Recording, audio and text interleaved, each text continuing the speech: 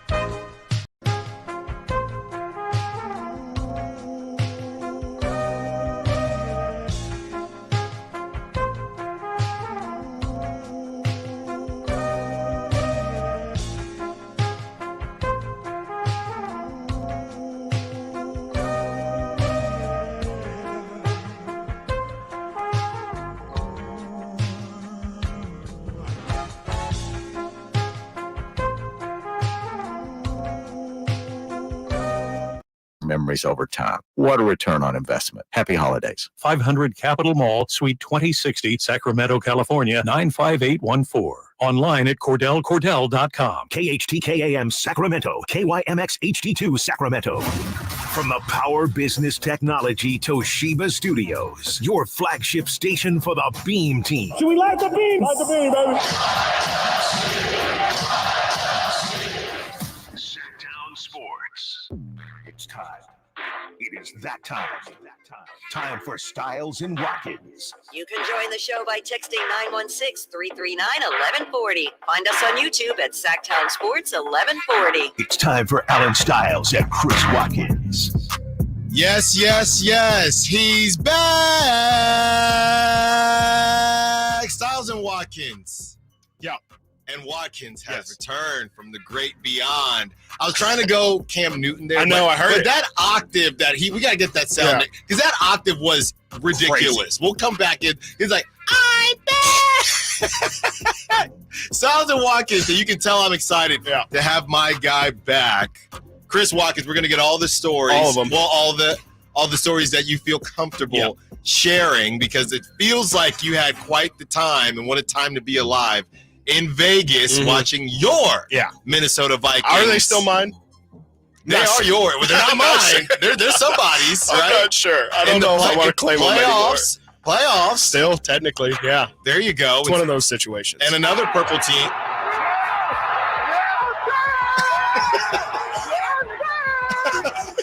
It's crazy. That is, I mean, just outstanding stuff right there. And the other team that you follow that also wears purple. Thank you, Nate Littlefield, behind the glass for us today. So thank you very much, Nate. Already working hard. And the other purple team that you follow, the Kings, got a W. Yeah. And I think it was nice to see the Kings face a team that we haven't seen. It feels like they've played every Western Conference team multiple times. And now tonight they play the Clippers, who hopefully there'll be some get back as the Clippers were able to take advantage of the Kings, I would say, after the Kings beat the Warriors to clinch going into the knockout round for the in-season tournament, which feels like very long ago. Months ago. Right? Yeah. Feels very long ago. So we'll talk about that and basically breaking down, players that you don't see too often. You hear the name Cam Thomas a lot. Never seen that dude hoop like that. Let me just say that man is my spirit animal. He does not care. Does not lack confidence. All over the place. Last night was just, I'm thinking, okay, it's going to be a lot of Mikal Bridges. Right. Where that's what we're going to be doing here. He's going to be doing his celebration, which he doesn't even really do anymore. Because he made a three and he pointed to somebody in the stands, but he didn't do the full-blown thing, which maybe he doesn't do it all the time. But, watching the Nets and, in the pregame press conference, Mike Brown had talked about they don't really have – obviously Claxton is their center but they have, a bunch of wings, and we're just going to shoot the basketball. So I didn't really know what to expect, and it's just Spencer Dinwiddie. It's just an AAU game with Cam Thomas, Spencer Dinwiddie, and hopefully they start hitting so that Mikal Bridges can get a little bit of freedom to do some things, which was tough because Keegan had them clamps. Mm-hmm. Keegan Murray had them clamps. And by the way, what did we see last night, Nate? This is a new one for you, a Keegan flurry. That's not bad.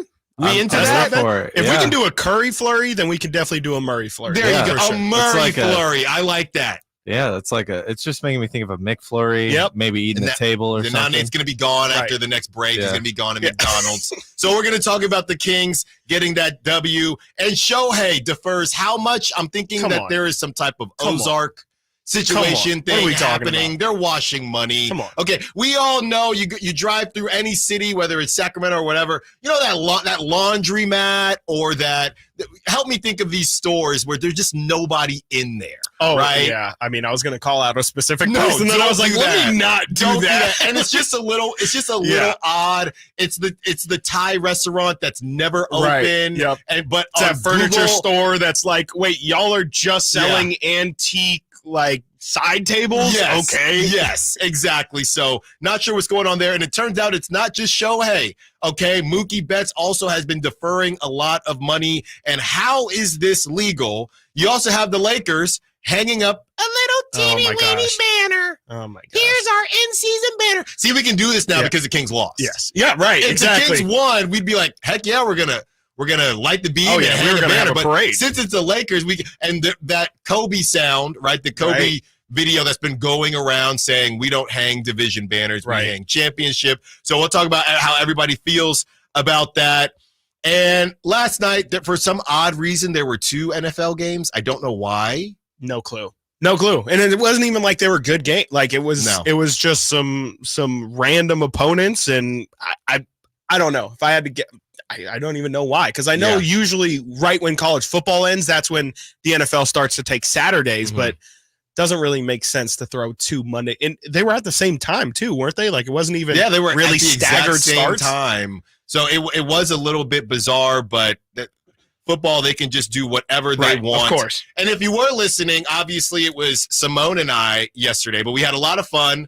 My mother called in. Did she really? Yes, she called in, and she called in because we were having a conversation about leaving reviews and Yelping. Yes, and she had some thoughts, and we have asked the Sack Chat to guess whether you are in that camp or not. Me. Yes, whether you follow reviews, whether you leave reviews, or whether you just Simone, word of mouth, I just go in. So we're not going to do that now. We're going to do that a little bit later in the show. So everybody is very curious to see where you fall. I think I know where you fall, but we're going to go through this exercise anyway. And now, because I've done so much talking within the last day and a half here, I'm going to throw it to you to just break down your Vegas experience. My goodness. Well, let's start with getting there on Saturday. I mean, it was a pretty much went right into the fire because I landed pretty much right at 5:30, which is exactly when the in-season tournament started, and landed and then went immediately out to the Strip.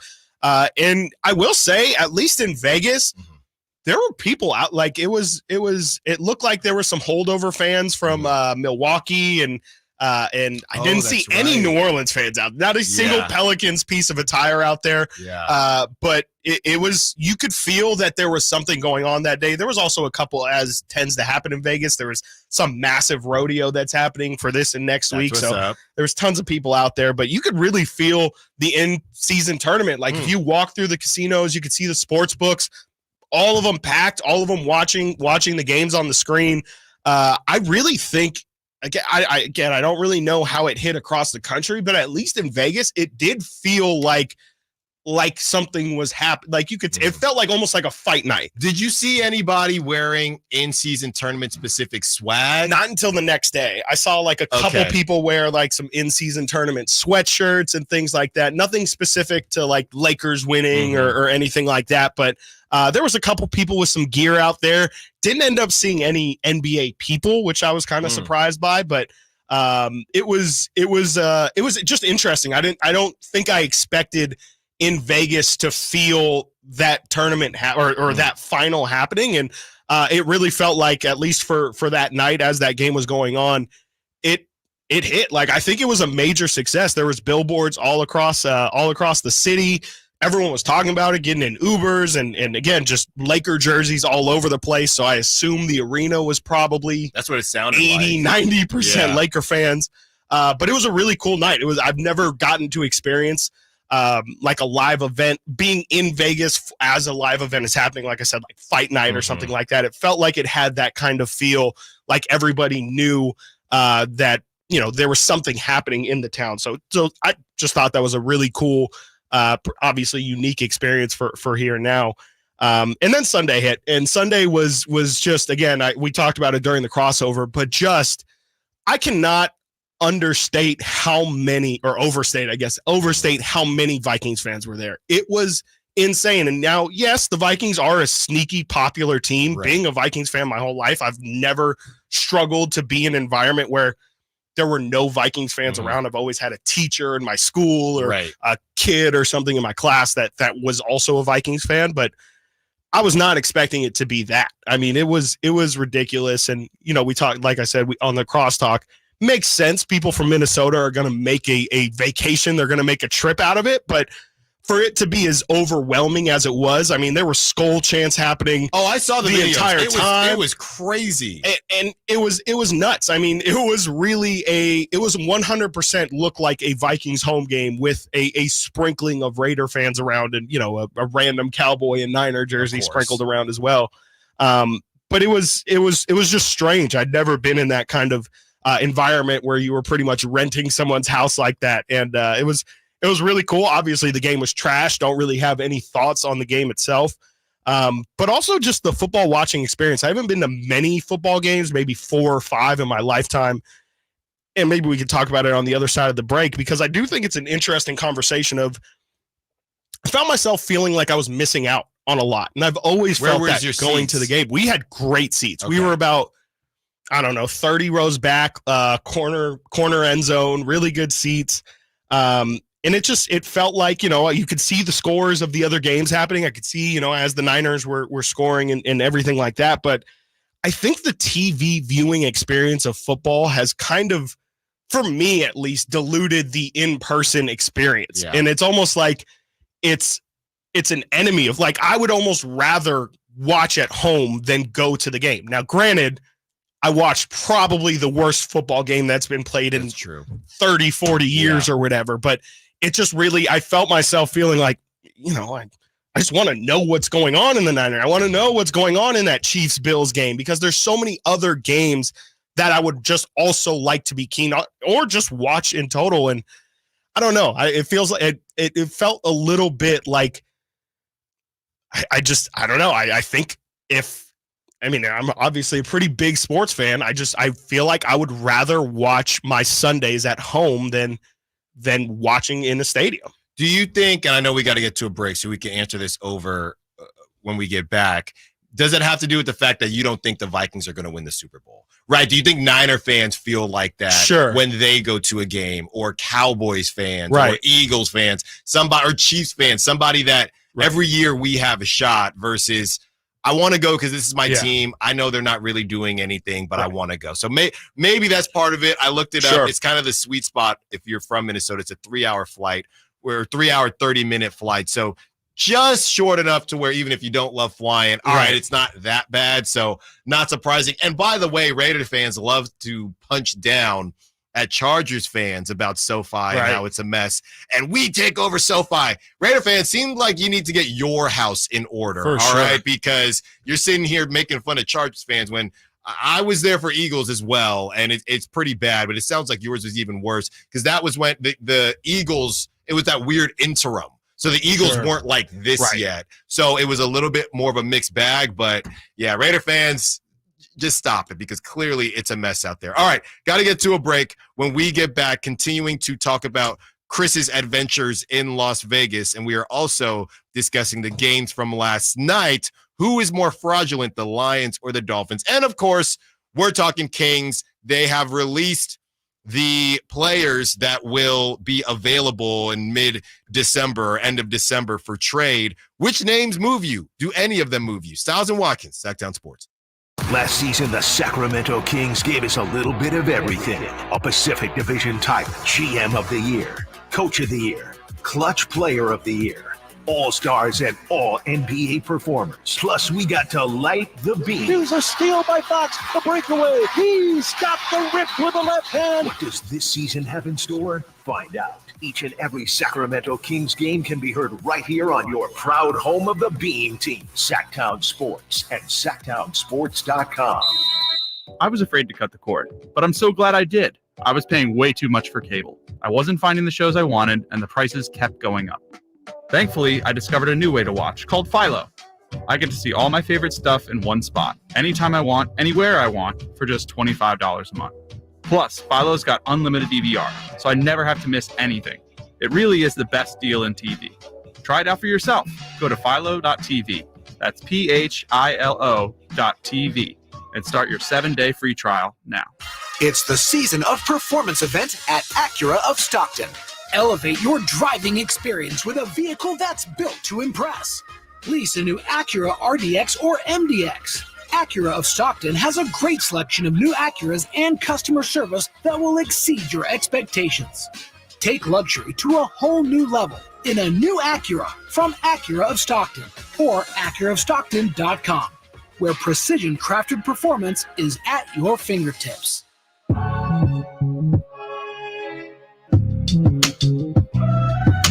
Sactown Sports. Call or text at 916-339-1140. Stiles and Watkins, Sactown Sports. Watkins is back in the building, as we take you up to 2 p.m. And we will have Chris Beerman at 11 a.m. Candlestick Chronicles in Sacramento Bee, talking Kings and talking Niners as well. You know, Nate in the pre-show had a really interesting question, because we love to talk about fraudulent teams. And by the way, the Eagles might not be that far away. Some people are saying the Eagles are last season's Vikings. Oh boy. A lot of close games. That's not fun. Now, I don't know that they are last season's Vikings. All I do know is that, as silly as this sounds, when you go to a Super Bowl, you really should get it done, because nothing is promised. And and Jalen Hurts is not Patrick Mahomes. And only if you have somebody like Patrick Mahomes or a full-blown organization like the Niners can you really feel like we're always going to be around. You know what I mean? Totally. And obviously the Eagles tried to win, but my point is the idea that the Eagles are going to run the table like they did last season, lose the Super Bowl in a heartbreaking fashion, and then just be like, okay, we're going to run it right back on that when horse. they ticked off people along the way, like the Cowboys and the Niners.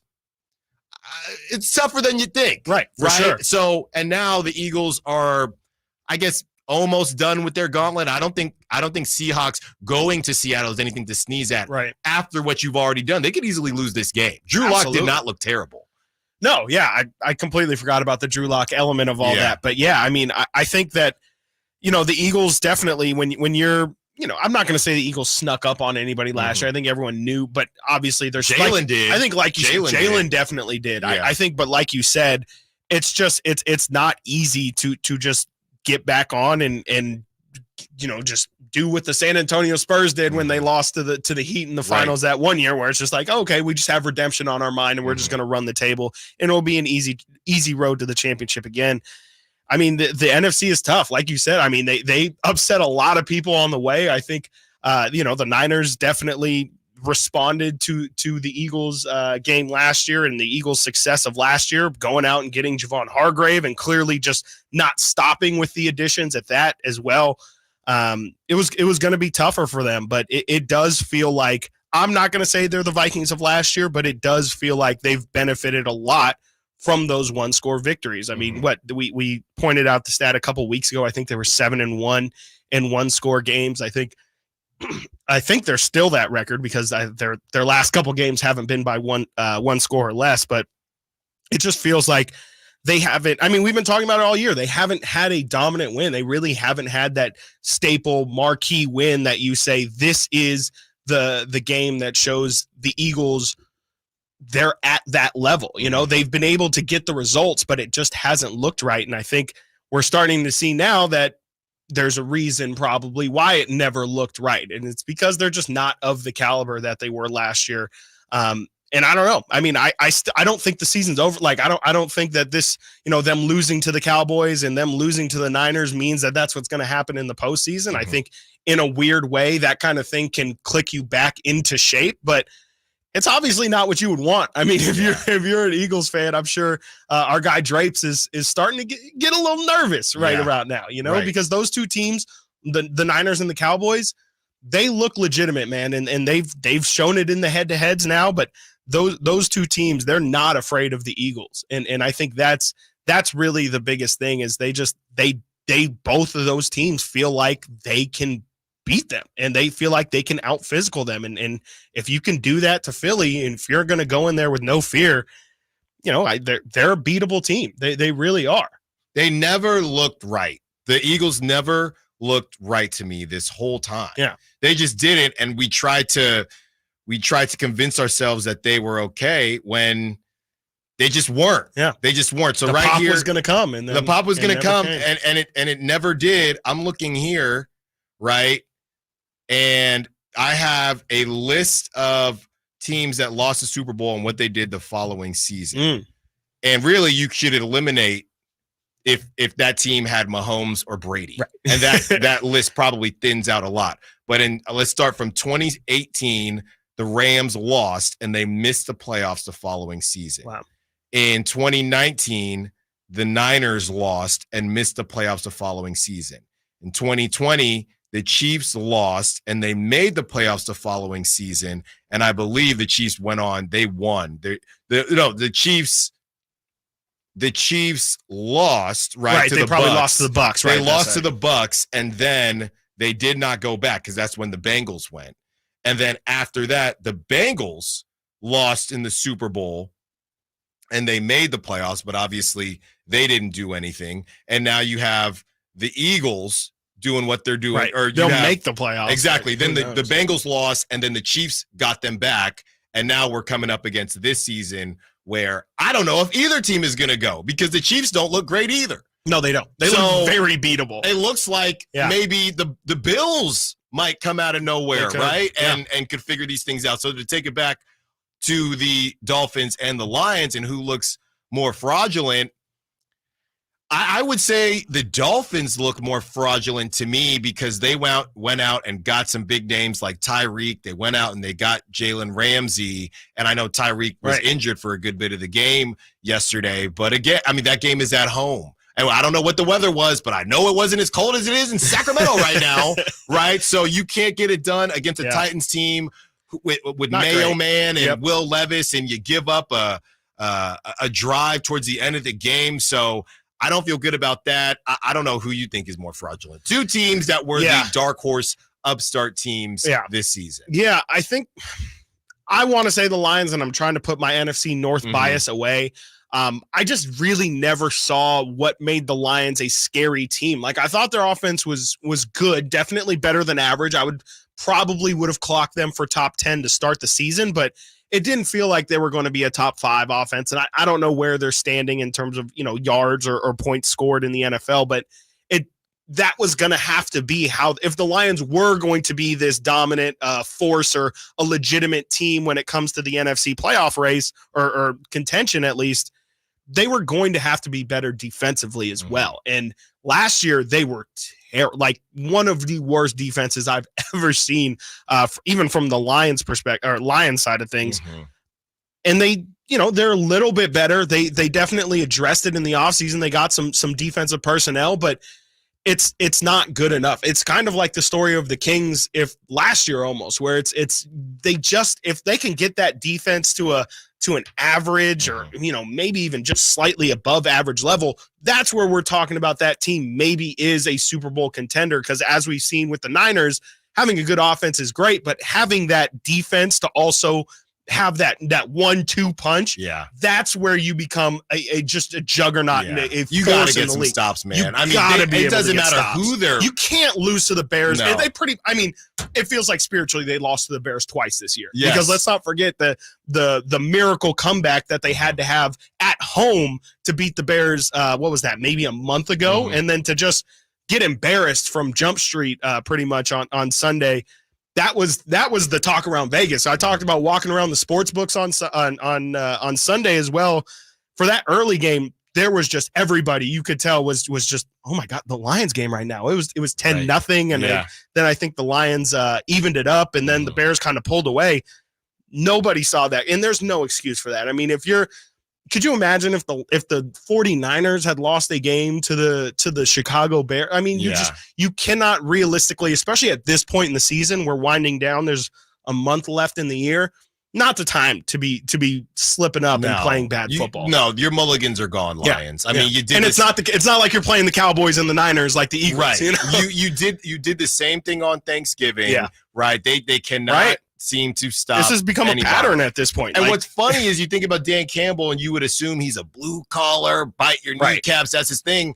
And the defense has no dog in them at all. Terrible. At all. All right, got to get to a break. When we get back, the Dodgers are washing money. They are cleaning money. Okay, this is Ozark Season 8, whatever you want to call it. Shohei Ohtani is deferring a lot of money, and it makes no sense. We'll talk about him and the other Dodgers also deferring money when we get back. Stiles Watkins, Sactown Sports. What's the latest with the San Francisco 49ers? Carmichael, Dave, and Jason Ross keep you up to date on all things red and gold during the Niners at 9 every weekday at 9 a.m. on Sactown Sports at SactownSports.com. Hey there, listen up, Sacramento. Ready to make this holiday season unforgettable? Well, we've got something that'll have you jingling all the way. Picture this, a brand new 2024 Kia Forte LXS for only $279 per month plus tax with no money down. No, I did not stutter. No money down. That's right. Zip, zero, nada. Elk Grove Kia is spreading the joy this Christmas, and we're making it easier than ever for you to drive home in style. So why wait? I will say it again. Head on down to Elk Grove Kia and drive home your new 2024 Kia Forte LXS today with absolutely no money down. Elk Grove Kia is your go-to destination for top-notch quality and unbeatable service. Elk Grove Kia in the Elk Grove Auto Mall or go to elkgrovekia.com. $279 plus tax, zero customer cash and signing. Eligible at $10,000, 250 per year. Elk Grove Kia.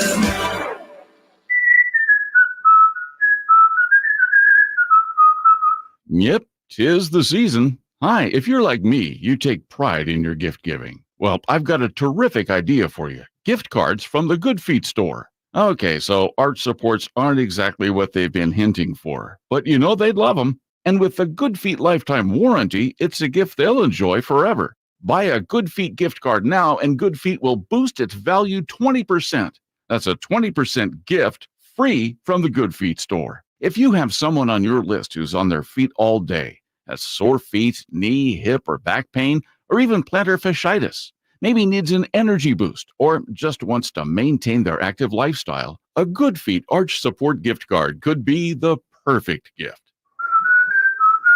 The Good Feet store in Sacramento, Roseville, Stockton, Modesto, and Vacaville. Online at goodfeet.com. We can be heroes. You've seen Cody Lee not once, but twice on America's Got Talent. And now is your chance to see him live at Gold Country Casino Resort.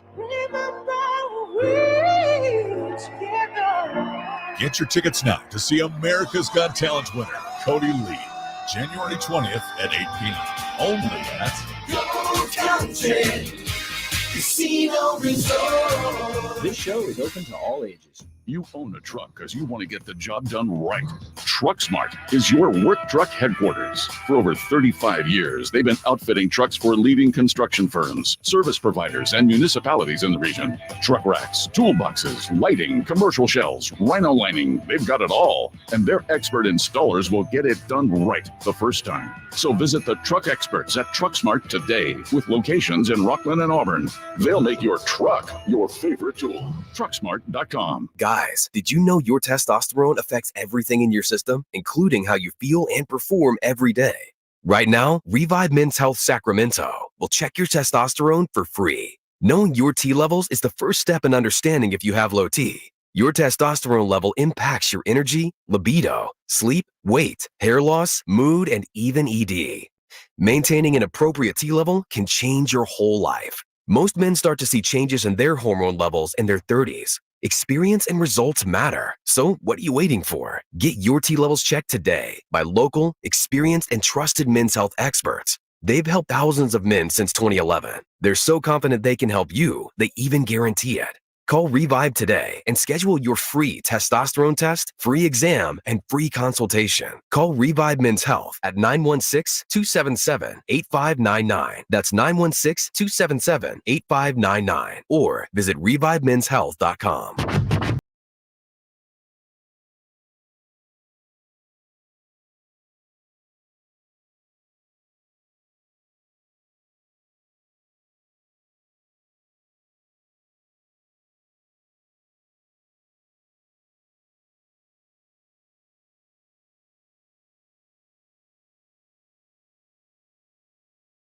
p.m. Now, we talk a lot on this show about different shows that we watch and how some of them might be a little overrated, underrated, properly rated. And I've told you about The Bear, right? Yes. And Your how feelings on The Bear. Yes. I like The Bear. I'm not crying at the end of every episode like some people seem to be.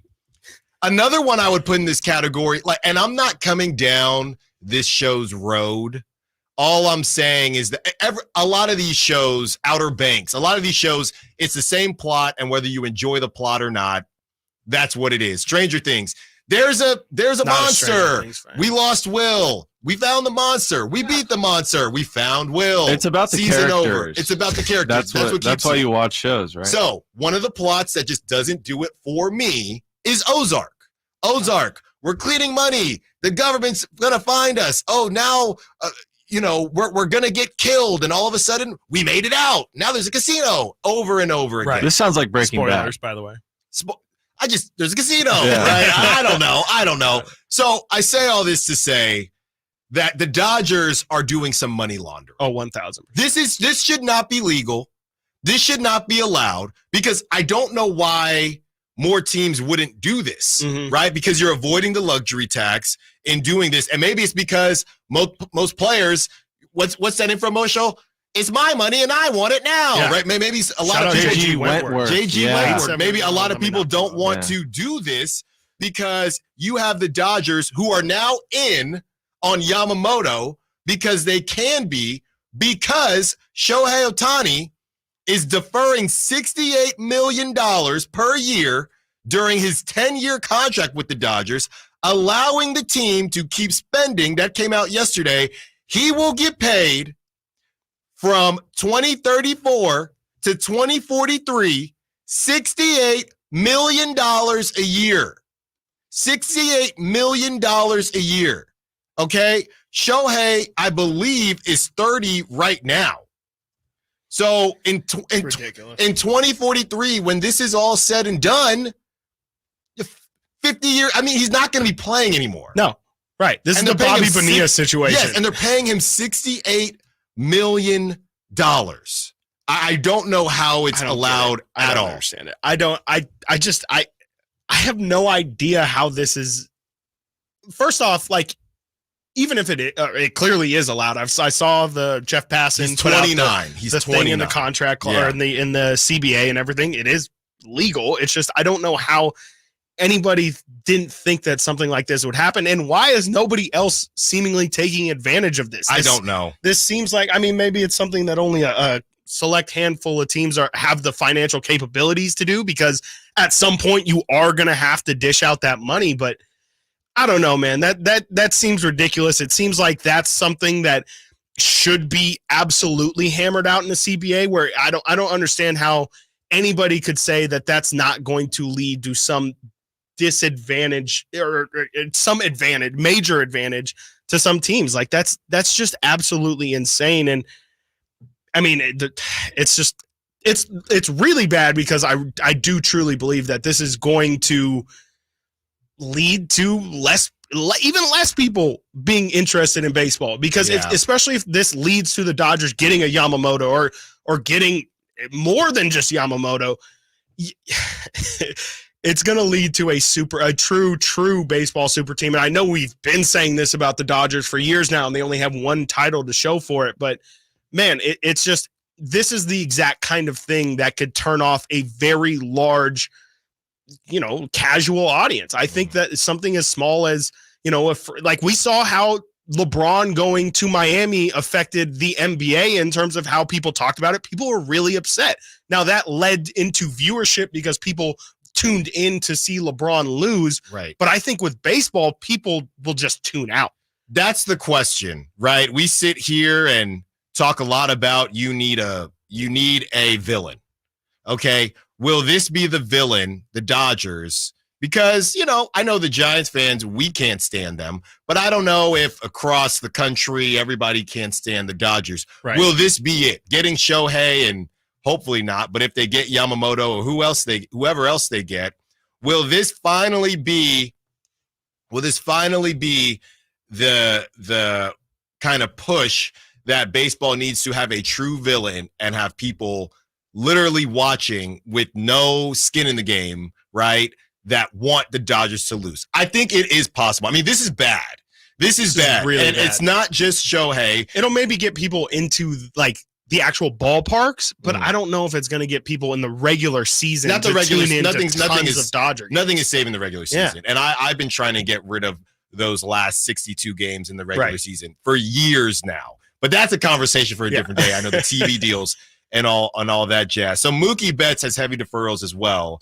From 2033 to 2037, Mookie will be making $8 million a year. Okay. From 2038 and 2039, he will make $10 million.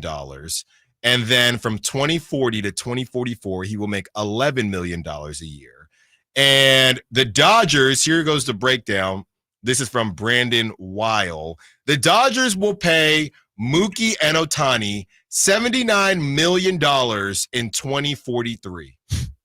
Mookie will be 50 and Shohei will be 48 years old. What? While they're still paying the team that while they're still paying whatever team they have. Yeah, whoever, there could be Mookie Betts Jr. at that point. That's like, how is Baby Betts? I don't know how that's possible. Like, how I don't get it. Like, because this is, I brought up Bobby Bonilla, like, this is different than that, right? Because that was his release clause, and this is just straight, like, how they're going to pay his I don't know. I don't get this. This feels like one of those things that is only okay because baseball's been around for hundreds of years, and it feels like this is maybe something that got implemented. Like, do they know when this got implemented into the CBA? From what I've been reading, everybody is kind of signed off on this. I don't know. I think it was just the idea that other teams would take advantage, and also the players have to be able to take advantage right. too. I you mean, also have to accept to do right. it. Right. I don't know. I don't know how many people would accept $2 million. Exactly. You have two guys in Shohei and Mookie Betts who have a ton of endorsements. Mookie has that Bleacher Report podcast. You can only imagine how many. I know Shohei has New Balance. He probably has more overseas as well. So it takes a specific type of person and somebody who's looking down the road. Because at that point, you're right. You're not kidding about the whole Baby Betts thing. They are just creating generational wealth. Yeah. They're saying, I have enough money. Right. I've made enough money to live a great life while I'm playing. Yeah. While I'm playing. Yeah. And at 50 years old, at that point, my kiddos are going to be solid. Yeah. Literally, the Dodgers are signing Social Security checks. That's at right. That point, like that's what they blank check, right? Yeah. Or Richie Rich. Okay, all these kids all these trust fund babies are gonna be fine. The baby Shoheis and the baby Betts and the whole gang is gonna be okay. I want the rest to come out and maybe we'll see other players that are also doing this, and we're gonna focus on Shohei because even the Mookie ones. Even Mookie's still getting $8 million a year and $10 million a year and $11 million. $2 million a year. I mean, for us is crazy. I mean, I'm looking at like NBA players who make $2 million, and like Keegan Murray's brother is making $3.5 million this year. That's insane. Like how do you not make that? It's okay if that clause is going to exist, but like, how are you not going to say it can only be 30% of, the total salary? So like the fact that you can, like you're saying, make it, just cut it as much as you want. I guess if the player agrees to it, all is fine, but it just seems like something that should be illegal to the point. Like it just feels like something that should not be allowed. Now let's think about it like this, right? So Shohei, that last year of his contract, he will be about what? He will be 40, he will be 30 at the end of his. He'll be 50. At the end of his payments, or at the end of his 2043. So in 20 years, so Shohei is 29. So he will be 50, right? Yep. So he'll be 50. That means that the $68 million starts when he's 40. Okay. Now my question would be, how many guys would agree to that? Mm-hmm. Should we give Shohei any kudos for being a team player? That's how bad he wants to win. Sure. Because I know if I got that contract, I'm not signing up for $2 million a year. I want my cash now. Right. And if we are going to do it, I'm at least getting $20 million a year. It's not going to be $2. Yeah, I'd like some form of like, hey, like I'm at least getting paid now too. Right. Is right. Like, I mean, like you said earlier, he must be getting paid. I mean, you would assume, especially overseas, he's probably got tons of deals and things like that. And he does have the New Balance deal.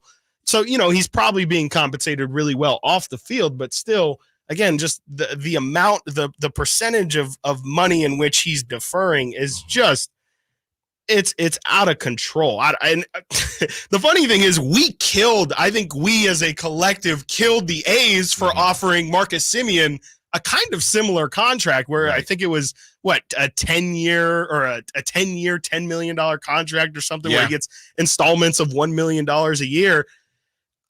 I don't know. It's just, this is, I don't understand how they could do it. I just don't So for context, before we get to a break here, for context, Shohei wins AL Rookie of the Year in 2018. It feels like he's been playing for longer than that.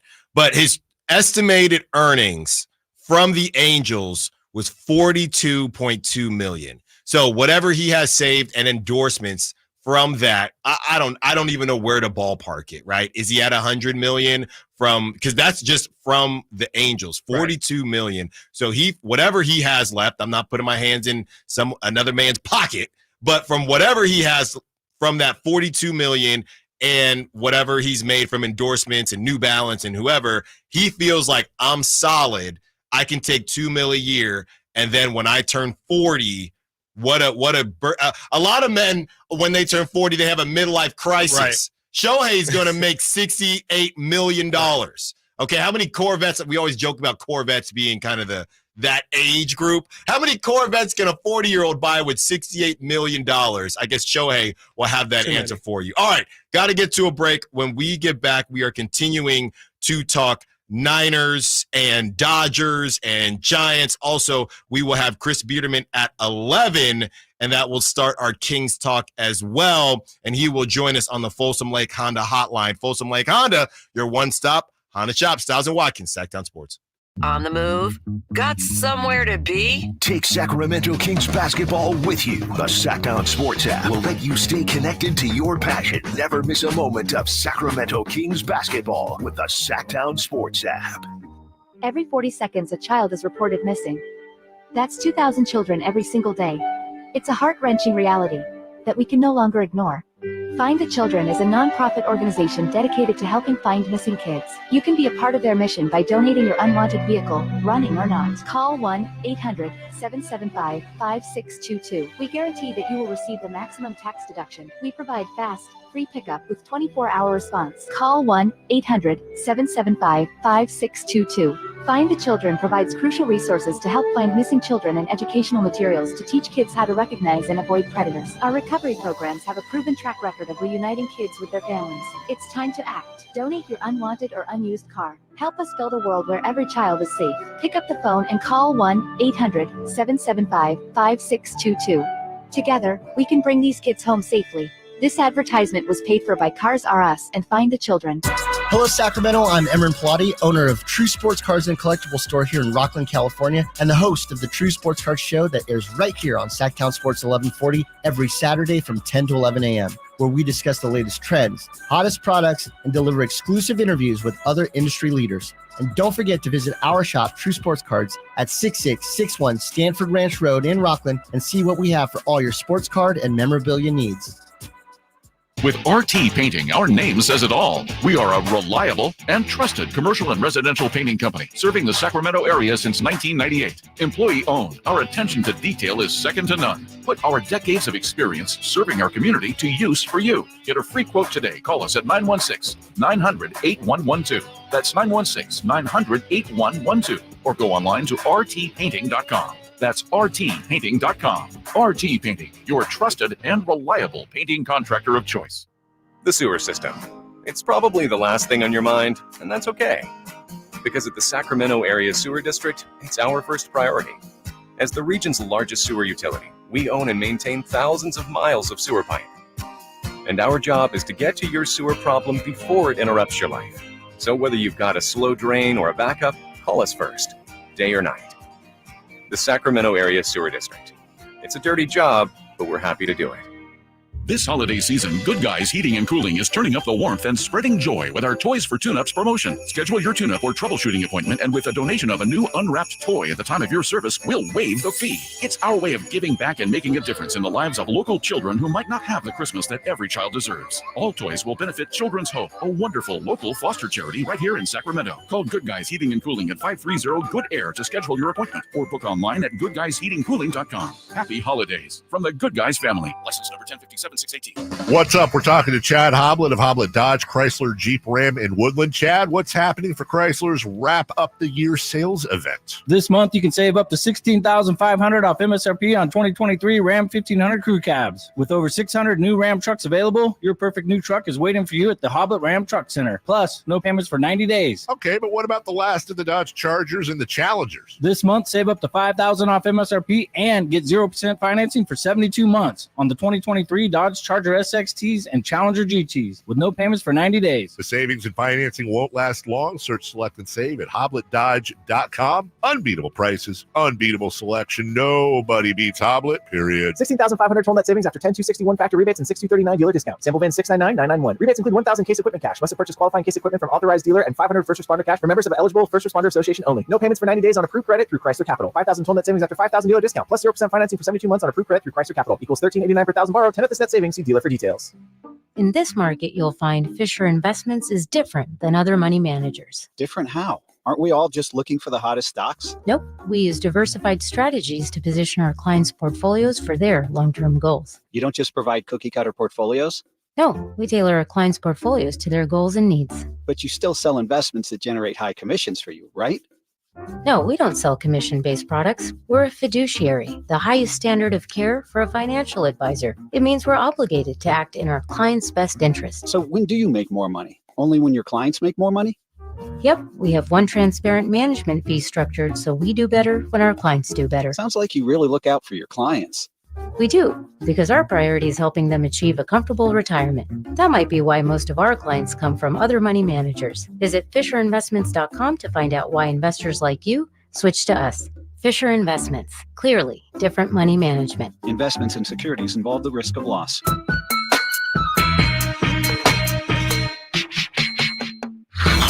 Sactown Sports. Check us out on YouTube. Search Sactown Sports and subscribe.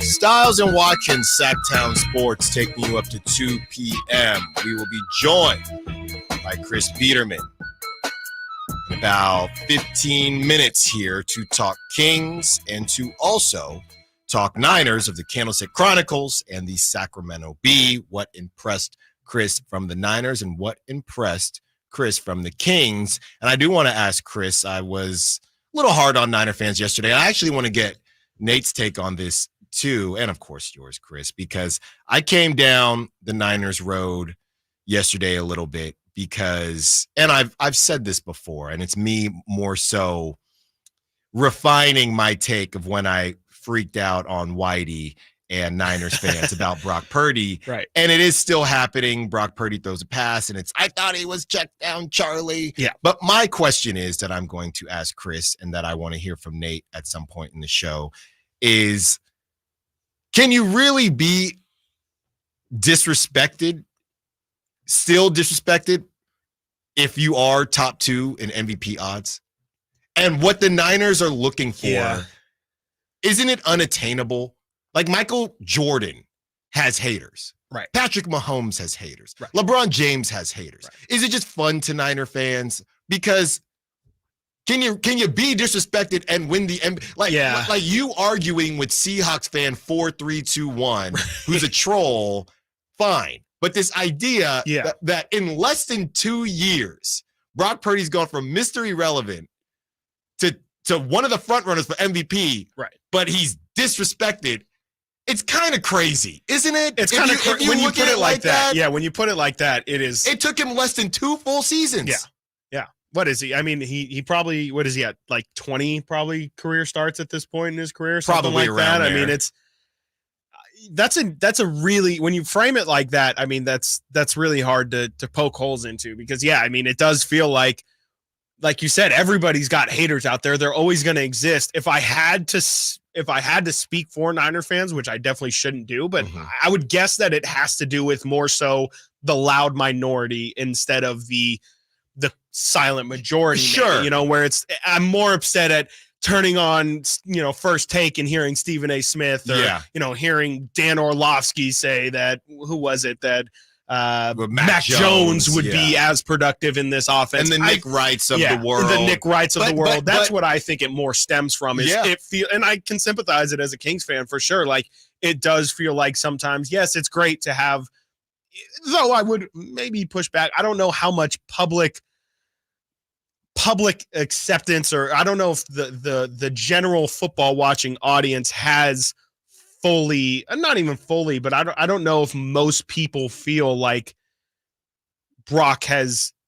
I think the problem is there's this line of Brock is good, he's okay, he's fine, and then there's Brock is awesome, he's excellent, and then there's he's just the worst. Like, this is anybody could do what he's doing, and I feel like a lot of people fall in the middle, and I think a lot of Niner fans are on that. He's better than average. He's better than what everybody thinks he is. And they're just fighting. They're fighting too big of a battle. They need to pick which battle they want to choose. And it should be trying to get those people who are saying Brock sucks, just try and get them to the middle. But it feels like instead they're trying to cover this huge land mass of people and trying to get them all to say, not only is he better than average, he's actually really, really good. Yeah. Which is, again, like you said, it's been a short amount of time. Yeah. Even if that portion of people are correct, you got to give the public some time to kind of catch up. Yeah. And he could win a Super Bowl and we still might not. I think we'd have questions still. Yeah. Right. Because the way I see it is Nick Wright, when you look at the amount of people that are circulating his hot takes or The Ringer and Steven Ruiz, it's Niner fans, right? So why would I backtrack on my take if you guys are going to continue to give me clicks and continue to watch my show? I literally saw a Niner fan say, I can't wait to see how Nick Wright talks his way out of this after this game. Right. So why would he backtrack even if he doesn't even believe it? And from what I recall, right, people will hop on the text line or the Sack chat or even just in general, and nobody watches these shows, right? First Take's been going on forever. And what is it? First Things First, all these national shows, but nobody watches them. Yep. Somebody is lying here. Yeah. You might hate watch them. You might not be proud that you watch them, but you watch them. And maybe you're just and the new version of that is, circulating that content on social media and saying what an idiot. That helps Nick Wright. Yes, it does. So I don't know. That's where I'm at. I did want to quickly to tie a bow on the Shohei, the Shohei stuff. I have a list here of other large deferments because we're coming down Shohei's road, but it's been a thing. So you have Shohei, of course, that we spoke about. Bobby Bonilla is the other famous one. So his was his contract. Okay. I wasn't sure if that was like a release clause where it's like, hey, we'll just pay you out the remainder. So until 2035. So Bobby Bonilla signed a 5-year contract worth $29 million with the Mets in 1991, which was the richest contract in team sports at the time. He was traded from Bleacher Report. He was traded away after 3.5 seasons before returning to New York in 1998. But the team decided to defer the $5.9 million he was owed with an astronomical 8% interest to be paid over 25 years. Right, because that's another thing. Shohei has no interest on that. Well, he doesn't need it. Sure, I don't even know why they did this. Since 2011, July 1st has been known as Bobby Bonilla Day, and the 60-year-old will continue to receive a check for $1.19 million on that day until he's 72 years old. Here's another one. And this is everybody's favorite, right? Ken Griffey Jr. Ken Griffey Jr.'s tenure with the Reds was mired by injuries and disappointment. Hall of Famer is still collecting a check from the franchise. Ken Griffey's 9-year, $112 million contract extension from the Reds in 2000 included $57 million in deferred payments with 4% interest to be paid from 2009 to 2024. So it's almost over. His $3.59 million salary in 2023 was higher than every player on the Cincinnati Reds roster besides Joey Votto. That's insanity. That can't happen. Right. That can't happen. So it's over for Griffey after this year. And a more recent one, Max Scherzer with the Nationals, okay? The Washington Nationals traded away Max Scherzer in 2021, but they've been paying him to play for someone else for the past 2 seasons and will continue to do so for 5 more years. When Scherzer signed his 7-year contract with the Nationals in 2015, he deferred half of his $210 million deal to be paid through 2028.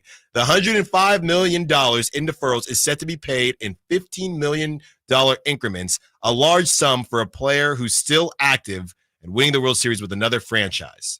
Scherzer's salary in 2023 was the second highest on the Nationals' payroll, despite the fact that he suited up for the Mets. I'm curious, what do you think, which do you feel like is the better way, which would you rather have? And which universe would you rather live in? This Shohei Ohtani because Ohtani feels like the extreme of this. Yes. So we'll say like the Tom Brady universe where you get your money. Like you said, maybe instead of deferring $68 million, maybe you can still collect 20. Brady was still getting $27 million a year. He wasn't getting the full 40 or whatever he could have been getting. Or a guy like LeBron, who's and obviously Shohei, Brady, LeBron, those guys are probably making more money off the court, field, whatever, than they are on, or at least near that same token. Or LeBron, who collected as much money as humanly possible and would sign 1-year contracts and say, you're going to pay me, and I'm going to make sure next year I make as much money as possible as well. Like, which do you feel like is better for sports in general? Is that stars who don't necessarily need to make that money? Like, what is LeBron James? Why should the Lakers don't have to pay him $40 million? That actually, if LeBron is serious about winning titles, like you said about Shohei, you could argue doing the Shohei thing is the thing that makes sense. LeBron's going to be fine. He's not going to be ever strapped for cash.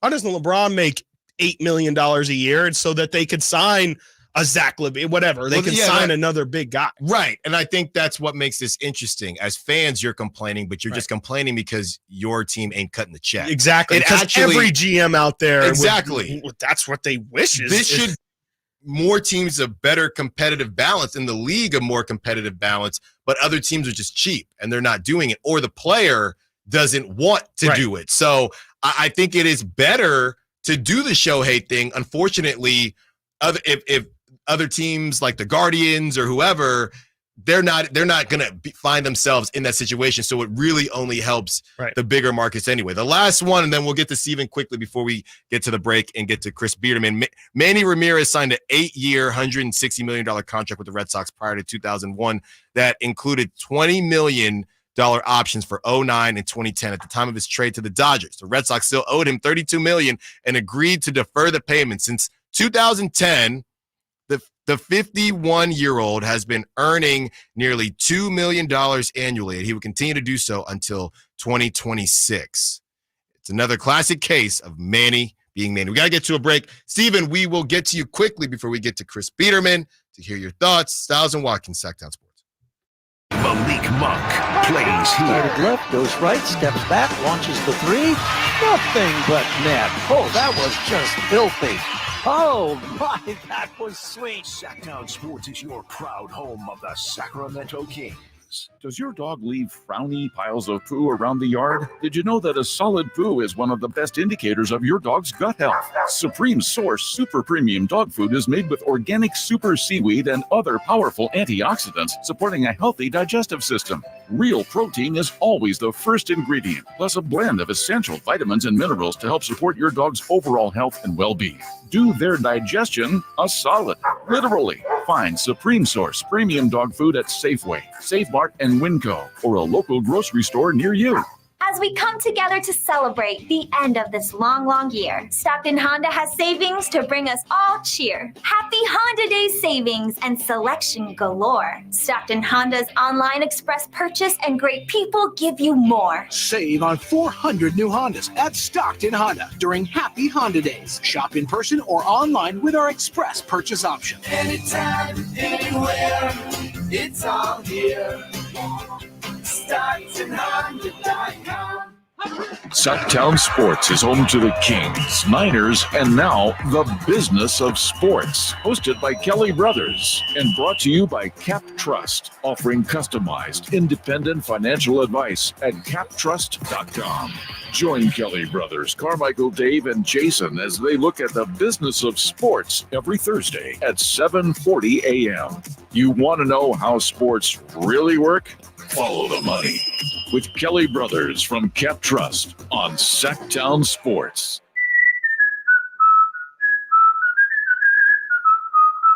Yep, 'tis the season. Hi, if you're like me, you take pride in your gift giving. Well, I've got a terrific idea for you. Gift cards from the Good Feet store. Okay, so arch supports aren't exactly what they've been hinting for, but you know they'd love them. And with the Good Feet lifetime warranty, it's a gift they'll enjoy forever. Buy a Good Feet gift card now, and Good Feet will boost its value 20%. That's a 20% gift free from the Good Feet store. If you have someone on your list who's on their feet all day, has sore feet, knee, hip, or back pain, or even plantar fasciitis, maybe needs an energy boost, or just wants to maintain their active lifestyle, a Good Feet Arch Support gift card could be the perfect gift. The Good Feet store in Sacramento, Roseville, Stockton, Modesto, and Vacaville. Online at goodfeet.com. Kevin Lewis of National Garage Door. Whether you need to repair a broken spring, install a new opener, or buy a quality Rainer door, National Garage Door is here for you. Call us today to see how we can transform your house with a new garage door. 638-4554 National Garage Door. From the Power Business Technology Toshiba Studios. KHTK-AM Sacramento. KYMX HD2 Sacramento. Sacramento's official home for the San Francisco 49ers. Touchdown! San Francisco! Sactown Sports.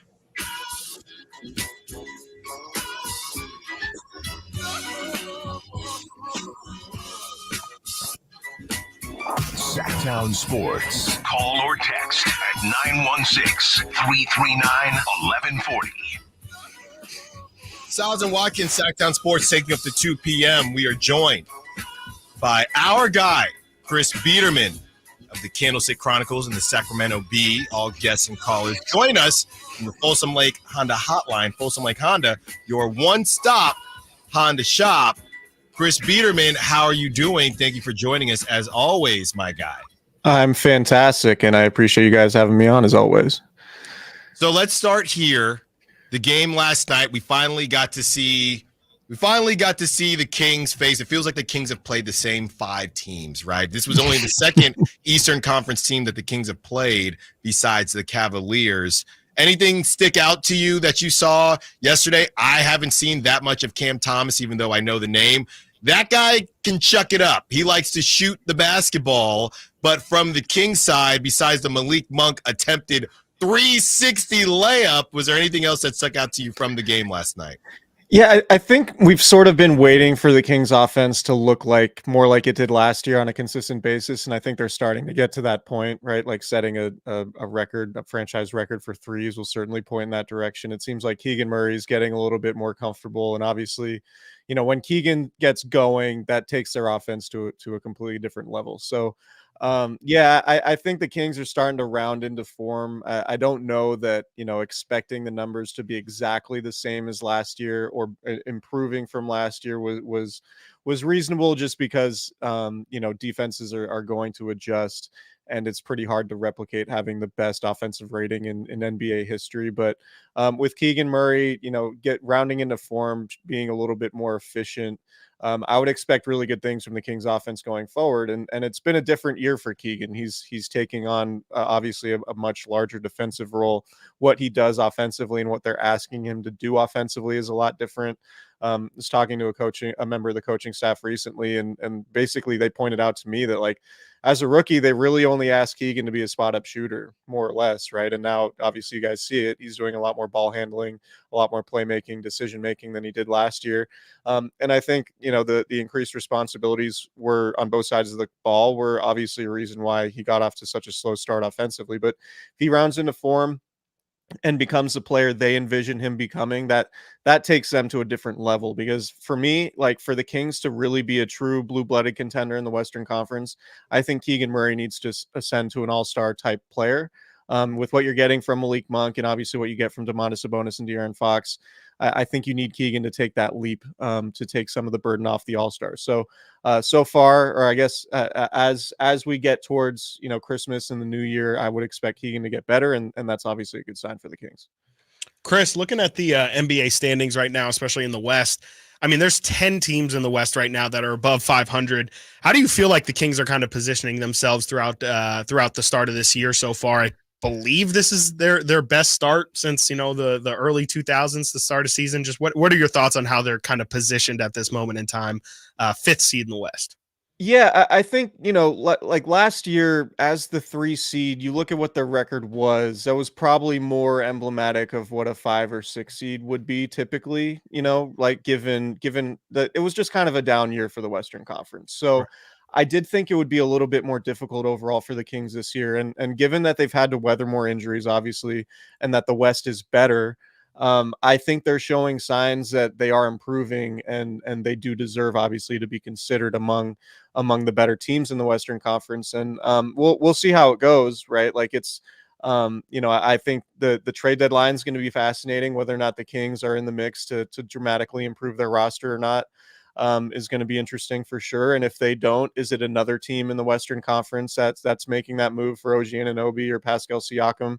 Maybe a team in the Pacific Division potentially, right? Like, so there are a lot of variables to go moving forward, but given the way the Kings have dealt with the injuries, and given the fact that the conference is overall better, and given that the Kings record is better than last year, I would say that's a promising sign that this team's still on the up and up. Talking to Chris Beerman of the Candlestick Chronicles and the Sacramento Bee. Chris, switching over to the 49ers. Look, I've already teased this in the last segment. Chris can ask you about the Seahawks game if he wants. To me, it felt like the Niners did everything we thought the Niners were going to do. I want to ask you about this, and I want to get your thoughts on this. I've been talking about this for the last couple of days because it's starting to get to the point, Chris, where if everybody is saying how disrespected somebody is, my question is he actually being disrespected, right? So Brock Purdy, every time he throws a pass, Chris, the ball is still in the air, and Niners fans and content creators, I thought he was just check down Charlie. I mean, the ball is still in the air, Chris, and you got a guy, if you actually look at this, who has gone from mystery relevant to top 2 and MVP odds, an MVP front runner in less than 2 full seasons. Is he actually disrespected? Or do Niner fans just like the idea of him being disrespected from a couple talking heads like the Nick Wrights of the world who know what they're doing poking the bear? Do you actually think that Brock Purdy is still disrespected?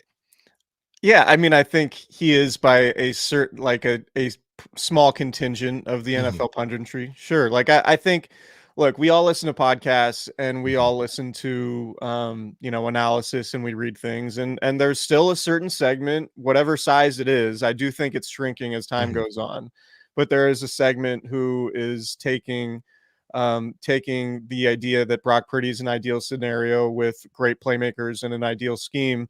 They're using that against him. They're taking that away from him, right? But I'll make the point over and over again, like Peyton Manning always had elite weapons. Joe Montana always had elite weapons. Tom Brady had Randy Moss and Rob Gronkowski, right? It's just all part of it. Like if you are an elite offense in the NFL, it's never going to be just a quarterback and a bunch of scrub playmakers. It's going to be a good quarterback and good playmakers and a good scheme. Like that's what you have to win Super Bowls in the NFL. That's what the 49ers are trying to do. And Brock Purdy is, I like both things are true, right? Brock Purdy is playing at an extremely high level, and he has an ideal circumstances around him. So, I think it's a little ridiculous to use his playmakers against him. Like we don't talk about Joe Montana and say, well, he had Bill Walsh and Jerry Rice, so he was a little overrated, right? Ultimately, what Brock Purdy does in the playoffs, and if he wins a Super Bowl or multiple Super Bowls, that's going to speak for itself. And ultimately, that's the most important thing when it comes to the way Joe Montana got evaluated, the way Steve Young eventually got evaluated, the way Tom Brady, et cetera, right? Like it's all about winning, and winning is the most important thing. And I think there's still a segment of people who are tied to the fact that he was the last pick in the draft, who are tied to the fact that he's not 6'4" and he doesn't have a rocket arm, but he's playing at a higher level than just about any other quarterback in the league right now. And yes, obviously he benefits from the supporting cast that he has, and Kyle Shanahan dialing up the plays, but he's good at everything the 49ers are asking him to do. Right. There isn't anything that he's not holding back the 49ers offense in any way that maybe Jimmy Garoppolo was, whether it was turnover worthy plays or being unable to push the ball downfield or being unable to make plays outside the structure of the offense. Brock Purdy is really good at all of those things, and he's taken this 49ers offense to a different level. And I think people, when looking at the success of the 49ers, should say, yeah, Brock Purdy's a part of it. His coaching staff is obviously a part of it. His playmakers are a part of it, and it's all clicking. And it's why the 49ers are favorites to win the Super Bowl right now.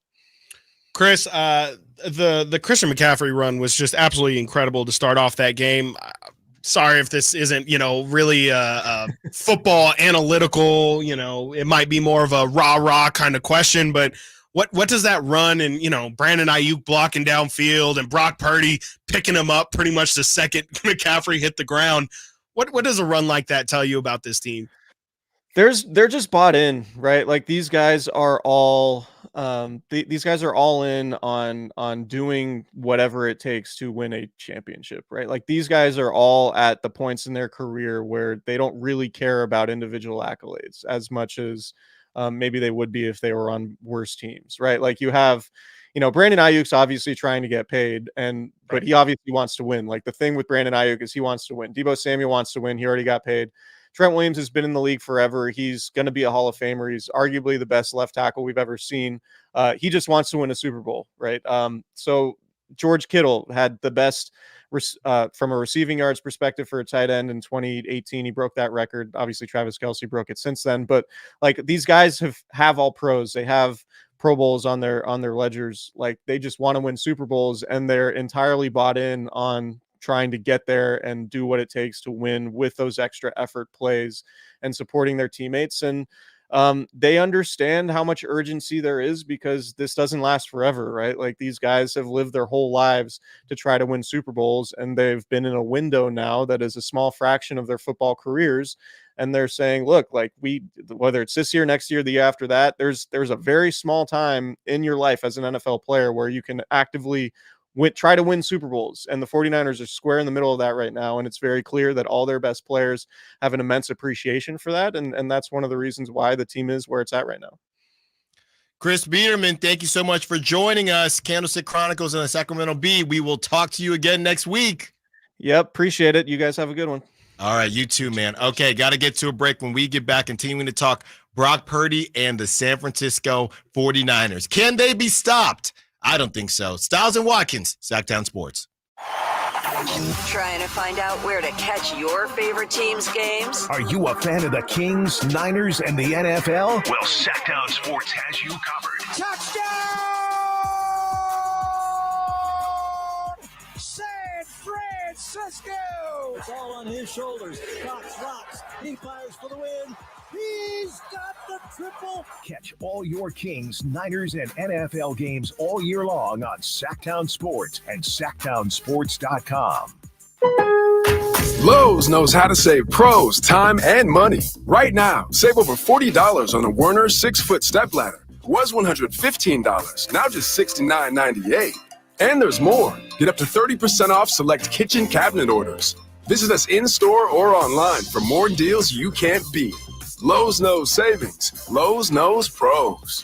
Valid 12/7 to 12/13 on item number 98148. While supplies last. Minimum purchase and exclusions apply. See associate for details.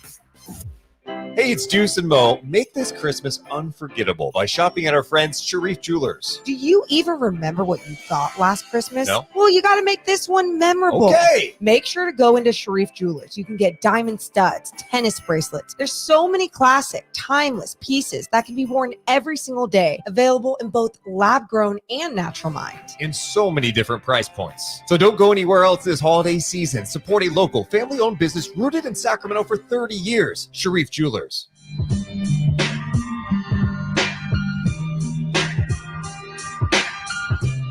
Live and local. This is Sactown Sports. Stiles and Watkins, Sactown Sports, taking you up to 2 p.m. Thank you again to Chris Beerman for joining us, Candlestick Chronicles, and also the Sacramento Bee, as we talk Brock Purdy and the San Francisco 49ers. We're going to begin to talk Kings in a little bit here, around 11:30, discuss De'Aaron Fox and the role, everybody get your roll on, that he's on and the scoring that he's been doing. But Steven has been hanging out during the break and the call from Chris Biederman. So Steven wanted to talk about Brock Purdy. Steven, you're on Stiles and Watkins. What you got for us? Yeah, good morning, boys. Welcome back, Chris. Thank you. Alan, always a pleasure. Always, my friend. So all this hate with Brock Purdy, I heard a point that was made by somebody yesterday, the day before. I can't specifically remember. What does if we give? Well, not we. I'm a Niner fan, baby. I'll give Brock Purdy all the love that he deserves. When it comes to the media and all this hate and all this stuff that he's been getting, all the flack that he's been catching, what does that say to NFL scouts? So this guy has been getting scouted for the longest time, right? Probably for the last, probably say maybe since his sophomore year, maybe junior year. I am 100% assuming at this point. So just follow me. So this guy gets scouted. He threw for over 13,000 yards throughout all 4 years at Iowa. He had good numbers. He's been getting scouted, and then he just slipped through the cracks all the way down to Mr. Irrelevant. And then the Niners pick him up because, we need a backup quarterback, freaking whatever. He makes the practice squad. He starts earning his way up, starts working his way up to a starter role or to a position where he gets last year, man. He works his butt off. He gets into a position that sets him up for success last year, right? So my point is, what does this say to the entire scouting department of the NFL? Because I feel like Brock Purdy is out here just making all of these scouts look like a bunch of people who don't know what the heck they are doing. I feel like that's a pretty good point as to why he is catching a lot of this hate. I just wanted to get your guys' opinion, see what you guys thought about it. Thank you, man. Appreciate you guys. It's a good, absolutely. It's a good question, Steven. And I've definitely seen that. I've definitely heard that. Well, you're making scouts look like idiots.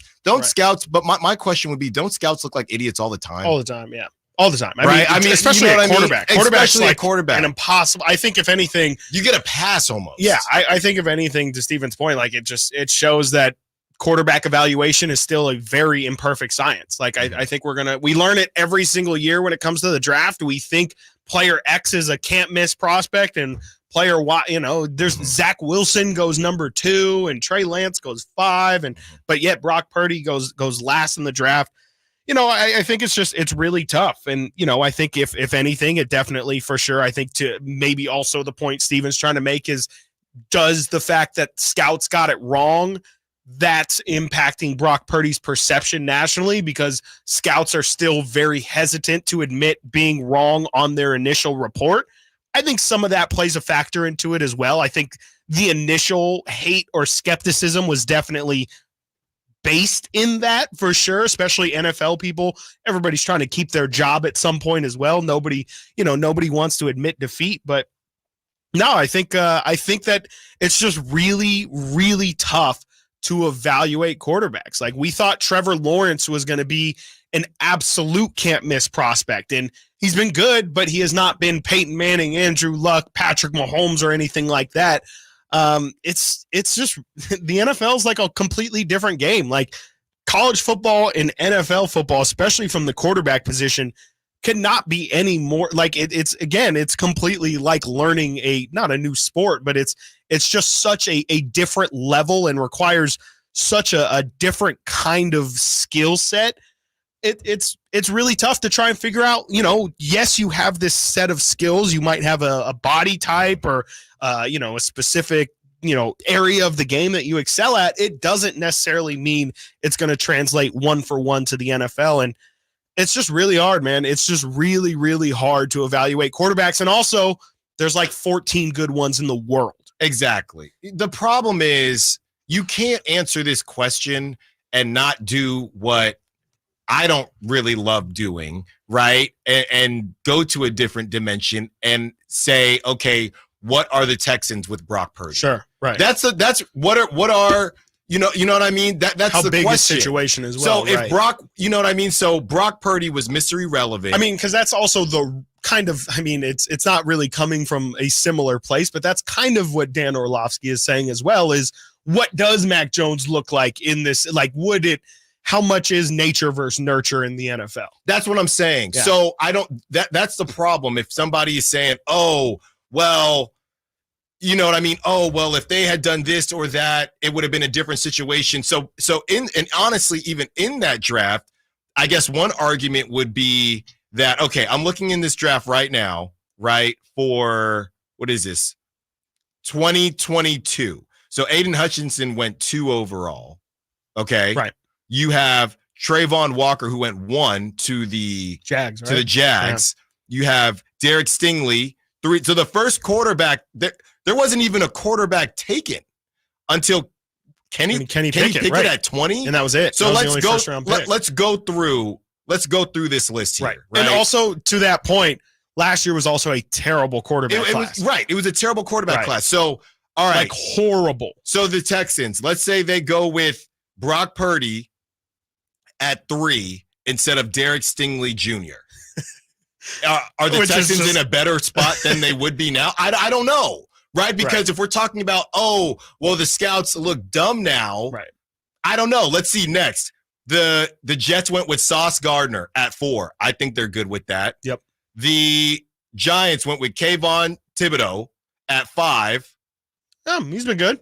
He's been good, yeah. right? And that was and Daniel Jones played well last season, and they paid him. Right. Would I have paid Daniel Jones? No. No. But they weren't in a situation. Next, okay, this is interesting. Akeem Ekwonu at 6. Would you have rather the Panthers? Would they have rather taken Brock Purdy? Are the Panthers better now? I don't know. They went out and they thought they had a plan. They got Bryce Young out of Alabama the next year. They're in the middle of a rebrand or a rebuild. Is Brock better than Bryce Young? Right. Now, probably. I don't know. I would say so. I mean, that one's tough because it's I don't know, because the Panthers' weapons are they're terrible. I mean, they're so bad. They're bad. Yeah.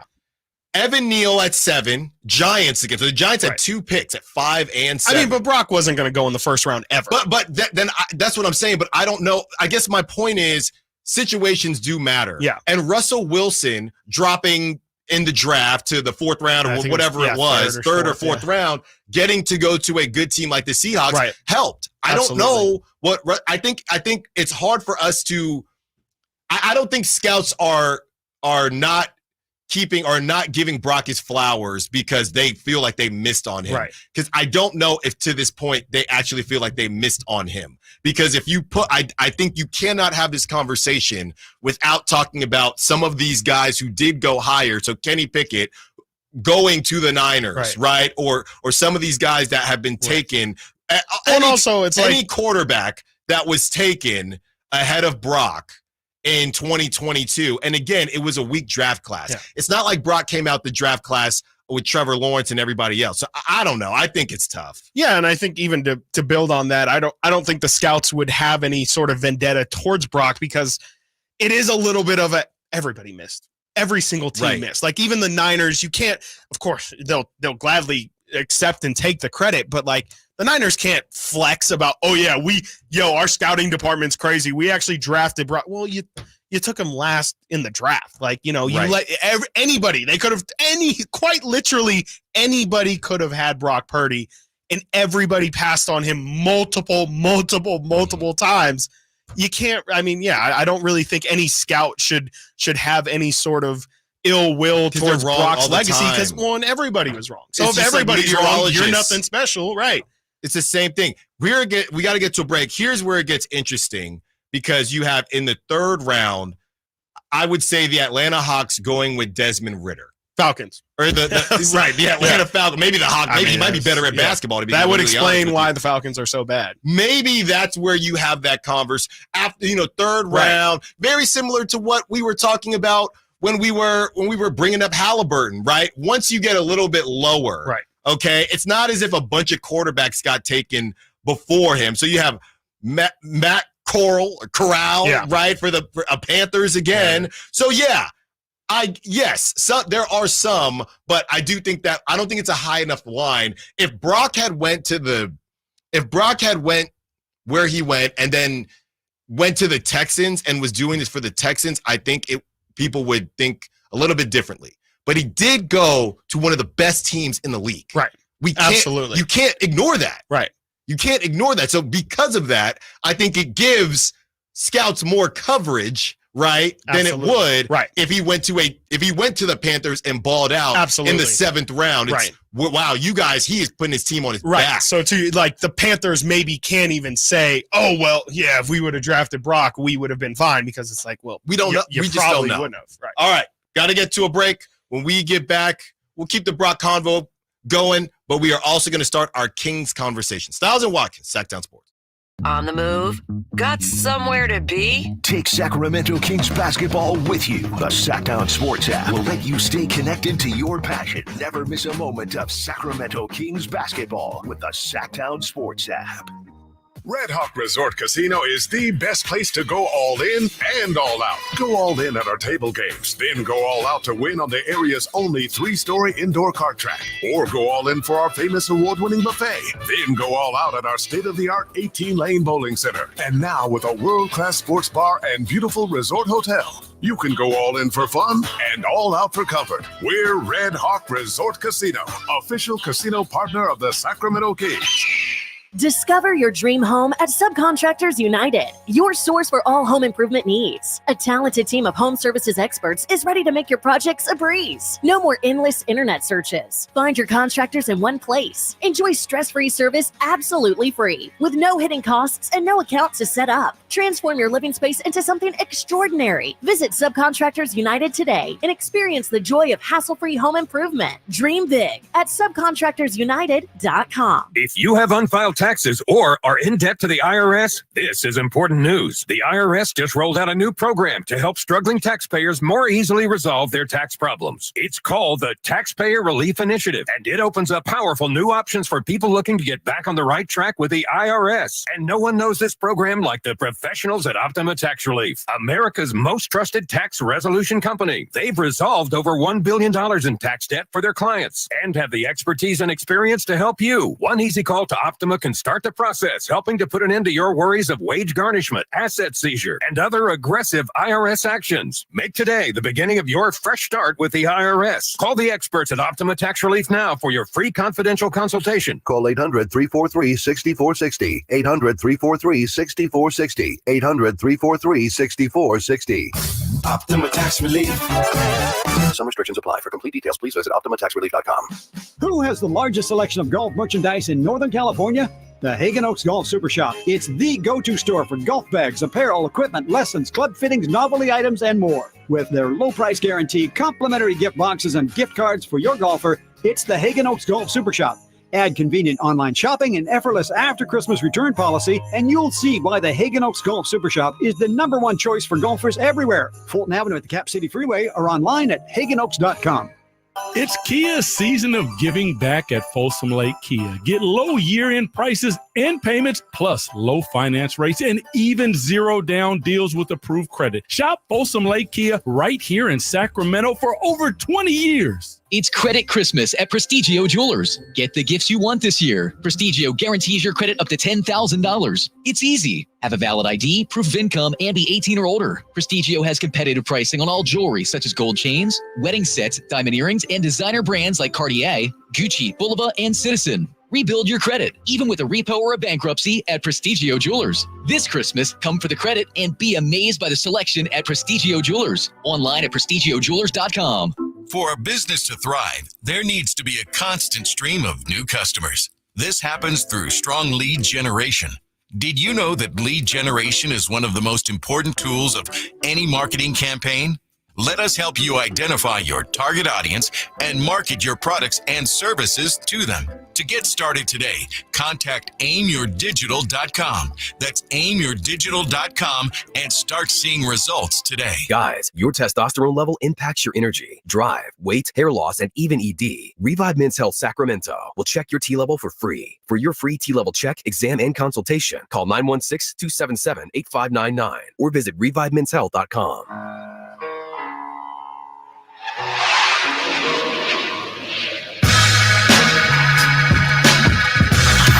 Sactown Sports. Check us out on YouTube. Search Sactown Sports and subscribe. Stiles and Watkins, Sactown Sports, taking you up to 2 p.m. as we talk all things Brock Purdy. And we also begin our Kings talk as they got a back-to-back. They got to take on the Clippers. And the Clippers, the Kings saw them after a really tough matchup with the Warriors that they ended up winning, but it took a lot out of them. It'll be a little bit more even this time as the Clippers had to play last night as well. It was against, I believe, the Blazers. Yeah. But you did have to play, and they beat the Blazers. It was pretty close throughout the whole game. The Clippers ended up pulling it out. The Clippers lately kind of figuring it out a little bit. They lost to the Warriors at the end of November. Then they have now won 4 in a row. Yeah, 7 of the last 10. They beat the Warriors in LA. They beat the Nuggets. I'm not sure if Jamal played in that game, though. But they beat the Nuggets. They beat the Jazz, of course. And now they beat the Blazers. So not world beaters, but like Chris said, 7 of the last 10. And now they get to take on a Kings team who should have some revenge on their mind. I would hope so. Let's talk about De'Aaron Fox for a second because, look, it's been a rough go.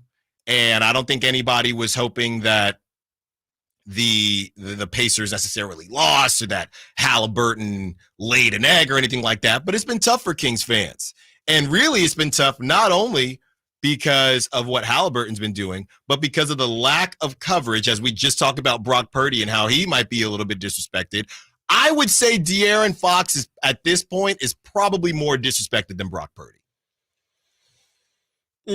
That's interesting. Yeah, they're at similar levels. I think I don't know. I don't know if De'Aaron's disrespected. I feel like there's a good amount of the media coverage is lacking, which we've talked about before, like the House of Highlights, the Bleacher Reports of the world definitely don't post about De'Aaron. He's going to have a 35-point game with 8 assists and, a game winner or something, you'll be lucky if they throw it on because he hit the game winner, but not because he has stats. So, yeah, I mean, in that sense, it does kind of feel like they lack the media coverage, but I think a good amount of people, it's just a different kind of disrespect, I guess. I feel like people still recognize De'Aaron is a top young guard in the NBA. It's just you don't really see the amount of posts that I think you would like, as funny as 2023 of a complaint as that is. It is still something that I definitely think is real. Yeah, and I complained about it yesterday because after he dropped, 23 in the fourth, right? Bleacher Report had nothing to say. They had some stupid posts about Dylan Brooks staring at the crowd in Denver, and just nobody seemed to care, right? Nobody seemed to care. So here are the numbers for De'Aaron over his last 8 games. And this is from NBA Dunk Central. So one of those this is just off, random, right? One of the random accounts. But it has tons of, like a massive follow. One of those that always pops up on your feed. Nobody really follows, but yeah, it gets tons of engagement. So he's gone 26 points, 36 points, 29 points, 40 points, 26 points, 30 points, 34 points, 29 points. It's one of those things where, look, we're watching a broadcast, and obviously it's our broadcast, right? Unless you're, a national game, and they're saying, Mark Jones, he's an MVP candidate, but that's our team. That's our broadcast team, right? I just don't know. And look, I do think it being Sacramento has something to do with it. For sure. But I do think that De'Aaron is a little bit disrespected. I mean, this is a ridiculous run that he's on. That's insane. I mean, that's absolutely insane. And to the opposing broadcast point, I did actually get the whole long story, which I'll spare everybody on the details on. But I was trying to watch the game on the flight yesterday and had to resort to some less than conventional methods to get the game on. So point is, I had to watch the Brooklyn Nets broadcast, which had Noah Eagle, Ian Eagle's son, on the broadcast. And it was a very, De'Aaron Fox, not enough people talking about it, but having a sneaky good MVP case of a year. And that's feels like where De'Aaron's at, where it is like no one's talking about it, but he's one of the names that should, instead of being, like Tyrese Halliburton's name is being thrown so fiercely into that, like he just is in the MVP conversation. Tyrese Halliburton is. De'Aaron is a, if you're really into basketball, you probably think he should. It just doesn't feel like he's firmly in the conversation like he probably should be, and like we're seeing every night. And I mean, even before he went on this run, it was incredibly obvious, more so after those 2 Houston games that he missed. I feel like almost instantly after that, we were talking about De'Aaron Fox's MVP case because it was so evident, even after 6 games, that he was taking this team to a different level. He really is, man. He really is. And I get it. This is one of the golden ages, I would say, of the NBA. Yeah. There's so much to talk about. And you can become a footnote. We've talked about how maybe it's the way he plays. Maybe it's, just something about him. Maybe it's where he plays. Maybe it's just all of the above. And you have to earn that respect, maybe more so than others. Right. And you don't come in with the same hype, and you have the Halliburtons and Halliburton's daddy, and you know what I mean? And everybody's skipping and he's doing the Dame time. And it's a little bit different, and to talk about De'Aaron, if hardcore Kings fans that are watching the game, De'Aaron was talking a lot of trash last night. He said to somebody, he said, "I'll cook you too," something like that. And then he cooked them. He did. Right. But it's the subtleties, right, that you don't really notice. Right. And I think you'll like this comparison. De'Aaron showboats and talks trash the way people think that Steph Curry does. Steph Curry is actually very obvious and obnoxious. Right. But because Steph is soft-spoken off the court, it feels like he is soft-spoken on the court when he actually isn't. And it's gotten worse in his later years, De'Aaron actually is a soft-spoken trash talker and showboater, which I think it does feel like, respect. to your point, it does feel like during the game, it's not that way, though. It feels like during the game, he's talking trash and saying, nah, like, I'm nice, you're not, watch this. And to your, it definitely, I do like that comparison. It feels like very much that's, that's, And you know what? That's not going to get clicks either. No, that it all, like you said, it kind of It's all not. plays into each Kings other. fans like it. Well, it'll get clicks if those audience, or if those curated websites and social accounts are watching Kings games, which we know they're not, because that is a very clippable. That's a potential viral moment. I could see it. De'Aaron Fox calls his shot, talks trash, and then next play does exactly what he said he was going to do. That's a viral recipe right there. And yet I don't think a single media outlet posted about it. And so, yeah, I think I do like that. I think there is a little bit of a quiet perception of De'Aaron Fox, but for us who watch him every game and saw him in the playoffs last year, talk trash to Draymond Green. And I mean, De'Aaron's the dude who's going to lead the team in texts every single year. He talks, he definitely talks. And it's all game, which I think is the best part about it. It's not a lot of the theatrics. It's not a lot of, Patrick Mahomes, it feels like, has had a big heel turn here with his doing the thing with Josh Allen at midfield the other day on Sunday. You're not going to get that from De'Aaron. Like he's going to talk during the game, but once the game is over, you rarely, or if ever, hear him bringing all the on the floor talk and drama off the floor. There you go. All right, 916-339-1140. Let's go to 10, who wants to be a part of the conversation. What's up, 10? You are on Stiles and Watkins. Yo, what up? But De'Aaron Fox got to talk trash, but he's a Call of Duty player. He was born in it. That's right. That's hilarious. No, keep it up. And bro, remember his hair, the Super Saiyan headband? Like, come on, show butter, man. He knows he looks good. You look fly. You play. Ask Dion. I feel you. I miss it, man. I miss it so much. I miss the hair. I miss the headband. I miss it all. Good call, 10. Yeah, I mean, it's just a different type of swag. Yeah, and it's one of those things where it's actually pretty funny to where you just left. Right? We'll talk about roulette and how. Oh, I'm a nice guy. Here's a tip, and I say thank you, right? And I have manners, right, to the dealer or whoever it is. Then some jerk comes in who does not care, right? And they say, "Here we go, whatever. Give me this on black or whatever it is," and they win. They just leave. They don't tip anybody. You're thinking, hey.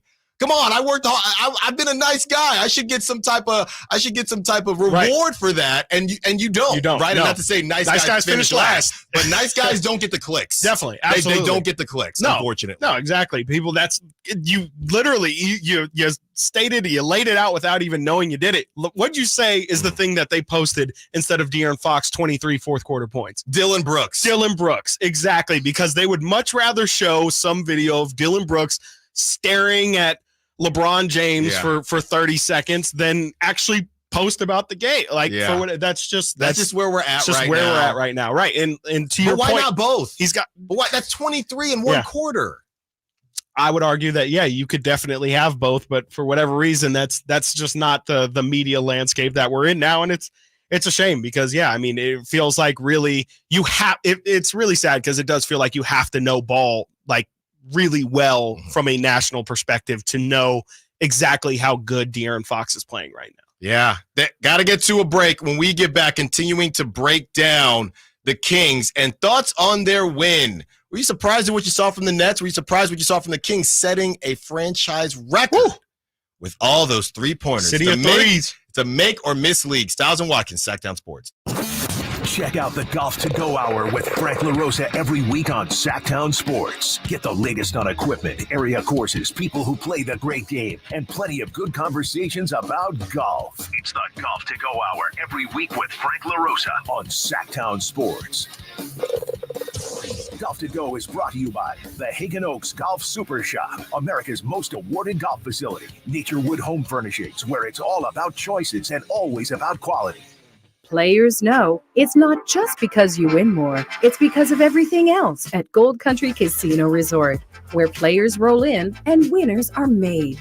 Winning isn't the only thing on the menu, and nightlife, it's more than entertaining. Drinks and dining options are abundant and guaranteed to satisfy your innermost desires. Come be our guest and see why Gold Country Casino Resort in Oroville is where the players play. play. As we come together to celebrate the end of this long, long year, Stockton Honda has savings to bring us all cheer. Happy Honda Day savings and selection galore. Stockton Honda's online express purchase and great people give you more. Save on 400 new Hondas at Stockton Honda during Happy Honda Days. Shop in person or online with our express purchase option. Anytime, anywhere, it's all here.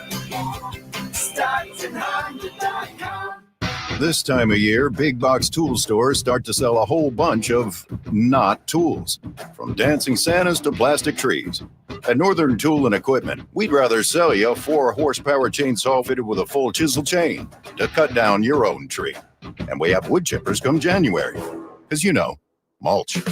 We're cutting prices on your favorite brands this holiday season. Save on Milwaukee, Steel, and Lincoln Electric in-store or at northerntool.com. Meet Cheryl. Hey. She's on vacation and lost in the moment. Unfortunately, so is her Chase debit card. It's got to be somewhere. Maybe she lost it at salsa night. These skirts should have pockets. Or maybe she lost it at Pilates.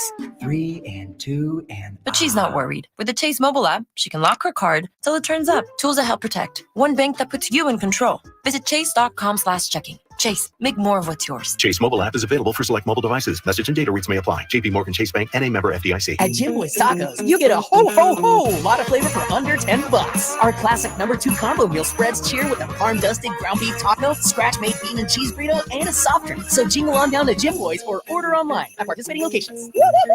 What's up? We're talking to Chad Hoblet of Hoblet Dodge, Chrysler, Jeep, Ram, and Woodland. Chad, what's happening for the Chryslers Wrap Up the Year sales event? This month, you can save up to $16,500 off MSRP on 2023 Ram 1500 crew cabs. With over 600 new Ram trucks available, your perfect new truck is waiting for you at the Hoblet Ram Truck Center. Plus, no payments for 90 days. And what about those brand new Dodge Hornets everyone's talking about? This month, you can lease a new 2024 Dodge Hornet RT plug-in hybrid for only $199 a month for 27 months. That's over $5,500 in total savings. Now's the best time to get the vehicle you need at Hoblet. Search, select, and save at HobletDodge.com. Unbeatable prices, unbeatable selection. Nobody beats Hoblet. Period. 16,500 total net savings after 10,261 factory rebates and 6,239 dealer discount. Sample VIN 699,991. Rebates include 1,000 case equipment cash. Must have purchased qualifying case equipment from authorized dealer and 500 first responder cash for members of eligible first responder association only. No payment for 90 days on approved credit through Chrysler Capital. 5,500 total net savings after 2,000 factory rebates and 3,500 dealer discount. 27-month lease with 3,995 due at signing plus tax and license fees on approved credit through Ally Financial. 7,500 max miles per year, 25 cents per mile for excess miles. 20 each.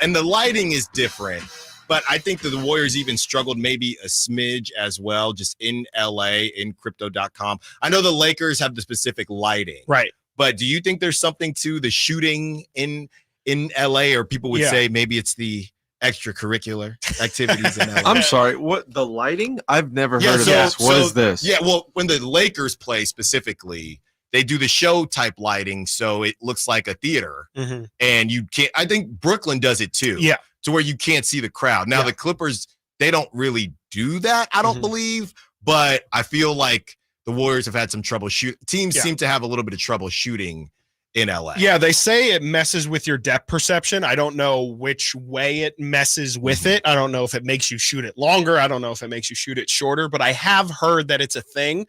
And like it makes a little bit of sense. I mean, we're talking about, when they were first unveiling the in-season tournament courts, I think it was LeBron or it might have been Grant Williams. I remember there was a couple different stories about the courts that were coming out, but these are guys that are like, I can tell that this 3-point line is just a couple inches too close or too far. They can really dial it. Like they know they're professional shooters. I mean, they understand exactly what it should feel like when they're out there. And so if any little thing throws it off, if you Steph Curry, I think always talks about how, he looks at the net where the net meets the rim is where he aims in those little threadings. And so, yeah, maybe something as small as, your background or again, your depth perception being thrown off. I could see how it would play some factor in it, because I think just in general with athletics, if you can be in a flow state, that's ideal. And the second you start thinking is when you get in trouble. So if the backlighting throws you off even a little bit, I think that's definitely something that'll have some impact. I don't know if it'll be the end all be all, but I definitely think it impacts it a little bit, just a little bit. Like I was thinking yesterday, they were talking about how Malik Monk was sick going into the game yesterday, and it kind of made me think about, when I would play, even rec league or when I was a kid in middle school and you would play sick, sometimes it changes how you, sometimes for the better. I think Malik was, you could argue, better for it yesterday. It might make you play a little slower or pay a little bit more attention. Sometimes it can be good, sometimes it can be bad, but I just think any sort of different is probably not ideal when it comes to being a professional. Now, speaking of the lighting and the nets, the Kings took care of business last night. They lit the nets on fire.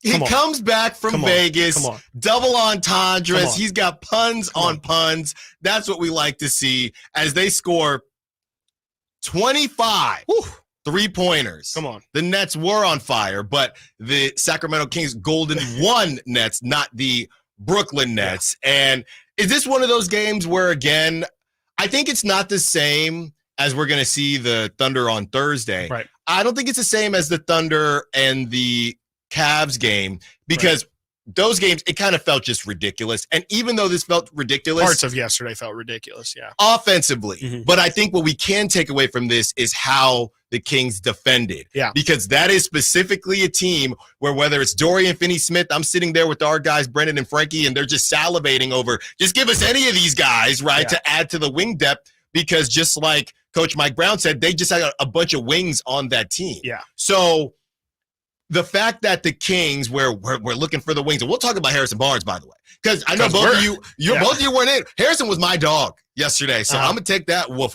I'm gonna take that all the way to the bank. So to see what the Kings were able to do defensively is the biggest takeaway. They're not always going to shoot like this, but maybe you got a little bit more of a pep in your step when you are defending the way that they are. Yeah, because the funny thing is the defense, in a weird way, that first quarter, they were on fire. They came out the gates on fire, but the funny thing is they went cold for like the last 3 minutes of that first quarter, and then I think the last 3 minutes of the second quarter as well, where the Nets kind of closed it towards the half. The Kings played great defense. That's what kept them at that first quarter when they stopped hitting their threes at a ridiculous pace. It was 21-12. It felt like for like 3 to 4 minutes in that game. And normally we see that be the point in time where we've seen the Kings have hot starts, but we've also seen the other team have a hot start as well. And that was good to see. That was good to see the Kings not allow the team to kind of get back into it in that moment, because, again, in the second half, it happened again where the Kings stopped hitting their perimeter jumpers and they laxed on the defense just a little bit. I mean, that was, there was a lot of things that went into it, but you see when you stop playing defense, that's when things get scary. And that's when, even though the Kings were shooting a ridiculous percentage and were definitely on pace to break that 3-point record at halftime, the Nets, I think, were only down 11 or 9 and kept it close. And then once the Kings really locked down in that third quarter, to me, that's where the game just completely took off. And you had De'Aaron have moments. He got the backcourt on Cam Thomas. That was ridiculous. Up top, at the top of the show, you mentioned Keegan Murray locking down Mikal. I mean, it was incredible to see, and that's the exact kind of performance that you want to get from a night like last night. It was awesome, and it did. I think Beerman said that it was a little bit more reminiscent of that Kings team from last year. It finally felt like they were at the level offensively that they were last year, except you actually had defense on top of it as well. And can we just have a moment of silence for the 360 layup that could have been? We were talking Brock Purdy earlier, and I know Nate probably remembers this. And Ayuk has struggled with drops, but he's been better this season, I would say. But that ridiculous, there are some plays, right? We need to make a list. We'll do it in the summer when it's a little bit slower.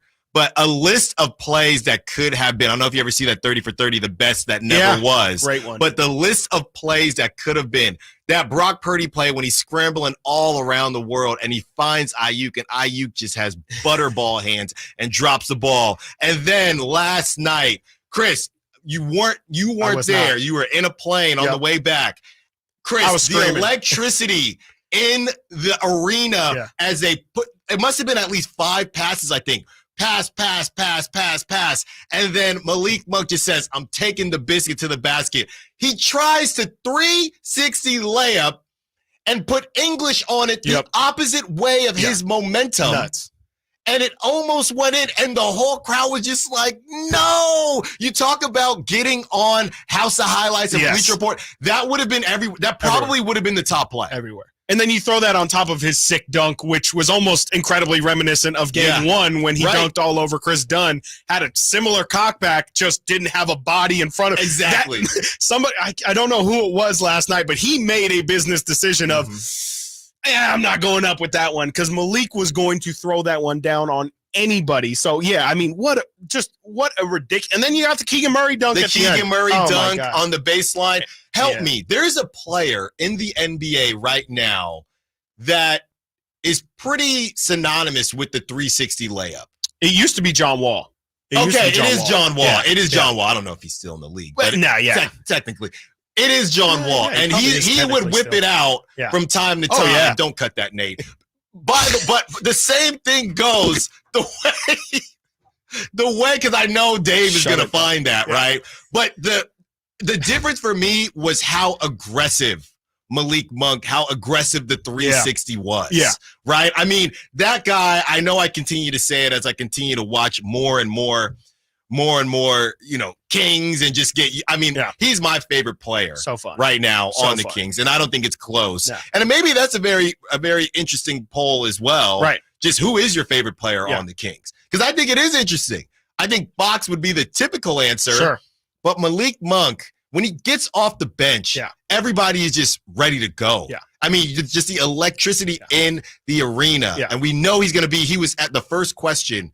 One of the first questions in the pregame presser to Coach Mike Brown was, is he your sixth man of the year? And he said, oh, of course. Yeah. It's not even. No, he's not actually. I'm a big Jordan Clarkson guy. I'm a big Jordan Clarkson guy. All right. Got to get to a break. When we get back, we are talking Clippers coming off a back-to-back. Can the Kings take advantage and keep it rolling? And we will look down the road to the games that the Kings need to take advantage of. Stiles Watkins, Sactown Sports. Will Kyle Shanahan and the 49ers brass go all the way this season? Could the Niners win their first Super Bowl since 1995? Join us throughout the season to hear all the games and all the analysis on Sactown Sports at SactownSports.com. Oh, this cold. Honey. Honey? Honey, you need DayQuil Severe Honey. DayQuil Severe Honey gives you powerful cold and flu symptom relief with a honeylicious taste, because life doesn't stop for a cold. Okay, I'm ready to go. No, I'm getting a cold. Honey. Try DayQuil Severe Honey for powerful cold and flu relief. DayQuil Severe with honey flavor. The daytime coughing, aching, stuffy head, fever, honeylicious, power through your day medicine. Use as directed. Keep out of reach of children. Wendy's Peppermint Frosty and Frosty Cream Cold Brew make the perfect gift for anyone in your life, especially for you. Yeah, this year you're sitting on your own lap and getting yourself what you want. Finally. And if you need a little more pep in your step, get yourself a refreshing Peppermint Frosty Cream Cold Brew. Or you can give it to your mom. Whatever. Limited time only. Participating U.S. Wendy's Vanilla Frosty is temporarily unavailable. Bonneville International Radio Station contests are open to participants at least 18 years of age and older that are residents of California and who reside in one of the 6 counties that make up the Sacramento metro area, unless otherwise specified. Employees or agents of the station, Bonneville International Corporation, other area radio stations, or any entity associated with the contest are not eligible to win, unless the station otherwise specifies in its own discretion. Persons who have won in the last 30 days from a station contest or event may not be eligible. For a copy of the general contest rules, visit khdk.com. Yep, that trailer hitch and folding bed cover from TruckSmart makes road trips a breeze. Right? I'm so much more organized on the job site since TruckSmart installed my truck rack and toolbox. And they had it all in stock, so I just waited as they installed everything. Take a look at this sweet Rhino truck lining. They sprayed it on. Yeah, you win. That is sweet. Truck Smart, truck and SUV accessories for on the road and the job site. Stop by one of our 2 locations in Rockland or Auburn. TruckSmart.com. Your truck's gonna love them. At Ashton & Price, over the last 25 years, we've won just about every injury case you can think of. Slip and fall, falling merchandise, fell through rotted decking, we won those. Dangerous stairs, falls into holes, dog bites, won them. Injured while pedestrian or on a bicycle, auto, motorcycle, big rig, company vehicle, Uber, or Lyft accident, we've won them all. And the best news is there's no fee until you win. So no matter how you got injured. Remember, for the best advice, don't think twice. Call Ashton & Price. Jerry and Kenny here from Bell Brothers, the No Surprise guys. We love that old song, Respect. You know, RESPECT. It's a good song and a good business philosophy. At Bell Brothers, everything we do is designed to show respect for our customers. We show up on time out of respect. Our technicians are clean-cut, friendly, and wear identification badges out of respect. We do good deeds for free for our customers and leave their homes cleaner than we found them. That's right, out of respect. So, if you want plumbing and AC service from a company that will show you some RESPECT, call Bell Brothers. We promise to respect your time, your home, and you. Call Bell Brothers right now to schedule an $87 precision tune-up. Or call if you have plumbing problems. Our number is 916-444-1234 or find us online at thenosurpriseguys.com. The No Surprise Guys, Bell Brothers.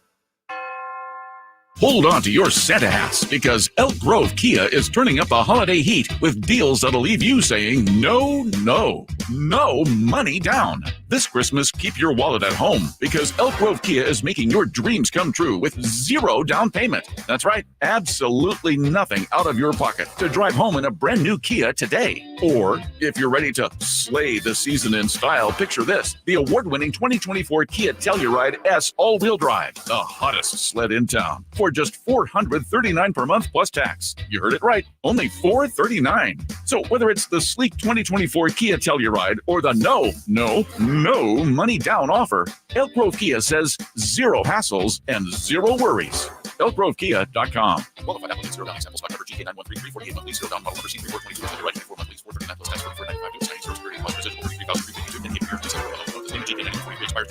Elk Grove Kia.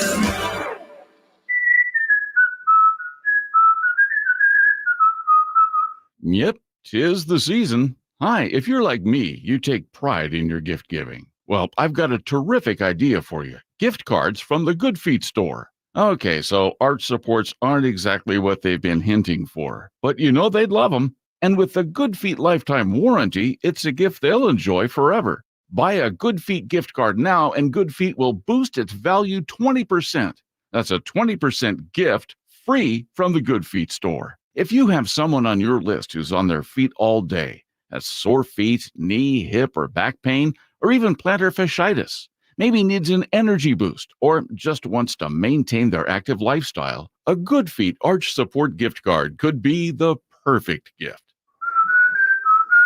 The Good Feet store in Sacramento, Roseville, Stockton, Modesto, and Vacaville. Online at goodfeet.com. KHTKAM Sacramento, KYMX HD2 Sacramento. From the Power Business Technology Toshiba Studios, your home for the Oakland A's every weekend. And it's swung on line to left center, base hit, and the A's have won it on a walk-off line drive, base hit to left center. Sactown Sports.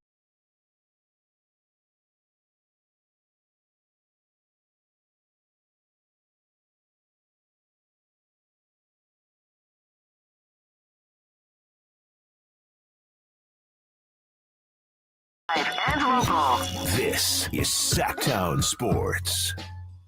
Stiles and Watkins, Sactown Sports, taking you up to 2 p.m. Watkins is back in the building. Also, shout out to Nate Littlefield holding it down for us as well. 12 o'clock, 2 more hours with you as we continue to talk Kings, and we are getting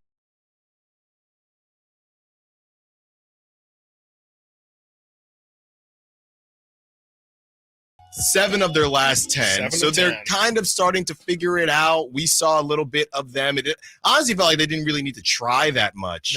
against the Clippers or against the Kings, because the Kings had such a tough game the game before, the night before. And so James Harden came out, I think 16. It was in the ridiculous. First quarter. Yeah. It was ridiculous. So we will get more of a fair fight tonight, we believe. And look, we keep talking about these runs, right? And I know when you look at the Kings schedule, you can look and say, okay, well, you got the Thunder are nothing to sneeze at. No. But okay, you got the Thunder. I think they're the you got 2 seed right now. Right. You got the Jazz and the Wizards, okay, coming up after the Thunder.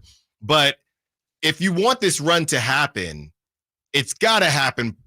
I shouldn't say extremely soon, but at some point, and even a mini run, right? A couple weeks ago when they went 6-0, you need something like that to kind of get rolling here. And I think this is an opportunity. You went after, and again, they really wanted the in-season tournament. They really wanted that. Yeah. And maybe, okay, you get the Suns, and the Kings got to face the Suns without Kevin Durant. Now you got to face the Nets. Now you get the Clippers, and this time you're both coming off a back-to-back. To me, this is a nice little stretch to where if you are able – if you don't get, you got to get one of these games between the Clippers and the Thunder. Yeah. So maybe you already have these two. If you're able to get at least one, and then you take care of the Jazz and the Wizards, that could be a nice little 1, 2, 3, 4, 5-in-1 stretch, possibly another 6-0 stretch. And that'd be great for the Kings. Right. Absolutely. Especially like early in the season, because the Kings immediately after that stretch you're talking about, they have the Celtics, the Suns, the T-Wolves. That's a really rough stretch to go through. And yeah, you might go 6-0 in the first stretch, and you might go 0-3 in the second. Who knows? That's a really, really tough grouping of teams to go back to back to back against. And 2 of those are at home. So, or all of those are actually at home. So you at least have that advantage there. But yeah, you definitely want to pick up as many games as possible early in the season. Give yourself some cushion, especially with, again, how just loaded this Western Conference is. There's not any separation between these teams right now. It's absolutely ridiculous, and you just got to take every single opportunity you have, and of course, you got to try and capitalize on any games that are against really good opponents that you feel like you should win. You need to make sure you close those ones out. So I would. To compare, I was going to use Bart, but I don't know that. Have you ever ridden Bart before? Yes. Okay. Yeah, for sure. But probably not, unless you went for a game or something, probably not when it's crowded or anything like that, right? I had to go to an A's game once. That was, I'm not going to say an A's joke there, but I wouldn't say it was crowded. I'm not going to do it. It was populated. No. It was not crowded. Okay. Yeah. But I would say the Western Conference is probably similar to some of the crowds that you had to deal with this weekend, right? Getting into the Vikings game and things like that. There's just no breathing room. Right. There is no breathing room in the Western Conference. It does not make a difference. You got to make sure, and sometimes you got to make sure you're following that path. Sometimes it's not about, leading the way.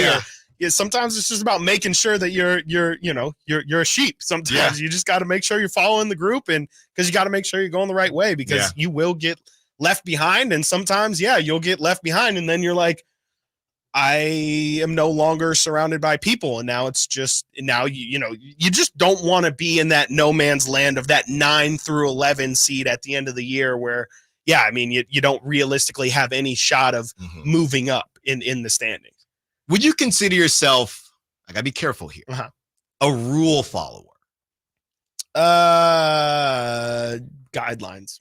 So rules or guidelines. Yeah. So I guess what I'm saying is, and I'm just thinking about when you go to a game, right? And maybe there's a line and you're not sure if it's open or not, and you see a couple people go into the line. Oh, yeah, we just had exiting the go stadium. Go on. They want to just like they have some rails, some barricades to kind of keep the flow of traffic.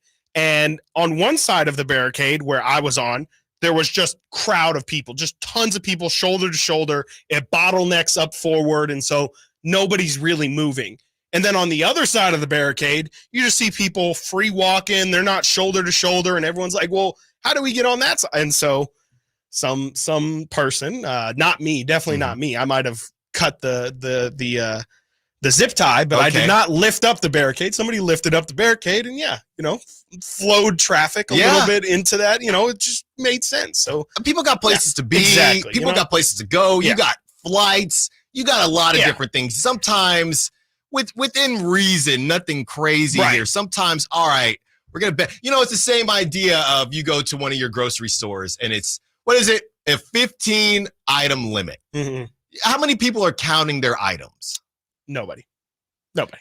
Now, sometimes it's egregious. Yes, of course. Sometimes it's like, man. come on, dude. Yeah. You have a cart. Yeah. Okay, you gotta have a carrier, right? Yeah. You can't just have, if you're walking up with the cart.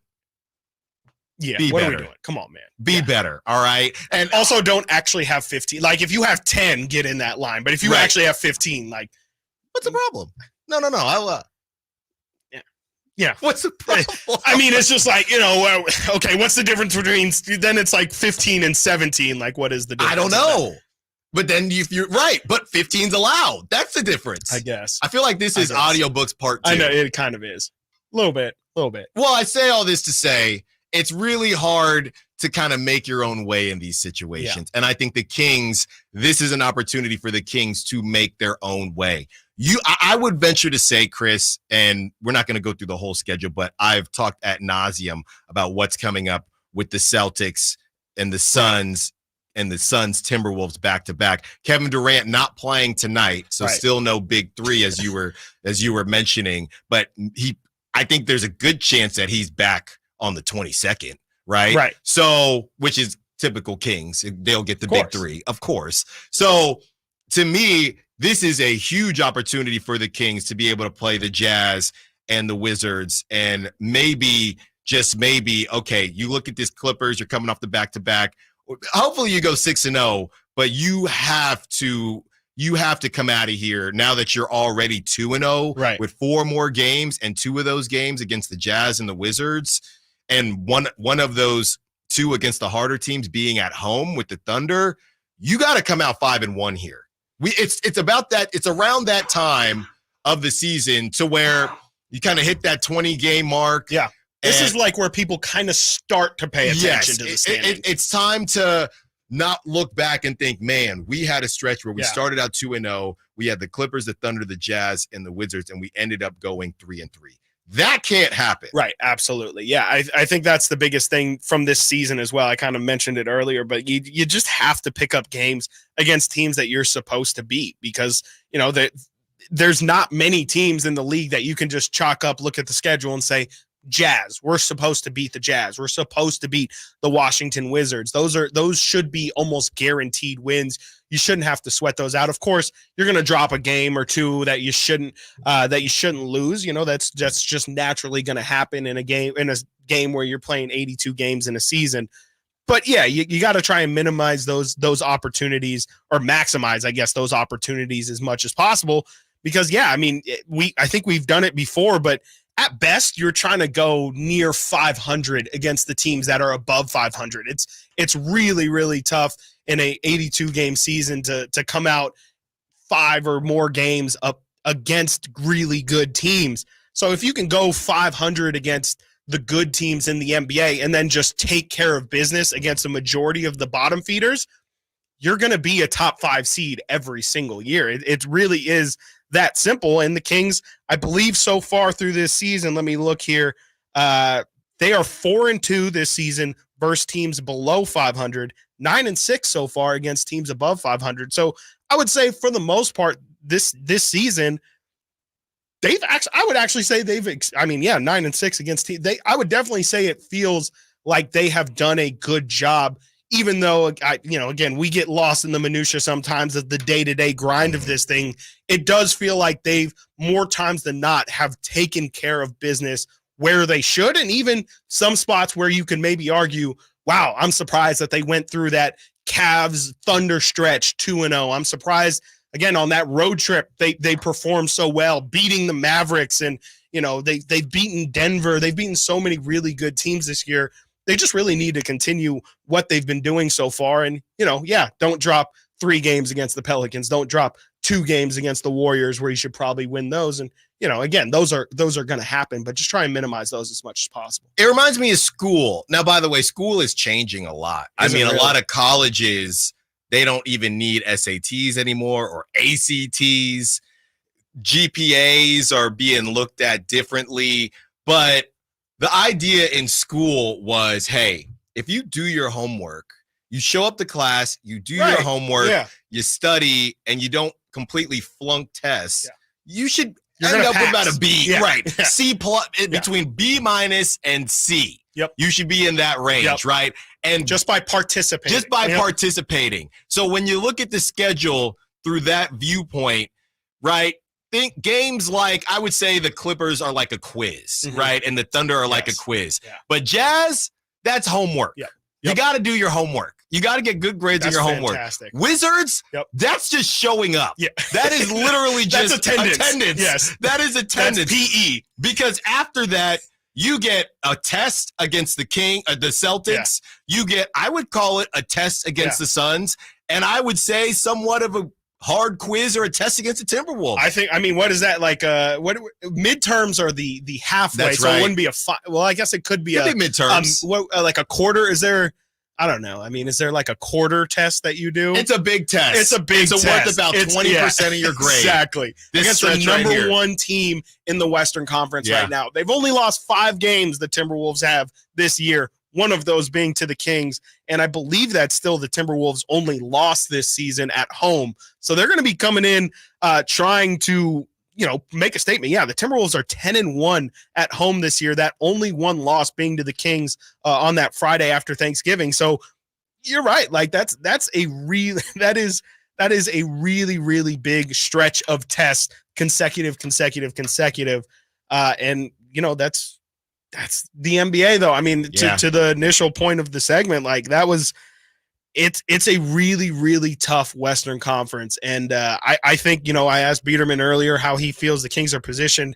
It does feel like they've done a really good job this year of kind of fighting through adversity too, because that wasn't the story of last year. The story of last year was actually the opposite. People felt like the Kings actually had it easy last year. And so for them to be rising above Keegan Murray injuries and not having Trey Lyles for the first 13 games of the year and De'Aaron Fox in and out of the lineup, I think that it's really impressive how well they've played this year, and now feels like the time where it's kind of time to take off.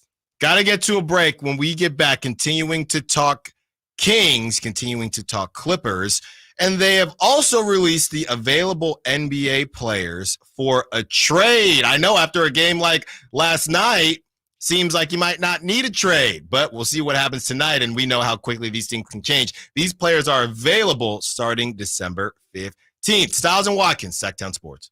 Last season, the Sacramento Kings gave us a little bit of everything. A Pacific Division type GM of the Year, Coach of the Year, Clutch Player of the Year, All-Stars and All-NBA performers. Plus, we got to light the beam. Here's a steal by Fox, the breakaway. He's got the rip with the left hand. What does this season have in store? Find out. Each and every Sacramento Kings game can be heard right here on your proud home of the Beam team, Sactown Sports and SactownSports.com. I'm Tamara Berg in the KCRA 3 Weather Center. Pretty nice Tuesday ahead with mostly sunny skies. North winds about 5 to 10 this afternoon and highs reaching the lower 60s. Expect overnight lows mid-30s. Get the latest forecast on the KCRA 3 News and the KCRA 3 app. Winter's coming, so let's kick off the cold season right and get your heater all tuned up. Now just $79. No matter how cold it gets outside, you'll always be warm and toasty inside. Plumbing, sewer, electrical, heating, and air, Bonnie.com. Our daughter Jessie loves playing detective. A clue. But since we discovered she has sensitive skin, we've been playing detective too. We thought the problem was our puppy. But it was actually our old detergent. Aha. So we switched to Tide Free and Gentle. Tide cleans better than the leading competitive free detergent, and it doesn't leave behind irritating residues. Plus, Tide Free and Gentle has no dyes or perfumes, so it's gentle on her skin. Case closed. If it's got to be clean, it's got to be Tide Free and Gentle. This is Jeff Scott. Did you know there's a way to outsmart COVID if you get it? Now, there are medicines that can treat COVID whether or not you've been vaccinated, which is great news, especially if you're over 50. If taken in the first 5 days of having symptoms, COVID medicines can help stop the illness from getting serious. Call a healthcare provider or the statewide COVID hotline at 833-422-4255 to learn more about COVID medicines. Brought to you by the California Department of Public Health.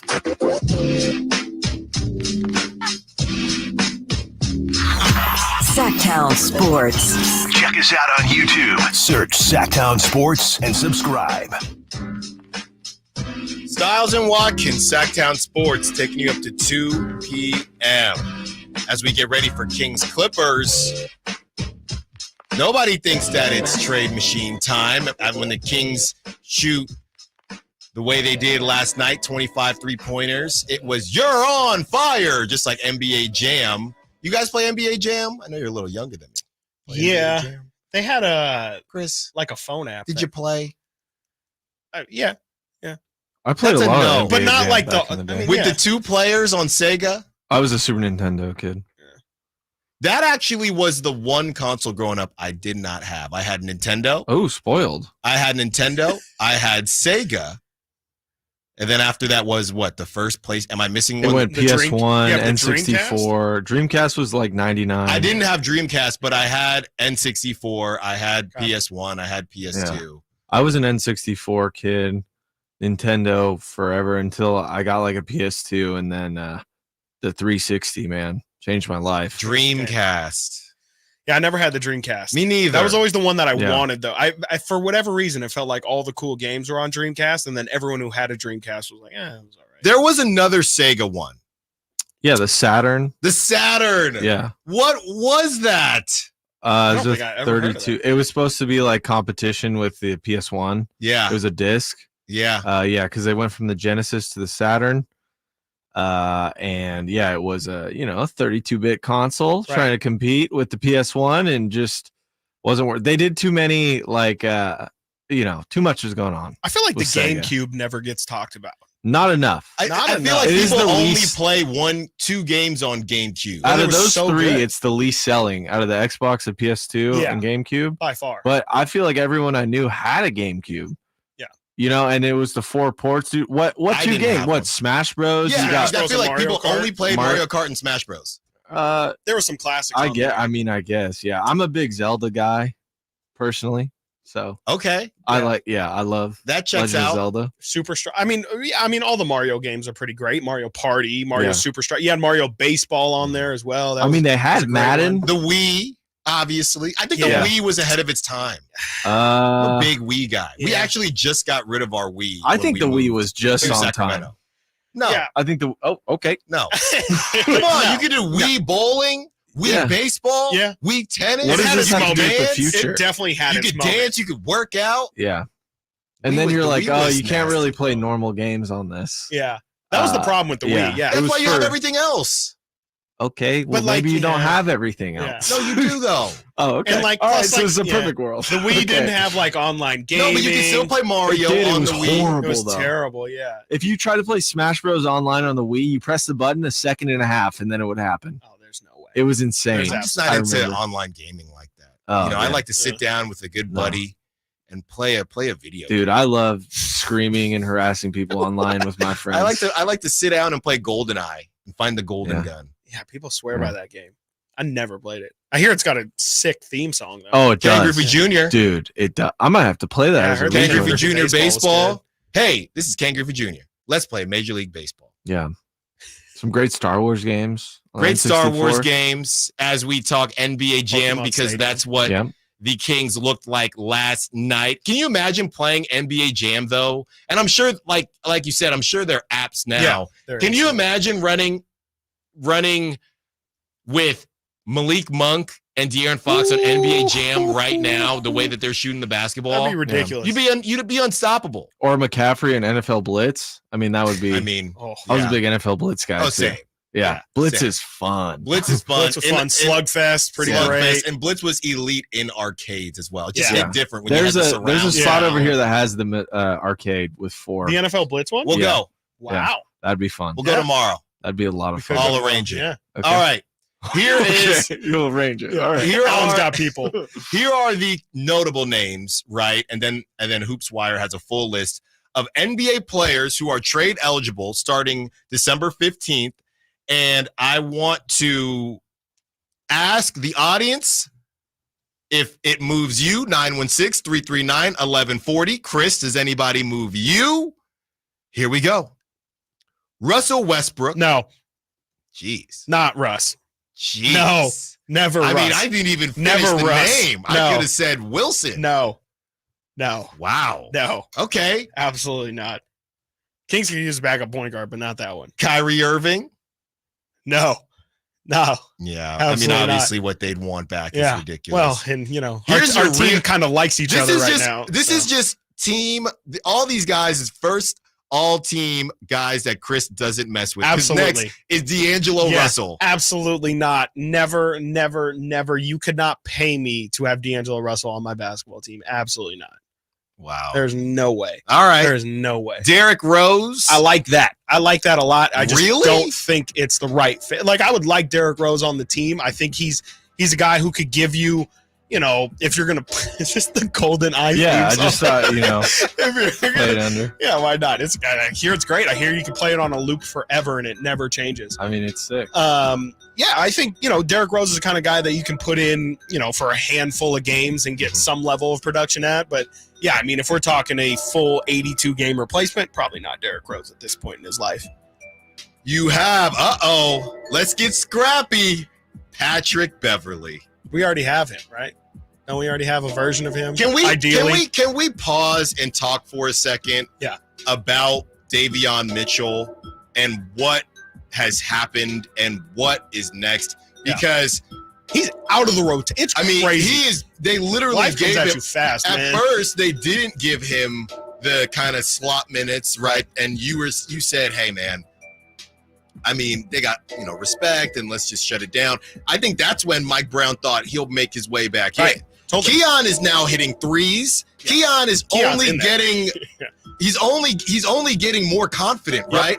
And I said something to Brendan last night. Keon's Brendan's boy. I know. And I said something to Brendan Nunez because I was sitting next to him because my partner in crime was not with me. That's you, by the way. And I said, is it time to talk Davion G League? I mean, is that a crazy thought? Wow. And Brendan said he could technically go. Yeah. Wow. That's interesting. I mean, because it's better than not. Like, that's kind of the whole point of the G League. I think going to the G League would be better for the Kings to get him reps. If you're still trying to trade Davion, right? If you're still trying to trade Davion, I think you just continue doing what you're doing. Yeah. But what the heck is Davion's value? What's a comparison to this? What's a player that's been in the league this long or that long who has to be sent down not because of injury, just because of play? Because didn't DeMarcus go to the G League for a game or two? Or the D League? Not that I remember. It's it's not uncommon. I think the problem is kind of like what Alan said there. It's just a little bit of the perception. If he ends up going to the G League, it just kind of, I don't think it's gonna tank his value, but it does definitely show it the entire NBA public that this isn't going ideal. Keeping them fresh. And you can at least, I heard earlier on a road broadcast, Davion Mitchell's been hurt. The Kings have been dealing with injuries. Davion Mitchell is somebody who's been on and off with injuries. And it's like, well, if that's the perception of what's going on, then maybe there is still some value. And keep him up because there's something there. But if the Kings actually want to try and develop Davion Mitchell and see if there is something there, that's what the G League is for. It's to get your confidence up, and when you're not getting reps, more specifically, ideally for guys like Colby Jones and Keon Ellis, but if it just so happens to be the guy you took with the 8th or 9th pick, it is what it is. That's what the G League's there for. It's not out of the question. It's just it kind of is a big pride-swallowing moment for sure. And I also completely understand why if they were to approach Davion and say, hey, man, would this be something you would be opposed to or wouldn't be opposed to, I wouldn't blame him if he said, no, I'm not doing that. Don't even don't even do It's that. like, Yeah, well, the just move problem, me. brother, Yeah. is the whole we can't move you for nothing. Completely different situation. Got to get to a break. But somebody on the Stockton Kings right now, as Davion was the 9th pick in the draft. Yeah. Jeremy Lamb was the 12th pick in the draft in 2012, and he is currently on the Stockton Kings. He is 31 years old. Completely different situation. Yeah. But also, sometimes you got to swallow some pride. Sure. So I don't know. Again, Right, I think it's better for the Kings to send him if you want to keep him and continue to develop him and get his confidence up. But in terms of a trade or trade value, I don't think you can. Yeah. I think that a team would say, I guess at this point, I know we got to get to it. Nate's giving me the It just brings everything to the forefront. Like once he gets moved to the G League, well, that's going to be like, whoa, again, people who aren't watching the Kings are going to say, are things really going that bad for him? And then they'll look into it and see, ooh. And then, that just But can you just say Keon he took what was his? The thing is, Davion isn't going to be I think the problem is Davion was never going to be a main character in the trade anyway. Right. So he always was going to have to get traded with somebody else. So maybe it doesn't make a Maybe it difference. doesn't. Right. I don't know. All right, got to get to a break. When we get back, we are talking about the Kings and the power rankings. Did the Kings go up or down? We'll let you know when we return. Stiles and Watkins, Sactown Sports. Can the Niners build off their NFC Championship appearance from last season? How will the quarterbacks perform throughout the year? Purdy back, now going to throw for the end zone, wide open, Brandon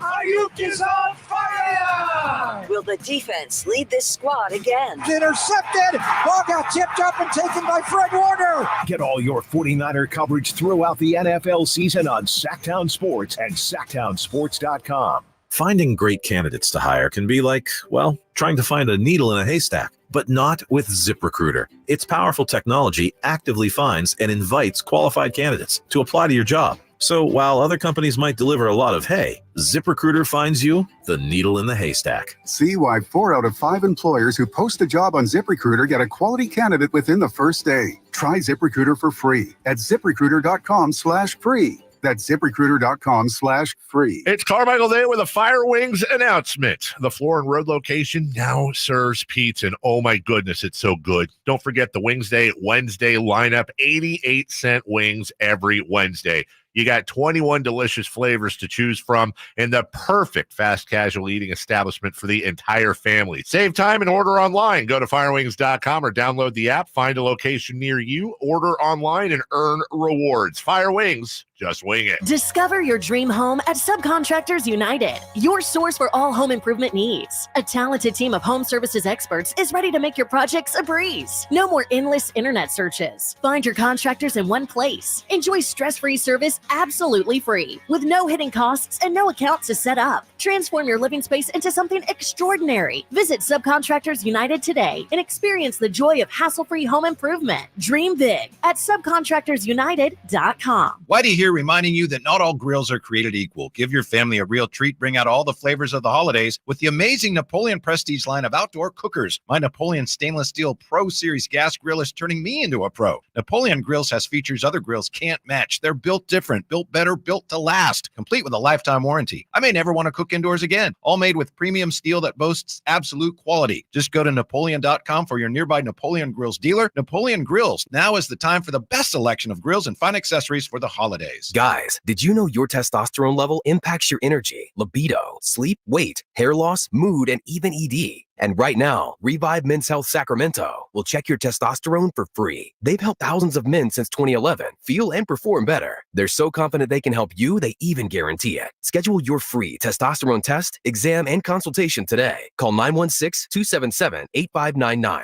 That's 916-277-8599. Or visit ReviveMen'sHealth.com. It's Credit Christmas at Prestigio Jewelers. Get the gifts you want this year. Prestigio guarantees your credit up to $10,000. It's easy. Have a valid ID, proof of income, and be 18 or older. Prestigio has competitive pricing on all jewelry such as gold chains, wedding sets, diamond earrings, and designer brands like Cartier, Gucci, Bulova, and Citizen. Rebuild your credit, even with a repo or a bankruptcy at Prestigio Jewelers. This Christmas, come for the credit and be amazed by the selection at Prestigio Jewelers. Online at prestigiojewelers.com.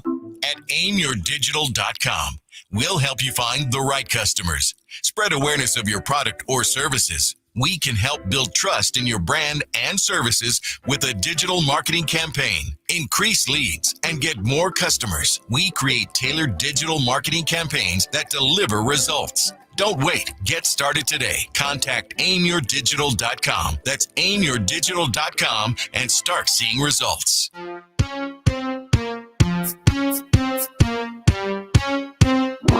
Sactown Sports. Call or text at 916-339-1140. Stiles and Watkins, Sactown Sports, taking you up to 2 p.m. 916-339-1140 if you want to be a part of the conversation. Text line or the Sac Chat. Sac Chat is really taking on. The name is really taking on, so I appreciate that. I was talking to Brendan last night at the game. He said, "Hey, we got the name. It's popping right now. It was going crazy last night. It's going crazy tonight as well, or today as well." And the text line, as the 916 want to be a part of the conversation, and video games. No love for the Atari and that joystick. Punk kids these days. I'm sorry, 916. I just didn't play Atari. I was I was born in 95. So. It's early 80s Atari is like, I mean, there was a Jaguar in the 90s, but that wasn't around. Like, that wasn't. The who? Not a big Pong fan. No, like Atari had consoles, but they were trash. They were trash post, 2600. Atari was introduced initially. Oh, wow. It was initially introduced in 1977. Oof. The 2600? Is that just the brand? Atari 2600. Oh, really? 77. Dang, yeah. I guess that makes sense. And then in 1983 was the Atari 2800. We almost don't have video games today because of Atari and because of an oversaturation in the market, because people just started making games nonstop for it, and they were mostly trash, and they were like $50 to $60 at the time. And, and the whole come market full circle now. It's come full circle. And now they are $70. They are $70. And now 200 people are watching a trailer for a game that's not going to come out for 2 years. Okay, can we just 200 million? Can we just a quick tangent here? Because all right, yeah, I'm 33 years old. Okay, I know I'm in a pretty decent gaming age. I'm not too old. We're for in gaming. the golden era. Golden age. I just never got into it after PlayStation 2. Around that time, that was high school. I was into different things, and then I never got back into it. Right, I bought a PS4 maybe 5 years ago to play with my wife when we were bored. Right, never paid for online gaming.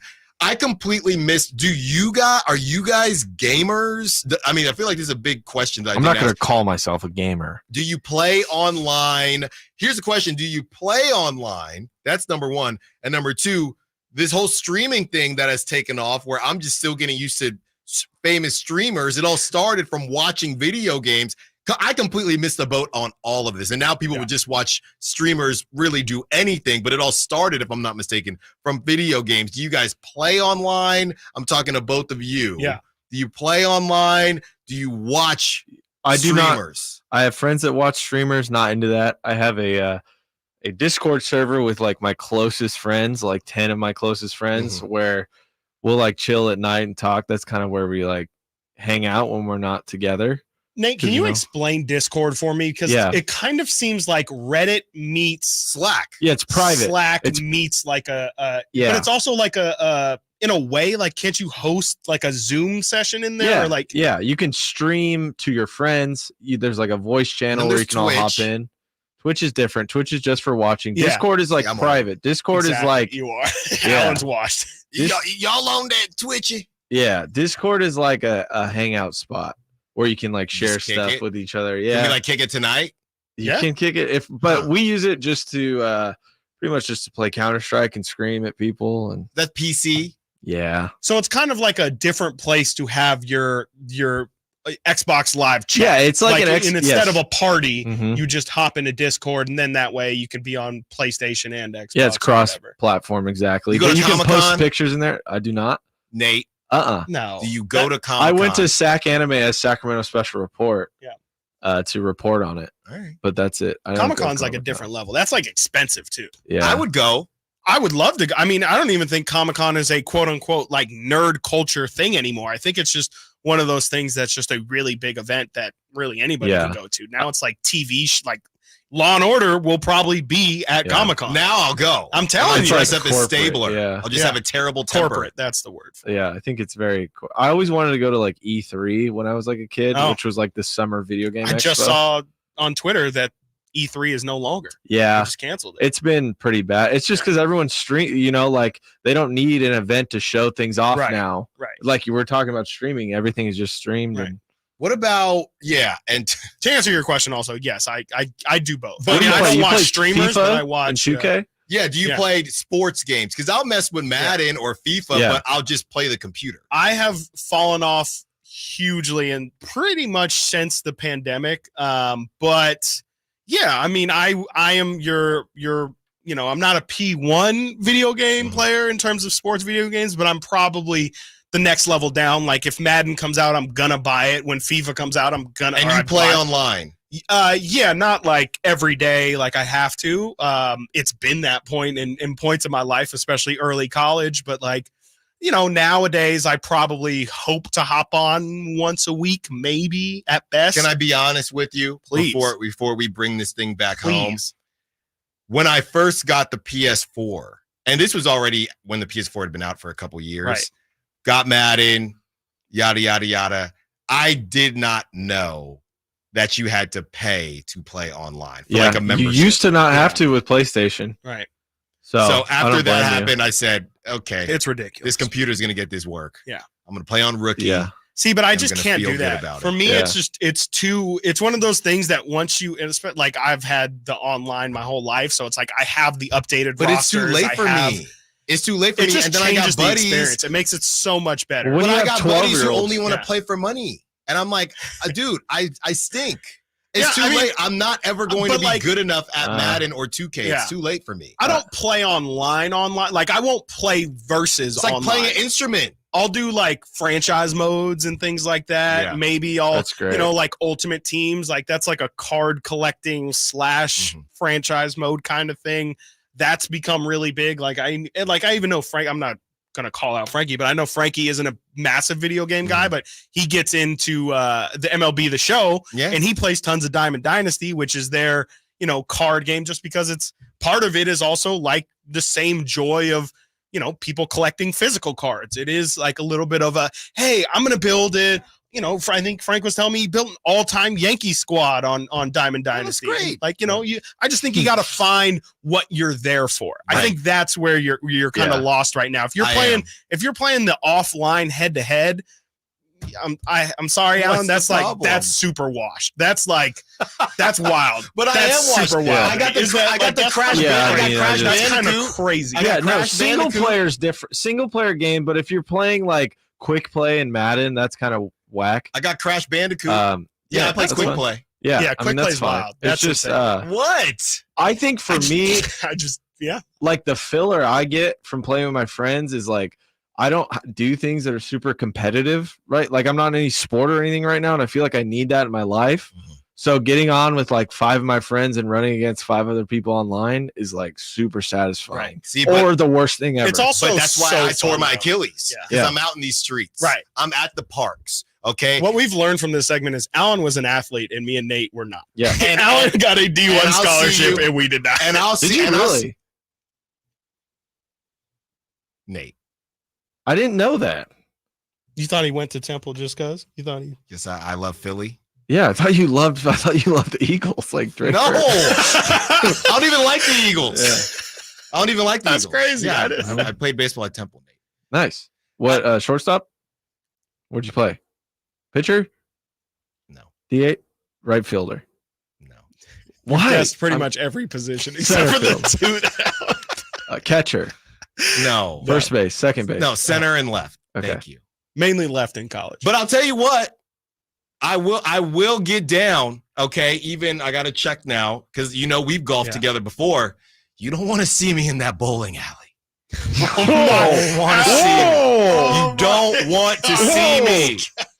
You don't want to see me. His offline quick play and his bowling prowess. You don't want to see me on the lanes. Alley cat strike. Keep a dartboard away from Allen. No, those electric dartboards. Those electric dartboards. You don't want to see me in 501.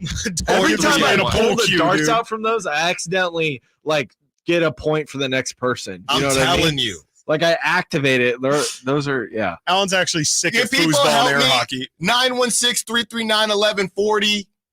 Isn't bowling underrated? No. Underrated, overrated, properly rated. Bowling. Properly. We'll talk about it after the break. Okay. We should go to Top Golf. Now though. I'm sending it to a break, Nate, for once, because that's you don't disrespect bowling. I said No, you properly don't- rated. Well, that's wrong. You I would got to say get to a properly. break. When we get back, did the Kings move up or down the NBA power rankings? We'll figure it out. Stiles and Watkins, Sactown Sports.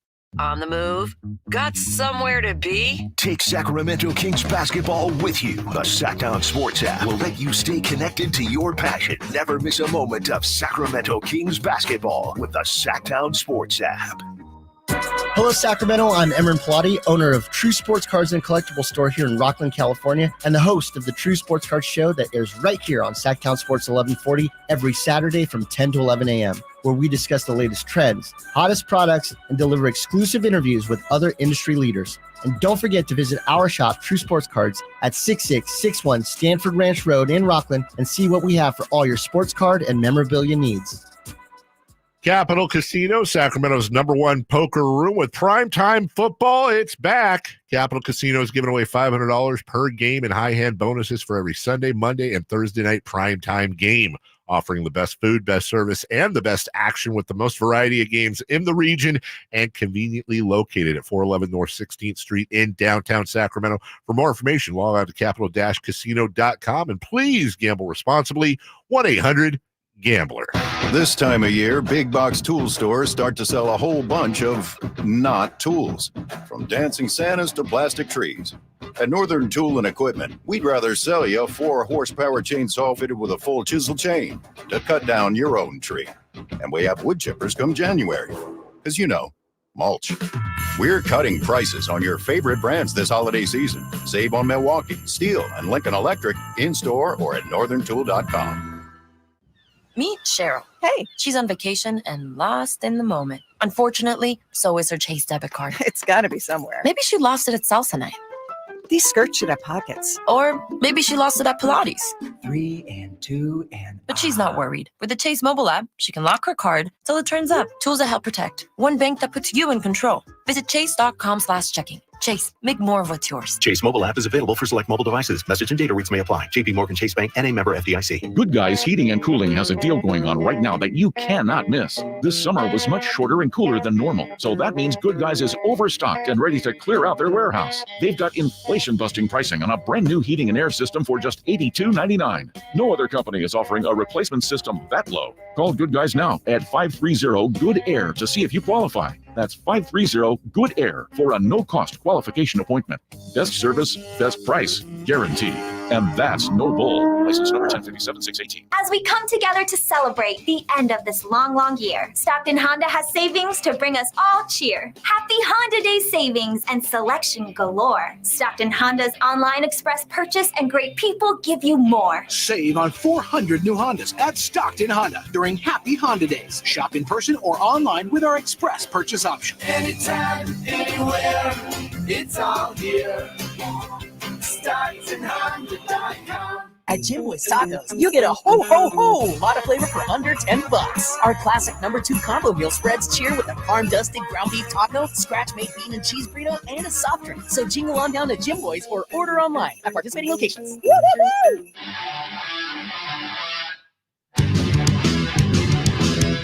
Live and local. Live and local.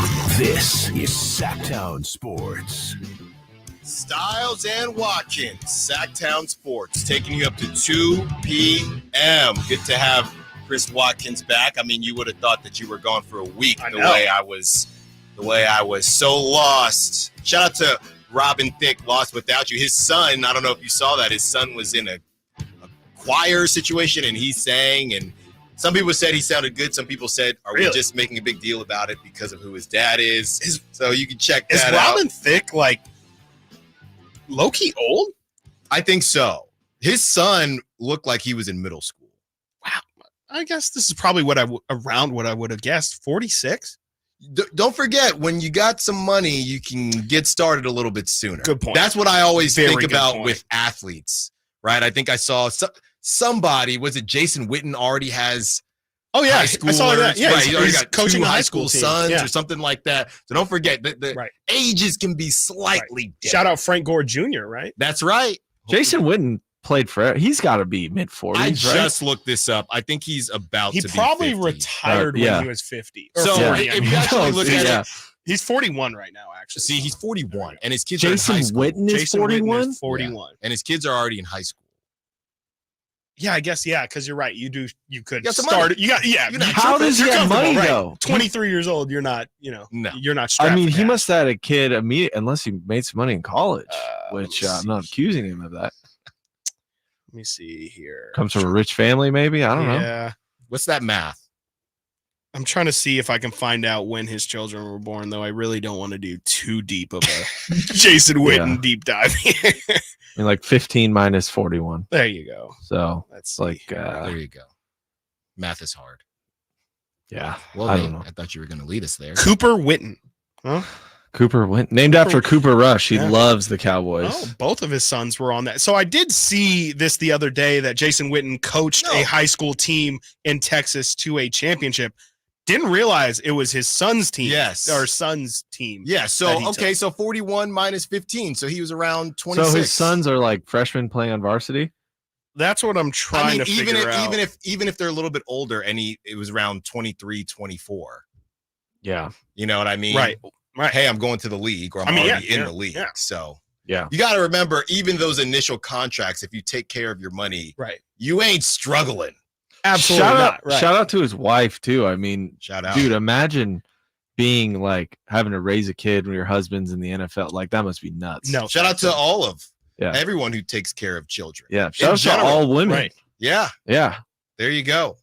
There you go, indeed. Mhm. They are queens as we talk about the Kings and their NBA power rankings. There's not much on Jason Witten's kids, by the way. I've been like trying to read. I'm We've like done literally enough. just looking We've for their done age. I'm enough. sorry. It's Yeah, fine. yeah. We can. There's There's only a couple move on. here. So NBA.com, you have NBA.com, The Athletic, and CBS.com as well.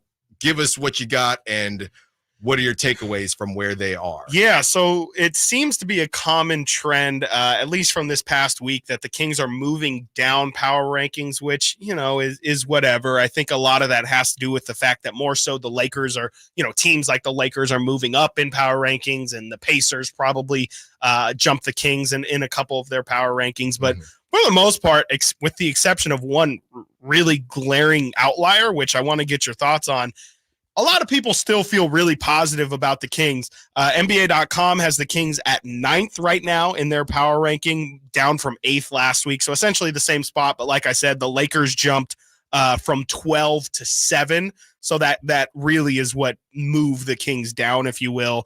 But everybody's kind of acknowledging, I think, it just seems to be a matchup thing with this Kings team. It doesn't seem like there's one clear and obvious, besides the length and size, there's not one formula to beat the Kings.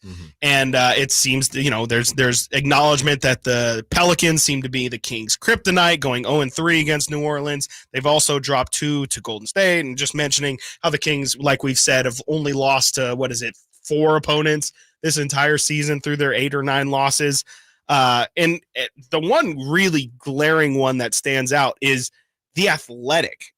Which, is for the most part, I would say probably the most respected news outlet out there, has the Kings at 15 in their power rankings, right smack dab in the middle of the NBA. And actually, this is technically a quarter grade, a report card, if you will. They gave the Kings first quarter grade, and I want to know what both of you guys think about this, a B. The little glimpse we had into De'Aaron Fox being gone with an injury showed you just how fragile things can get, Zach Harper wrote. And the Kings aren't as good offensively as we saw a year ago. At this same time, at the same time, they're still quite dangerous and capable of ruining your night. Malik Monk has been awesome, but they need Keegan Murray, Davion Mitchell, and Trey Lyles. Interesting, Trey Lyles thrown into there to pick things up off the bench. Preseason prediction update. He had the Kings finishing top 6 in the West. They look a little rough without Fox, but they sit 5th in the West. I think they'll be there barring injury, he puts. But that's what I have a problem with. What's that? They look a little rough without Fox. Yeah. Their best player. Yeah. How does Memphis look without John Morant? How does it Warriors look without Steph? Yeah. How does the Lakers look? And they got 2. Right. How would the Lakers look? What's up, Nate? Sorry, just how are they going to give him a B and be at 15? That's a good point. That's a good point. Right? Like that's what got me from the top. Top 10 all A's. And if we're talking report card, right? That's not mid-tier. That's top 12, top 10 team, right? If you're a B, if you're getting a B, you should be right. Everybody's getting A pluses. So yeah, this is weird. Or I'm they're a looking, bunch of Bs. Cleveland Cavaliers are 12th, and they have a first quarter grade of a C+. Yeah, explain. So is this like potential? And the Kings smacked them. Yeah, this is really interesting. I mean, and I'm looking at, the Kings smacked them. I guess it's on a curve. Like the Lakers are a B as well, and they're 8th. The Suns are a B as well. They're 9th. I guess it's relative to expectation.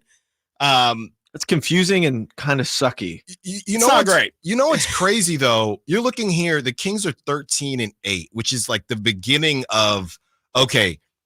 You stay in that single-digit loss and you continue to stack up wins. It looks really good, right? So I'm looking here as we talked about the Kings' schedule, and they're 13-8. Let's say they are able to get it done tonight, and I'll give them a loss to the Thunder. Sure, just split them. Yeah.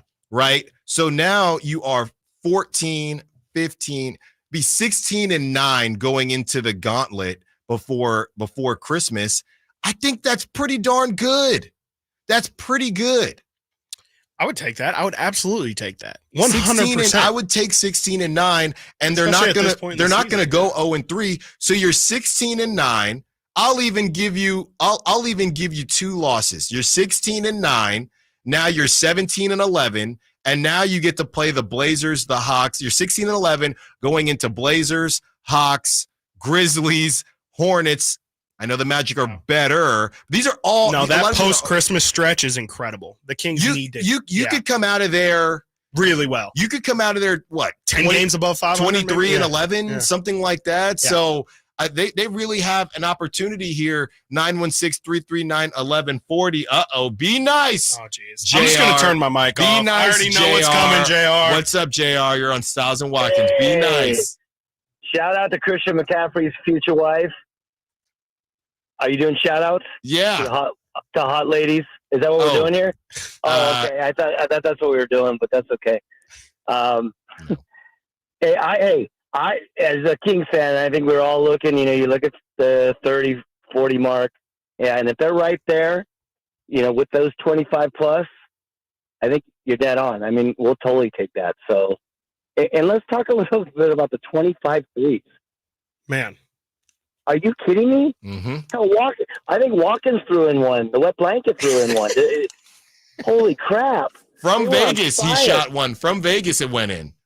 And as far as the ranking, obviously Keegan is key, and he was injured. Also, I know Fox was what you bring it up. But Keegan, to me, is that third player moving into the second man role, whatever we all talk about. We need him. We need him healthy. We need him playing his ability, and that will make those wins come more available. And that's great for us as Kings fans, as we like the beam. I bought a beam, by the way. I bought a flashlight. Ooh. It's so friggin' awesome. You flash it up, when the Kings win, or you flash it on oncoming traffic coming down our street. It is just the best. Merry Christmas. Thanks, Thank JR. you, JR. Thank you for keeping it nice. Oddly I appreciate enough, it. Yeah, that was as nice as you're probably going to get. I appreciate it a lot, JR. With JR. Yeah, I mean, Keegan, let's get. So a lot of people have talked about strength of schedule and how difficult your schedule has been. Yeah. I know in Warriorville, that's their calling card right now. They've had one of the toughest schedules. So that's the only thing that they're holding on to. That's why they're below 500. That's why they've been playing awful. Right. I think that What the Kings can hold on to is the fact that they have had these injuries. I mean, Keegan's been dinged up. Yeah. Herder missed a game. You have De'Aaron Fox, who missed a couple games as well. So Alex Len has been playing, who had taken Joe. By the way, I know it was a W. I had to walk over to Whitey Gleason because that stretch of about, was it 3 or 4 3 plays minutes? with It's JaVale, 3 minutes where he just. It was incredible. Chris, there are plays I've never seen before in basketball where they pass around. JaVale thought, oh, I'm going to get in my bag. And I'm just sitting there thinking, what is going to happen here? And then what happened after that? Is that when he missed the hook shot? Yes. When he immediately fouled somebody? Yeah, when they were in the bonus Yes. with like 30 seconds left in the quarter. It's yeah. incredible. It's definitely something. It's I've been not thrilled with the JaVale McGee minutes this entire season. I understand the thought process behind it. I get that sometimes it looks fun. I get that sometimes in that pick and roll it looks like JaVale is the perfect person. I'm telling you, it's not. Like he is benefiting from his height and his size, and everything else is just it makes it really hard to watch. Like everything that JaVale brings himself is just really, really tough. It's the mental mistakes, and yeah, sometimes you get some really big highlight plays, but then just too many times you get really, really head scratching dumb moments, and that's where, again, yeah, you bring up Alex Len. It's they have similar production, and sure, I'll even give people the benefit of the doubt. The JaVale stands out there. I'll say maybe sometimes JaVale on the stat sheet looks better, but it's the fact that you're not getting those head-scratching, confusing swings of emotion plays from Alex Len. Like, you're just going to get a very straight line with Alex Len. You know what he's going to give you. He's never going to – I mean, maybe a time or two he might surprise you with how well he'll play, but it'll, for the most part, just be a consistent flat line of 4 points and 5 rebounds, and nothing will be spectacular. He's not going to jump out the gym, but he's just going to go in there and he's going to put in a shift. And you don't have to worry about this dude just – I mean, JaVale's in the last 3 minutes of the first quarter. Yeah. I like to play a game where when he checks in, I'm like, by the end of this quarter, will he have a moment where you say, what the hell was that? Yeah. And more times than not, and when I say more, 9 out of 10 times, he does something just in that first 3 minute stretch that's like, what was that? Got to get to a break. When we get back, we will continue to talk Kings, JaVale McGee, Harrison Barnes, and 1:30, we got our dog segment as well. So you're going to want to be a part of that. Brandon, hang on. We see you. We will get to you right after the break. Stiles Watkins, Sactown Sports. De'Aaron Fox plays here. Stolen by Fox. Breakaway coming up for De'Aaron. And a simple, casual spike to the left hand. Kings lead by 3. Sactown Sports is your proud home of the Sacramento Kings. Oh, this cold. Honey, you need Dayquil Severe Honey.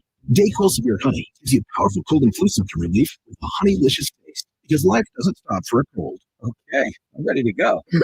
No, I'm getting a cold. Honey. Try Dayquil Severe Honey for powerful cold and flu relief.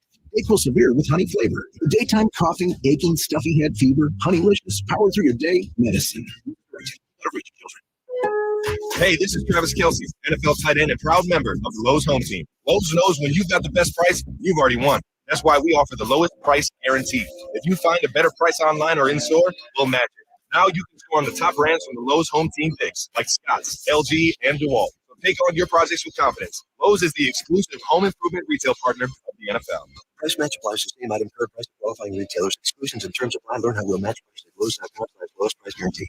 Golf to Go is brought to you by the Hagen Oaks Golf Super Shop. Here's Frank Lamosa. Golf Digest's sins of slow play suggest precious time is wasted waiting for your turn to hit. If you're on the other side of the fairway, you can take your practice swing while someone else is playing their shot.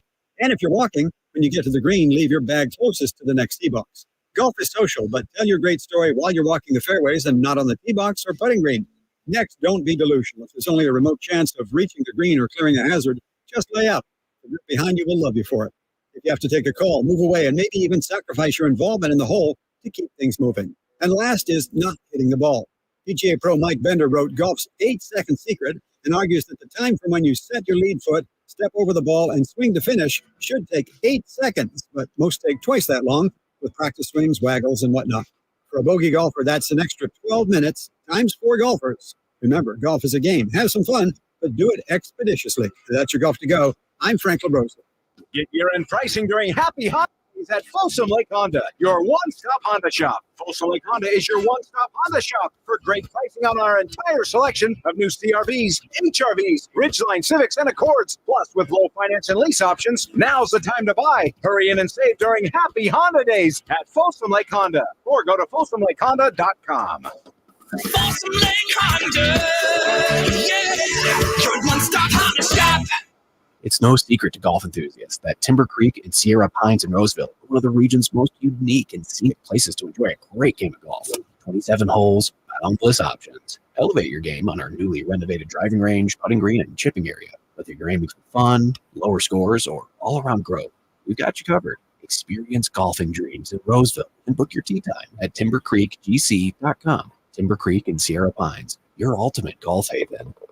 Hey, it's Juice and Mo. Make this Christmas unforgettable by shopping at our friends Sharif Jewelers. Do you even remember what you thought last Christmas? No. Well, you got to make this one memorable. Okay.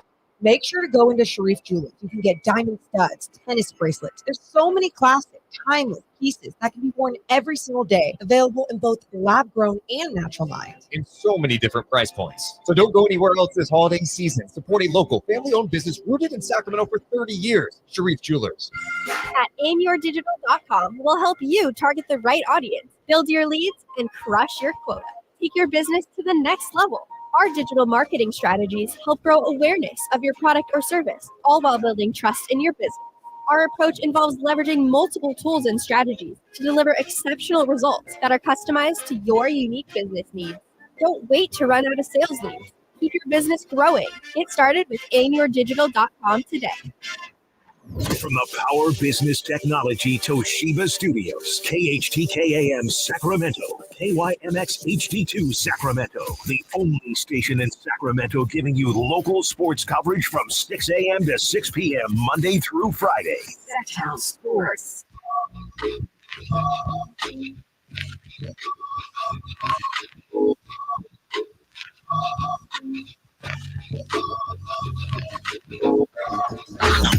Sactown Sports. Check us out on YouTube. Search Sactown Sports and subscribe. Stiles and Watkins, Sactown Sports, taking you up to 2 p.m. As we continue to talk Kings. 916-339-1140 from the 209. Maybe thinking we've been a little hard on JaVale, saying it's a little exaggerated. Yeah, I mean, JaVale isn't ruining games, but I also feel like we wouldn't see JaVale. Like, I don't think that we would see JaVale in a big game, even with Alex Len out. No, there's no way. I think that Mike Brown knows, okay, gotta give Sabonis some minutes here. I think that's, I just think that's where we're at. All guests and callers join us from the Folsom Lake Honda hotline. Folsom Lake Honda, your one-stop Honda shop. Let's get to Brandon that wants to be a part of the conversation. What's up, Brandon? You're on Stiles and Watkins, Sactown Sports. What's up, my Kings brothers? How you doing? Very good. What you got for us? So I've been watching the Davion Ellis thing for a little while now. I haven't got a chance to check it out. Yeah. I just want to know where you guys kind of stand on Davion. I like what Keon brings, and a lot of it has to do just with height alone. Do you think that Davion will be here when the trade deadline comes, or how do you guys like the backup guard situation? That's a great call, Brandon. Thanks for being a part of the conversation. I think Chris, it's a real hot button. I'll let you get to it. I've kind of said.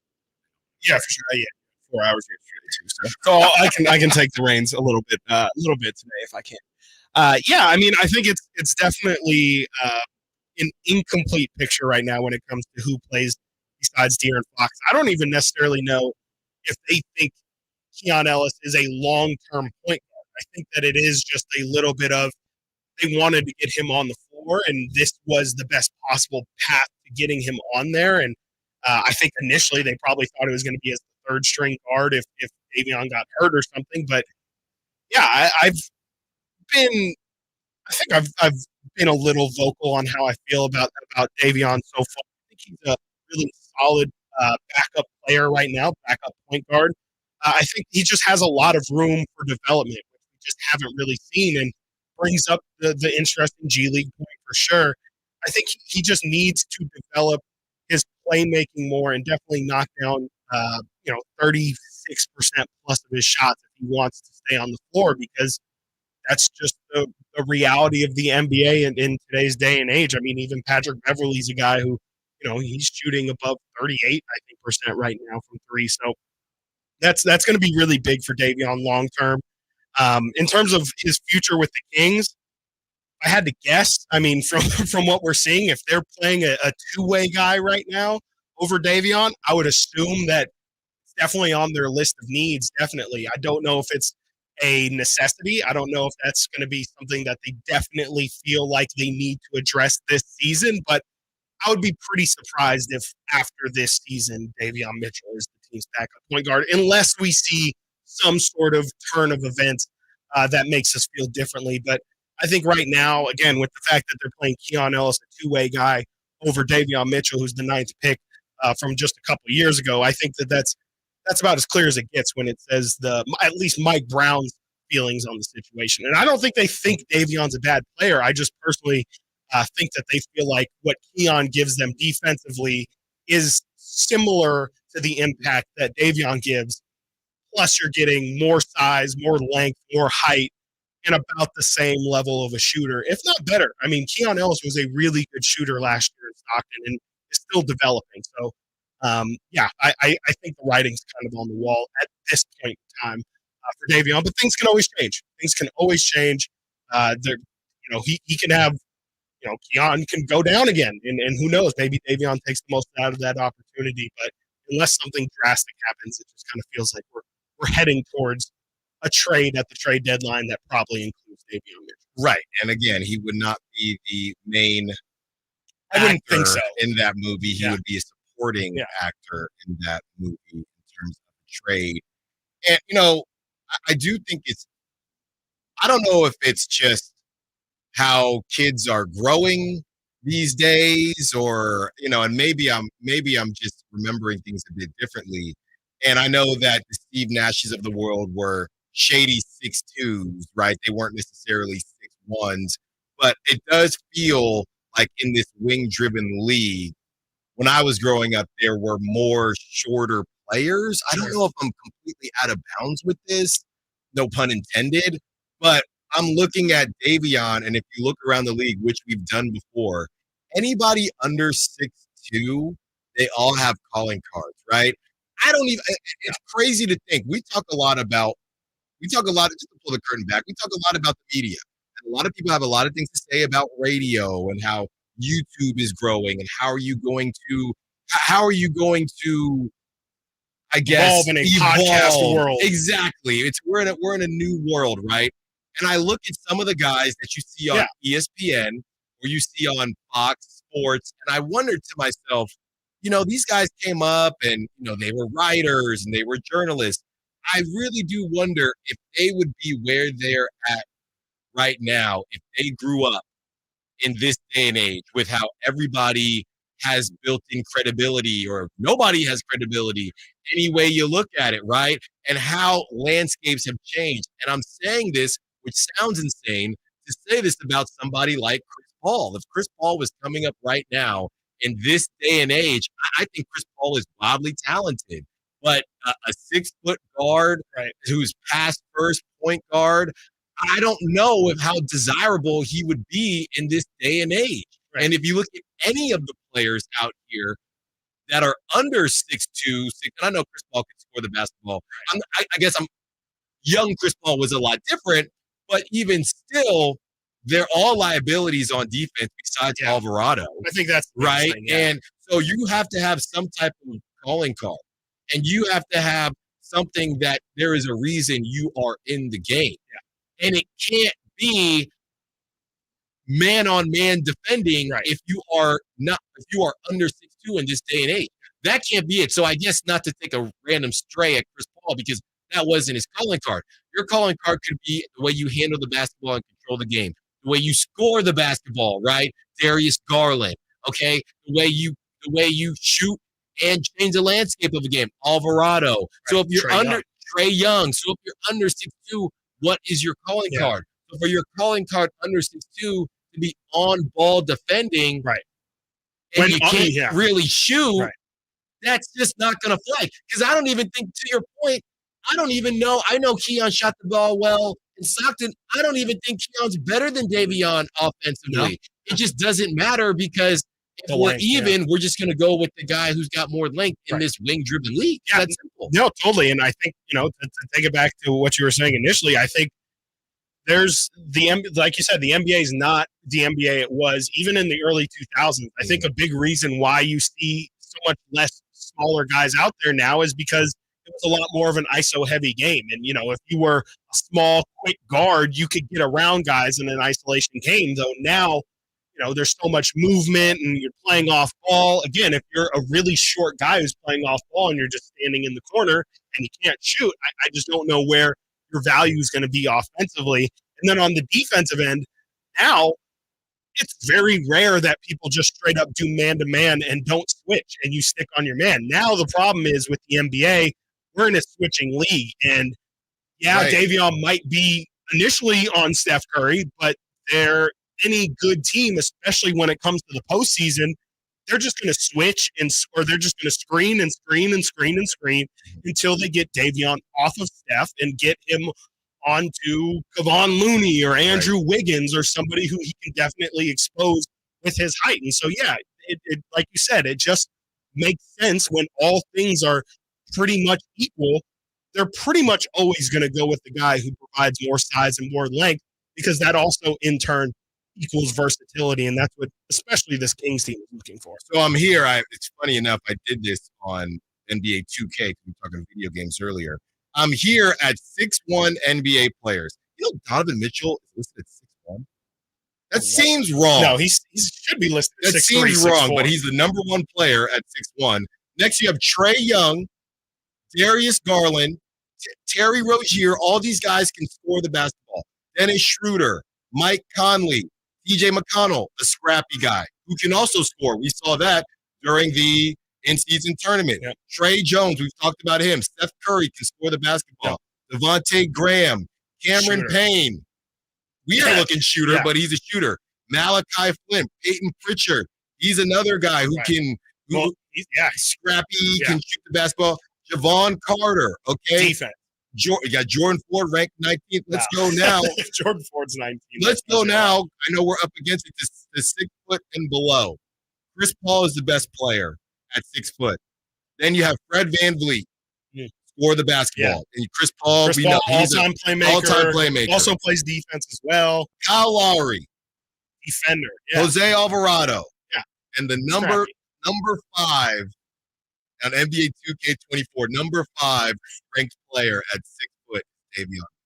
Really? Wow. After that, you have Aaron Holiday, Patty Mills, Ish Smith, Jordan McLaughlin, and Xavier Moon. Not Sailor Moon, Xavier. One already there's not many names in there that are impact players in general. Right. Would you straight trade Patty Mills for Davion? Not at this point. Not this Patty Mills. Maybe Patty Mills like 3 or 4 years ago. Shout out St. Mary's. Yeah. Shout out SNC. Yes. Shout out Australia. All right. Got to get to a break. Shout out the whole continent. Yeah. Shout out the whole continent. Got to get to a break.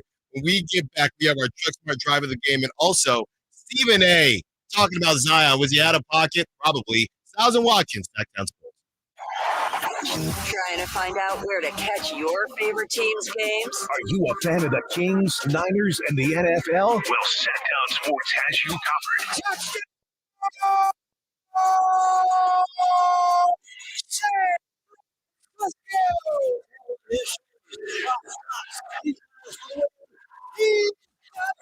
go. Catch all your Kings, Niners, and NFL games all year long on Sactown Sports and SactownSports.com. Have you Googled yourself lately? Are there negative posts from an ex-employee or from a former client? Maybe an outdated news article or sensitive personal information about your family? Search engines don't always get it right. Right or wrong, it's your reputation on the line. That's where Reputation Defender by Norton comes in. One of the most trusted names in online reputation repair. Reputation Defender has been fixing people's search results for over 15 years. Their cutting-edge approaches help you to wipe away unwanted information in your search results.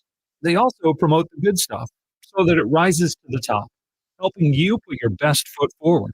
Your good name is too valuable to leave to the whims of a Google algorithm. Take control with Reputation Defender. You can start by getting your free reputation report card at reputationdefender.com or call 800-401-6681 to speak to an expert.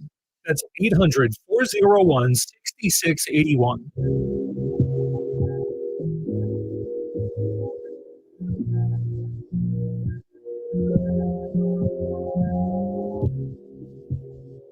Sactown Sports. Call or text at 916-339-1140. Stiles and Watkins, Sactown Sports, taking up to 2 p.m. 45 more minutes with you as we break down all things Kings. And now it is time to take a short break from the Kings. Very, very short. As we get to our Truck Smart drive of the game, brought to you by Truck Smart, your premium retailer and installer of truck and SUV accessories for over 30 years. Your truck's gonna love. Ooh, love that for trucks. And we had a pretty good slate of plays to pick from this weekend. I mean, we had explosives all over from the Niners, though. You know, last week I know we did the Deebo Samuel 3-touchdown thing, but there was a lot of options from that Niner game. So something tells me that one will sneak in here. But we're going to start off today's Truck Smart drive of the game with a walk-off, because very rarely in football do you have a walk-off win, and almost never do you get a walk-off punt return in overtime. And that's exactly how the Ravens and Rams ended their game on Sunday, and here's how it sounded. Darren Wallace from the 25. Darren Wallace breaks out of a tackle, takes it down the sideline. He stays in bounds. He stays on his feet. He takes it all the way and ends the game. There are no flags. That is ridiculous. That's a good one. That's a pretty big win, It too. was huge. Like, that could have huge. really shifted things in both playoff races. I mean, that definitely gives the Ravens a really good shot at locking down the number one seed in the AFC. Also kind of made the Rams' playoffs hopes pretty difficult. You know, the Rams could have been 7-6. I think the Vikings are the only other team that would have been 7-6. So would have put them pretty squarely, especially with the Packers losing yesterday, into the playoff hunt. And pretty big loss for the Rams.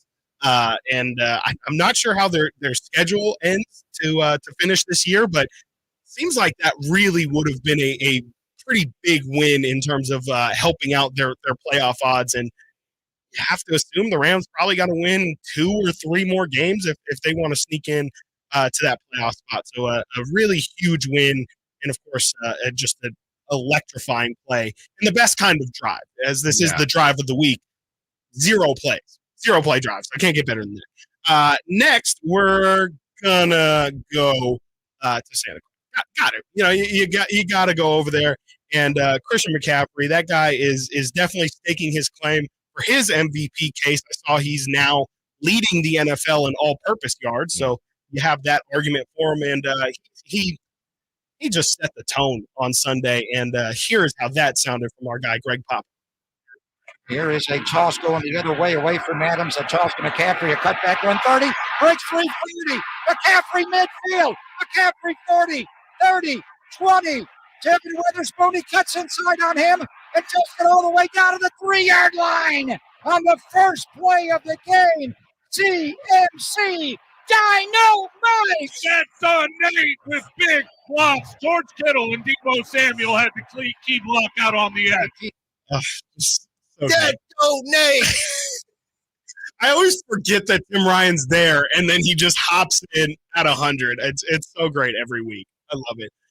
So yeah, you have that from McCaffrey, and selfishly, y'all, you know, I didn't get to watch a lot of action on Sunday, so from my perspective, in my opinion, this was the best drive I saw of the weekend in a just thriller. I mean, back and forth game. I'm not even going to set it up. The words just do all the talking here. This is what I experienced on Sunday. The snap is down. The kick by Joseph is right down the middle. Oh, wow. And we have points in Las Vegas. Oh, yeah. A 3-0 lead for the Minnesota Vikings. Oh, man.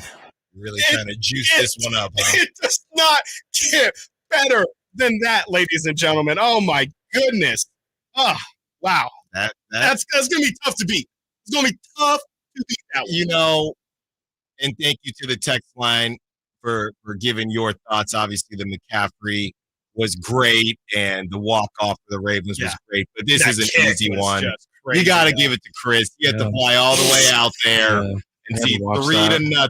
And Simone told me you actually have a deep hatred for shutouts and perfect games and zeros in general. And you had to look at 2 zeros on the scoreboard until the very end of the game. So you got to win this one. The Vikings, they got to win this one. The guy Dobbs gets pulled. It's Nick Money Mullins. The Raider Killer.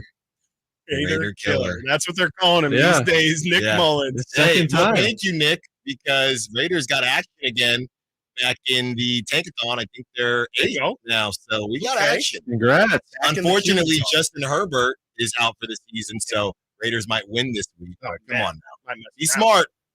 Maybe get Jimmy G back in there. Be truck smart. Be truck smart. Be truck smart. So, Nate, are you good with that? Are we going with totally the Vikings? fine with that. We are going with the Vikings. You know what, dude? This is not my choice. It's tough. It was your choice. It was. I mean, you hyped it up. You pretty chose hard. You sold it like Tim Ryan. I didn't even know what he's saying for the first 4 syllables. Nate. That was our Truck Smart Drive of the Week, brought to you by Truck Smart, your premium retailer and installer of truck and SUV accessories for over 30 years. Your truck's gonna love them. Nate. Shout out to the Vikings. Hey, a win's a win. Yeah, they are firmly in it. You never know what could happen. Ian Rappaport here is breaking that Nick Mullins is set to start on Sunday against the Bengals. Congrats. Josh Dobbs heads to the bench. It was a good run. What a roller coaster season for Dobbs. Yeah, we've officially seen the astronaut lose his speed. Yeah. Wow. Sad. That is a rough go. I know we're against the clock here, but this audio, you got to get in this segment. You have to get this in. This was one of my favorite audios. So, to set it up for those listening, and maybe you didn't hear this, Stephen A., as Stephen A. does, he's claiming it's true. He had went on a first rant about Zion Williamson's weight on his own podcast. Right. And he said he saw a belly and what the heck is going on. He doubled down on his show First Take, and I'll just play this down. It is shameful. You got chefs in New Orleans. I'm not exaggerating. I'm quoting people. You got chefs in New Orleans who love him. They're looking for him. Every chef that wants to meet him because they know he'll show up to their restaurant. The word out on Zion Williamson is that he'll eat the table. I'm quoting. He'll eat the table. What in the hell is going on with Zion Williamson? If Zion Williamson... That's it. I mean, so he's claiming that a lot of these are quotes. Yeah. These are quotes. My question I've never heard that. And we were just talking about Debo yesterday. Emil Fergosto came in, did a couple segments with me. He's our Sactown 49ers insider. It gets really awkward, and Zion, I think he was more so focused on the Charles Barkley Shaq stuff, but obviously First Take had already happened because Zion goes out and drops, 36 last night on the Timberwolves. He balled out. And we've seen this with Zion, but I think it's the consistency part of it. Right. And Zion said, hey, if it's coming from a good place, cool. If not, then I'm not really listening to that. And it's awkward, right? I don't like talking about other people's bodies, but when you're talking about athletes, it's kind of comes part of the deal, but it's how you do it. And do you think that how Stephen A. did the word is out? Do you think it was disrespectful to Zion how he laid this? Yes, it definitely was disrespectful. I don't even care if it's true. Like, you can't put that out there on ESPN First Take. So do you just television. is it how he said it? Is it how he said it, or do you just not say it? You're missing the point. The word is already out there. He's just he's reporting on the word. The word is out. Yeah, The the word. word. He's quoting people. The top reply is he's just quoting people with all due respect. And if you say with all due respect, all due this is respect, not right. disrespect. No offense. No offense. I think the issue is he needs to get Mariah back in his life. Oh, Get him on the straight and narrow. No, we're not doing we're that. not We're going there. definitely not touching that one at all. Not at all. Not even. Yeah, I mean, I think there's Stephen A. The way he talks, and I actually heard this because I had that video of my daughter watching Stephen A. And I got a couple replies on my Instagram from other people who have kids that'll watch First Take, and they said that Stephen A.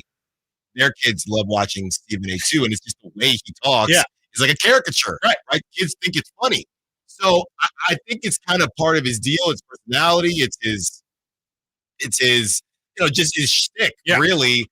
And I understand that. I guess I'm just trying to figure out if there is a way he can do this in a better way. I just don't think it's true. I think that's like my bigger problem is there's a way of saying what he's saying without making it sound like a joke. I mean, because if he's seriously reporting that he's heard chefs in New Orleans, it was a quote. Allegedly, it's Stephen A. He will eat the tape. He's been a journalist for that many years. You think he made up a quote? I think Stephen A. is an exaggerator, and I don't think that chefs in New Orleans are seeking out Zion Williamson. He got the check though. I just don't think so. I think maybe a chef jokingly said, "Oh yeah, when Zion walks in our restaurant, like everybody perks up We have and to smiles buy new we tables because he just eats them all." Well, it's like homeboy's talking about him seriously. I think I said it like he's Kobayashi or something. Like he's a competitive eater, and like it's some honor to have this competitive eater come to your restaurant and finish a meal. And like there's just got to be even if it is true. It's got to be a better way of presenting that information. It's also, we got to get to a break. We got the dog segment coming up next. It's also crazy because that's not even a term you normally hear. I've never heard. Have you ever heard someone say, because I load up my plate, okay? When I feel like getting going, I'll get going. Nobody has ever told me, man, that guy eats the table. No, never heard that. That kind of makes me think it is true. Yeah, arguably one of the funniest things I've heard in like the last few weeks. That kind of makes me feel like it is true. Because it's so outlandish. Yes, because it's not a term. Maybe that's a thing in New Orleans. In New Orleans, that boy will eat the table. Yeah, when you say it, that boy will eat the table. I would more so argue that he shouldn't have said it versus that it's not true. That would Gus Johnson say. Yeah. Zion Williams eats the table. Here's a table. Taking a bite out of the table. Here's a bite. Half the table's gone. All right. Got to get to the break. When we get back, dog segment, we're discussing bowling, whether it's underrated, overrated, or properly rated. And Yelp. And we will get Chris's thoughts on the conversation from yesterday, Yelp/Google reviews. Does he look at reviews or does he just show up? Stiles Watkins, Sactown.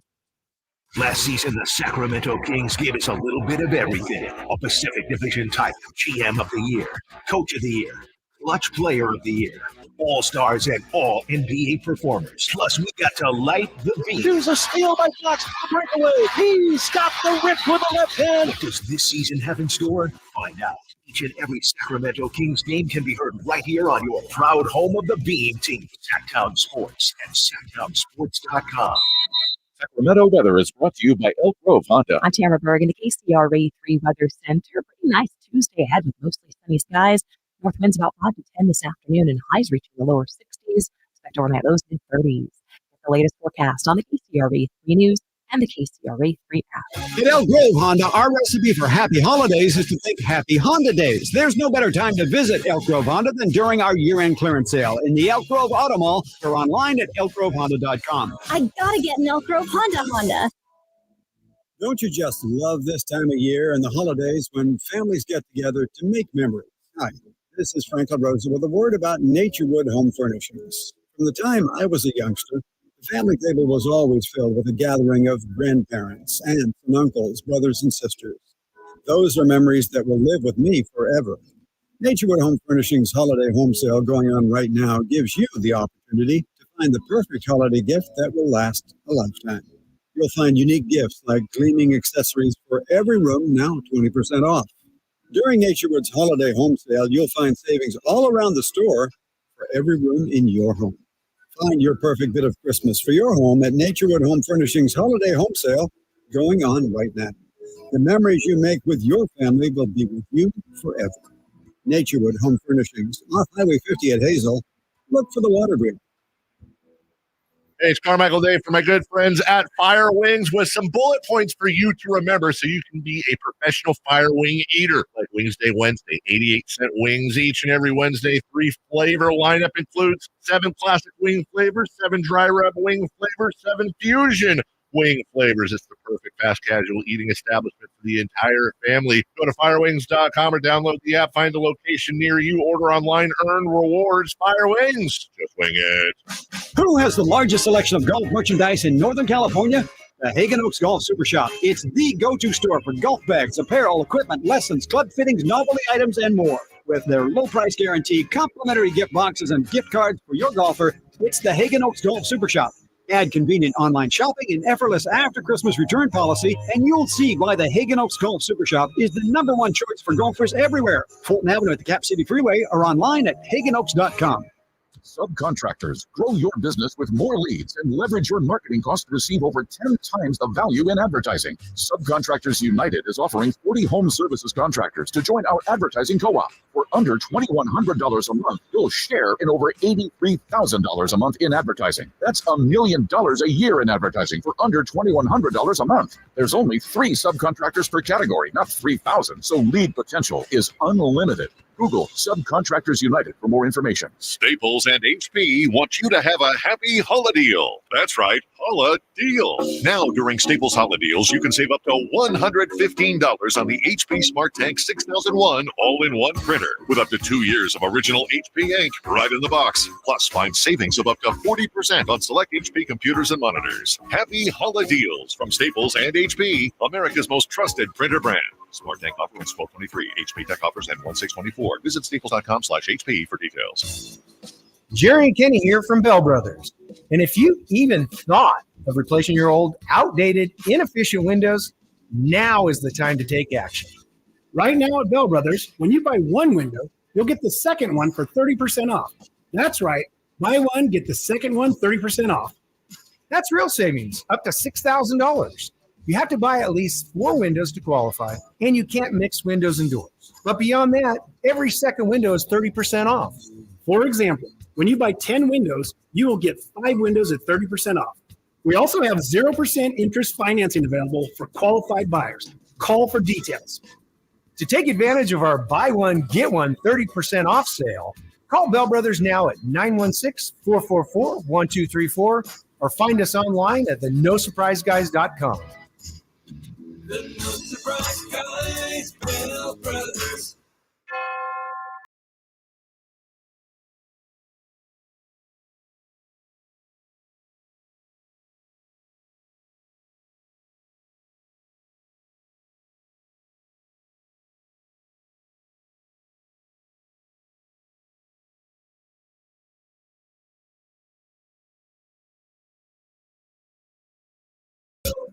The fellas starting calling. And the girls responding. Stiles Watkins, Sactown Sports, taking up to 2 p.m. 30 more minutes with you. One more segment until the crossover. Chris Watkins feeling good, had a good time out in Vegas. So you got to, explain to me. Yep. I always think it's funny the flight to Vegas versus the flight back. The flight back, everybody's tired. Yeah, right. It's been a long couple of days here. The way there, was there anybody who needed a little bit of attention, was saying a little bit, one too many jokes, or it's the bachelor or bachelorette party and they act like everybody cares that they're having a good time when, hey, I really just want to get to Vegas. Anything like that? The way there was it was quiet for the plane ride there, but then the second we landed, there's a little bit of an abrupt, break. At the end, the pilot kind of, slammed on the brakes a little.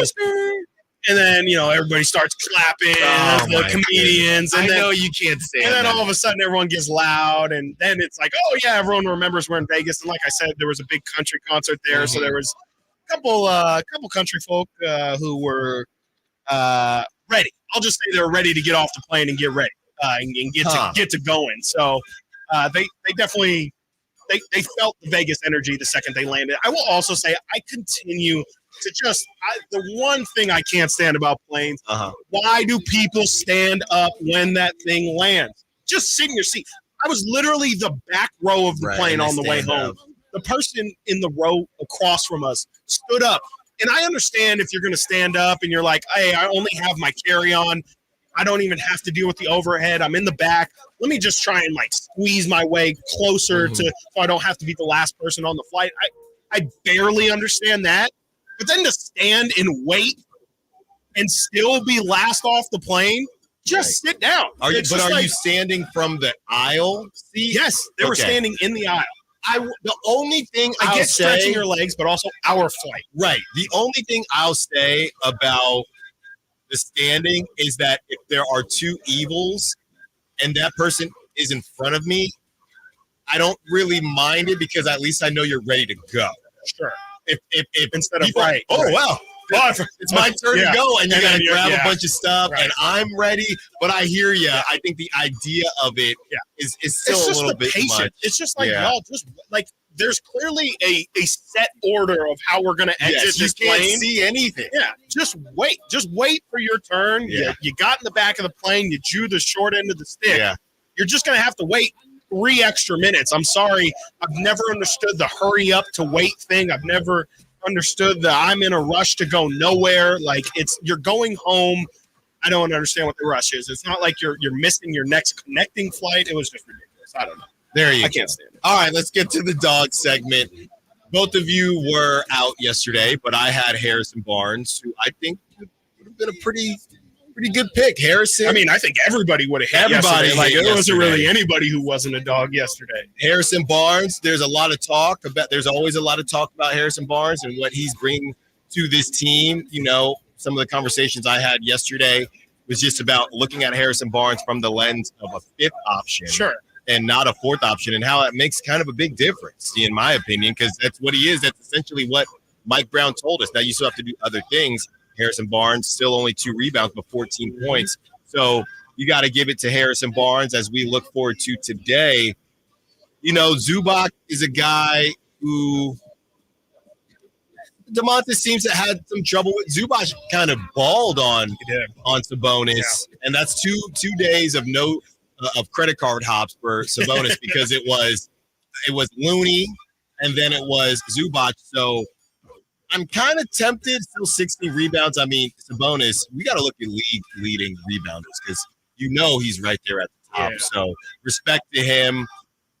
I'm actually going to go with, I almost went with Trey Lyles yesterday, and everybody was hot. You know what? I said I'd stay away from him, but it's getting a little bit loud. Somebody that we've kind of been skating along because the Kings have been winning. Ever since he came back from that finger injury, Kevin Huerter hasn't really got back on the train. This is the second time you picked him, I think, since you said you're going to stay away from him. Well, somebody else pick him then. Somebody needs to pick him. We need him to show up. No, you could pick him. I'm just saying. I feel like you're hesitant. Just go for it. Just go. I'm going with Kevin Huerter. There you go. Going with Kevin Huerter tonight. Nate, who do you have? Should be well rested. Because the Athletic says so, I'm going to go with Trey Lyles. They say he needs to step up. So does Nate. Love it. There you go. I am going to take a similar logic as Nate. And since the Athletic says that Keegan Murray needs to step up, and the last time the Kings played the Clippers, they didn't have Keegan Murray, and Kawhi Leonard went absolutely cuckoo bananas. 14 of 18, 2 of 3 from 3, 34 points, 9 rebounds for Kawhi last time these two teams met. Keegan Murray, hello, gonna need you tonight on both ends of the floor, offense, defense. We saw yesterday his offense come to life, had a couple ISO moments, had the big dunk, had a floater, and then, continued to knock down perimeter jumpers. Kings are going to need Keegan to be the two-way guy tonight. It's not just going to have to be a one-way thing. It's going to have to be like the performances we saw a little bit earlier in the season when he was matched up on Steph, and then the next day he would guard LeBron. Like tonight is one of those nights where he's not going to have any assignment off, whether it's Kawhi or Paul George. He's going to have to bring it tonight on both ends of the floor. Wasn't it the Clippers when Keegan retweeted his back? No, And that he was guarding the Kawhi? next week. That was the next game. There you go. Yeah, he didn't play last time against the Clippers. Chris Duarte started but only played 13 minutes. Gotta have it, Keegan. Gotta have it. And you know what? I'm not worried about the Kings shooting too many threes because of last night, because they're going to shoot them anyway. Yes. That's not going to change anything. So I want to see how they react coming off a game where they were on fire. If the first couple shots don't drop for them, how do they, I would say a much better defensive team in the Clippers.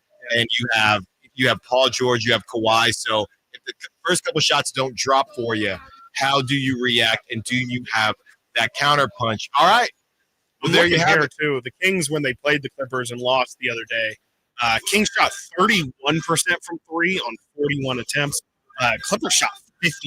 Well, Harden could not miss. Right, exactly. He could not miss. Right. I wouldn't think that we're going to see that again. There's no way. All right. Before we get to a break, we got to do this quick because we have to get the crosstalk. But we made everybody wait long enough. Yes. And by the way, how this conversation really took off, the texter who had said, "Oh, by the way, I can't believe you're kind of going at Yelpers and things like that." We actually had a conversation today, and we spoke, and everything is everything. That texter has been listening to the station for 15 years. Wow. I told that texter, hey, sometimes you just don't agree on things. We are all good. It's all love. Thank you for listening because of Yelp. Yeah, right. No, seriously. Thank you. And I love the conversation. There's never any disrespect on anybody's level. So thank you for reaching out. And I thought that was really cool. And, talking about the show and all that good stuff. So thank you. Thank you to the texter for being a loyal listener to Sactown Sports 1140. So the question is, Chris and Nate, you're going to have to just guess because we don't have time to do you. But the question is, my guess is, does Chris Watkins, does he fill out reviews, Google reviews, and Yelp reviews, number one? And number two, does he look at reviews before going to a restaurant, hotel, anything like that?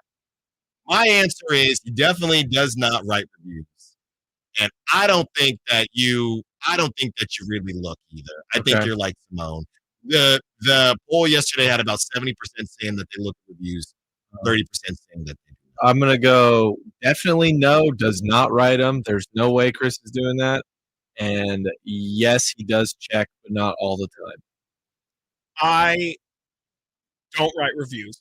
Because, that was a Zion left-hand layup. That's right. Very nicely done. Yeah. And in terms of looking at reviews, I definitely look at reviews. Wow. There you go. I do take reviews, some reviews with a grain of salt. But for the most part, like if I'm going to go to a restaurant and it has 3.9 stars, I'm probably not going to go unless, I think you said earlier, unless I hear from like Nate, if you tell me, oh no, that place is really good, and then I look at Yelp and it has 3.5 stars, I'll probably still take your word for it. But more times than not, I'm going to lean for like the 4.3s, 4.2s and higher, and then I'll look at the reviews and judge. Frankly, I more judge the reviews. The problem with reviews is that I believe that most restaurants are around 3.5. Yeah. Which is average. Reviewers too. It feels like 1 star, 5 star. Yeah. A lot of the time. So which is how you get to 3.5. It's like But then that also plays into like service and stuff. Right. I don't know. There's other factors. Location. Location. There's a lot of outlying factors that play into other people's reviews. Sometimes that being that some people feel like they deserve to be treated special, or it's for the most part. Right. If you put on the Yelp review like this is the best place in town, no doubt. Like I'm probably gonna try that spot. Like just because not every, that's not a review that somebody's just gonna throw out to your McDonald's or whatever. Exactly. And for me too, I'm big on social media, so Instagram. I mean, everybody now has accounts where hey, follow Alan Eats. And they go and they eat places and you click on one. And now I have a whole list that me and my wife have, just a group of me and her on a separate group that we've made on Instagram. You send each other stuff. And then when you see, because everything looks good, right? And then you look at the reviews and you go, yeah. All right, got to get to a break. Nate, real quick. Actually, we can do you real quick. Yeah. I know you don't look any better. Yeah. Okay. You're 100% right. There you go. Look at reviews? I don't care now. I just, whatever. I just wander around. Like if I go to a new city or something, if I see something, I'm just going to go for it. There you go. Gotta go. Yeah. I don't know, man. More power to you. Shoot from the hip. Crosstalk up next. Yeah. It's your money. Crosstalk up next. Stiles Watkins being with Whitey Gleason and the Drive Guy. Stiles Watkins. Check out the Golf to Go Hour with Frank LaRosa every week on Sactown Sports. Get the latest on equipment, area courses, people who play the great game, and plenty of good conversations about golf. It's the Golf to Go Hour every week with Frank LaRosa on Sactown Sports. Golf to Go is brought to you by the Hagen Oaks Golf Super Shop, America's most awarded golf facility. Naturewood Home Furnishings, where it's all about choices and always about quality. Capital Casino, Sacramento's #1 poker room with primetime football. It's back. Capital Casino is giving away $500 per game in high hand bonuses for every Sunday, Monday, and Thursday night primetime game. Offering the best food, best service, and the best action with the most variety of games in the region and conveniently located at 411 North 16th Street in downtown Sacramento. For more information, log on to capital-casino.com and please gamble responsibly. 1-800-GAMBLER. Get year-end pricing during Happy Holidays at Folsom Lake Honda, your one-stop Honda shop. Folsom Lake Honda is your one-stop Honda shop for great pricing on our entire selection of new CRVs, HRVs, Ridgeline, Civics, and Accord. Plus, with low finance and lease options, now's the time to buy. Hurry in and save during Happy Holidays at Folsom Lake Honda, or go to folsomlakehonda.com. Folsom Lake Honda, yeah, your one-stop Honda shop. Our business technology is proud to be 100% independent, locally owned, and managed Toshiba copier dealer. Local ownership cuts out the red tape, allowing ourselves to never be too busy to personally answer the call when our clients need us. Recognized for excellence in service execution, training, and customer service, we're proud to be named a 2022 Toshiba ProMasters Elite Dealer. Contact us today for all of your business printing needs at 844-POWER-BZ. That's 844-769-3729, or visit us at powercopiers.com. Guys, did you know your testosterone affects everything in your system, including how you feel and perform every day? Right now, Revive Men's Health Sacramento will check your testosterone for free. Knowing your T levels is the first step in understanding if you have low T. Your testosterone level impacts your energy, libido, sleep, weight, hair loss, mood, and even ED. Maintaining an appropriate T level can change your whole life. Most men start to see changes in their hormone levels in their 30s. Experience and results matter. So what are you waiting for? Get your T levels checked today by local, experienced, and trusted men's health experts. They've helped thousands of men since 2011. They're so confident they can help you, they even guarantee it. Call Revive today and schedule your free testosterone test, free exam, and free consultation. Call Revive Men's Health at 916-277-8599. That's 916-277-8599.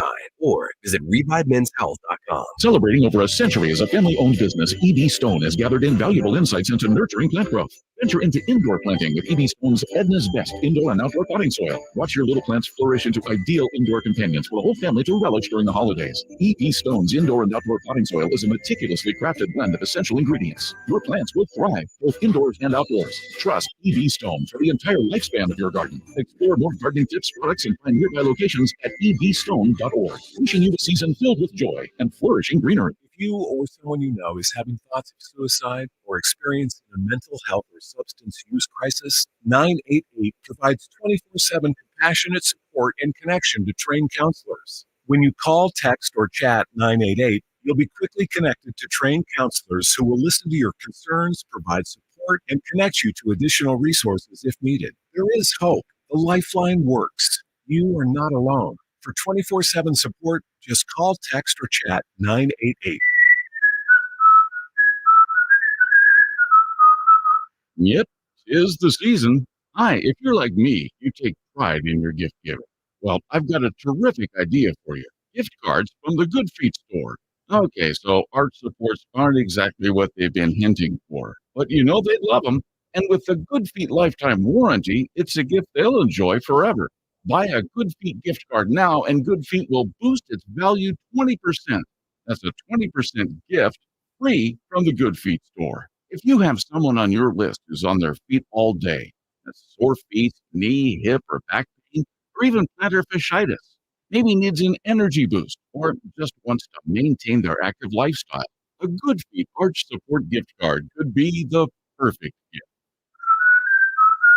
The Good Feet store in Sacramento, Roseville, Stockton, Modesto, and Vacaville. Online at goodfeet.com. At Jim Boy's Tacos, you get a whole lot of flavor for under $10. Our classic #2 combo meal spreads cheer with a farm-dusted ground beef taco, scratch-made bean and cheese burrito, and a soft drink. So jingle on down to Jim Boy's or order online at participating locations.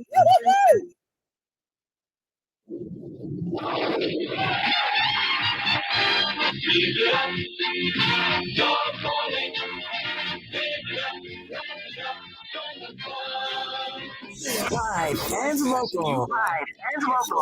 This is Sactown Sports. Yeah, Stiles and Watkins. Sactown Sports. Yeah. Is this like a bowling campaign? Sounds like it. Yeah. Great bowling song. Go bowling. No, I'm into this. I'm going to sample this, actually. Passing you by? Yes. Go bowling. That's Oh right. my gosh, that is Get so rolling. terrible. Go bowling. Room on weekend. Guess what year this commercial's from? The 40s. Yeah, before television. 60s? 70s? Yeah, it's definitely got to be 60s, 70s, right? 32. Whitey on the number. Wow. Whitey did set this up, so. Whitey, Yeah. you big bowler? No, but Wow. I was surprised. Commercial I had enthusiast. one. I get up today and I'm like, man, there's so much to talk about. Football, the games last night, the 49ers playoff spot, Kings, everything going on. And I thought I was prepared. I come in and you guys are talking about you're trying to get a bowling debate going. I thought, man, I don't have anything bowling wise for the show today. There you go. What am I going to Who do? do you think you are? I am. I mean, look, okay, fine. You guys ever, have you ever seen Kingpin? That's a great place to start.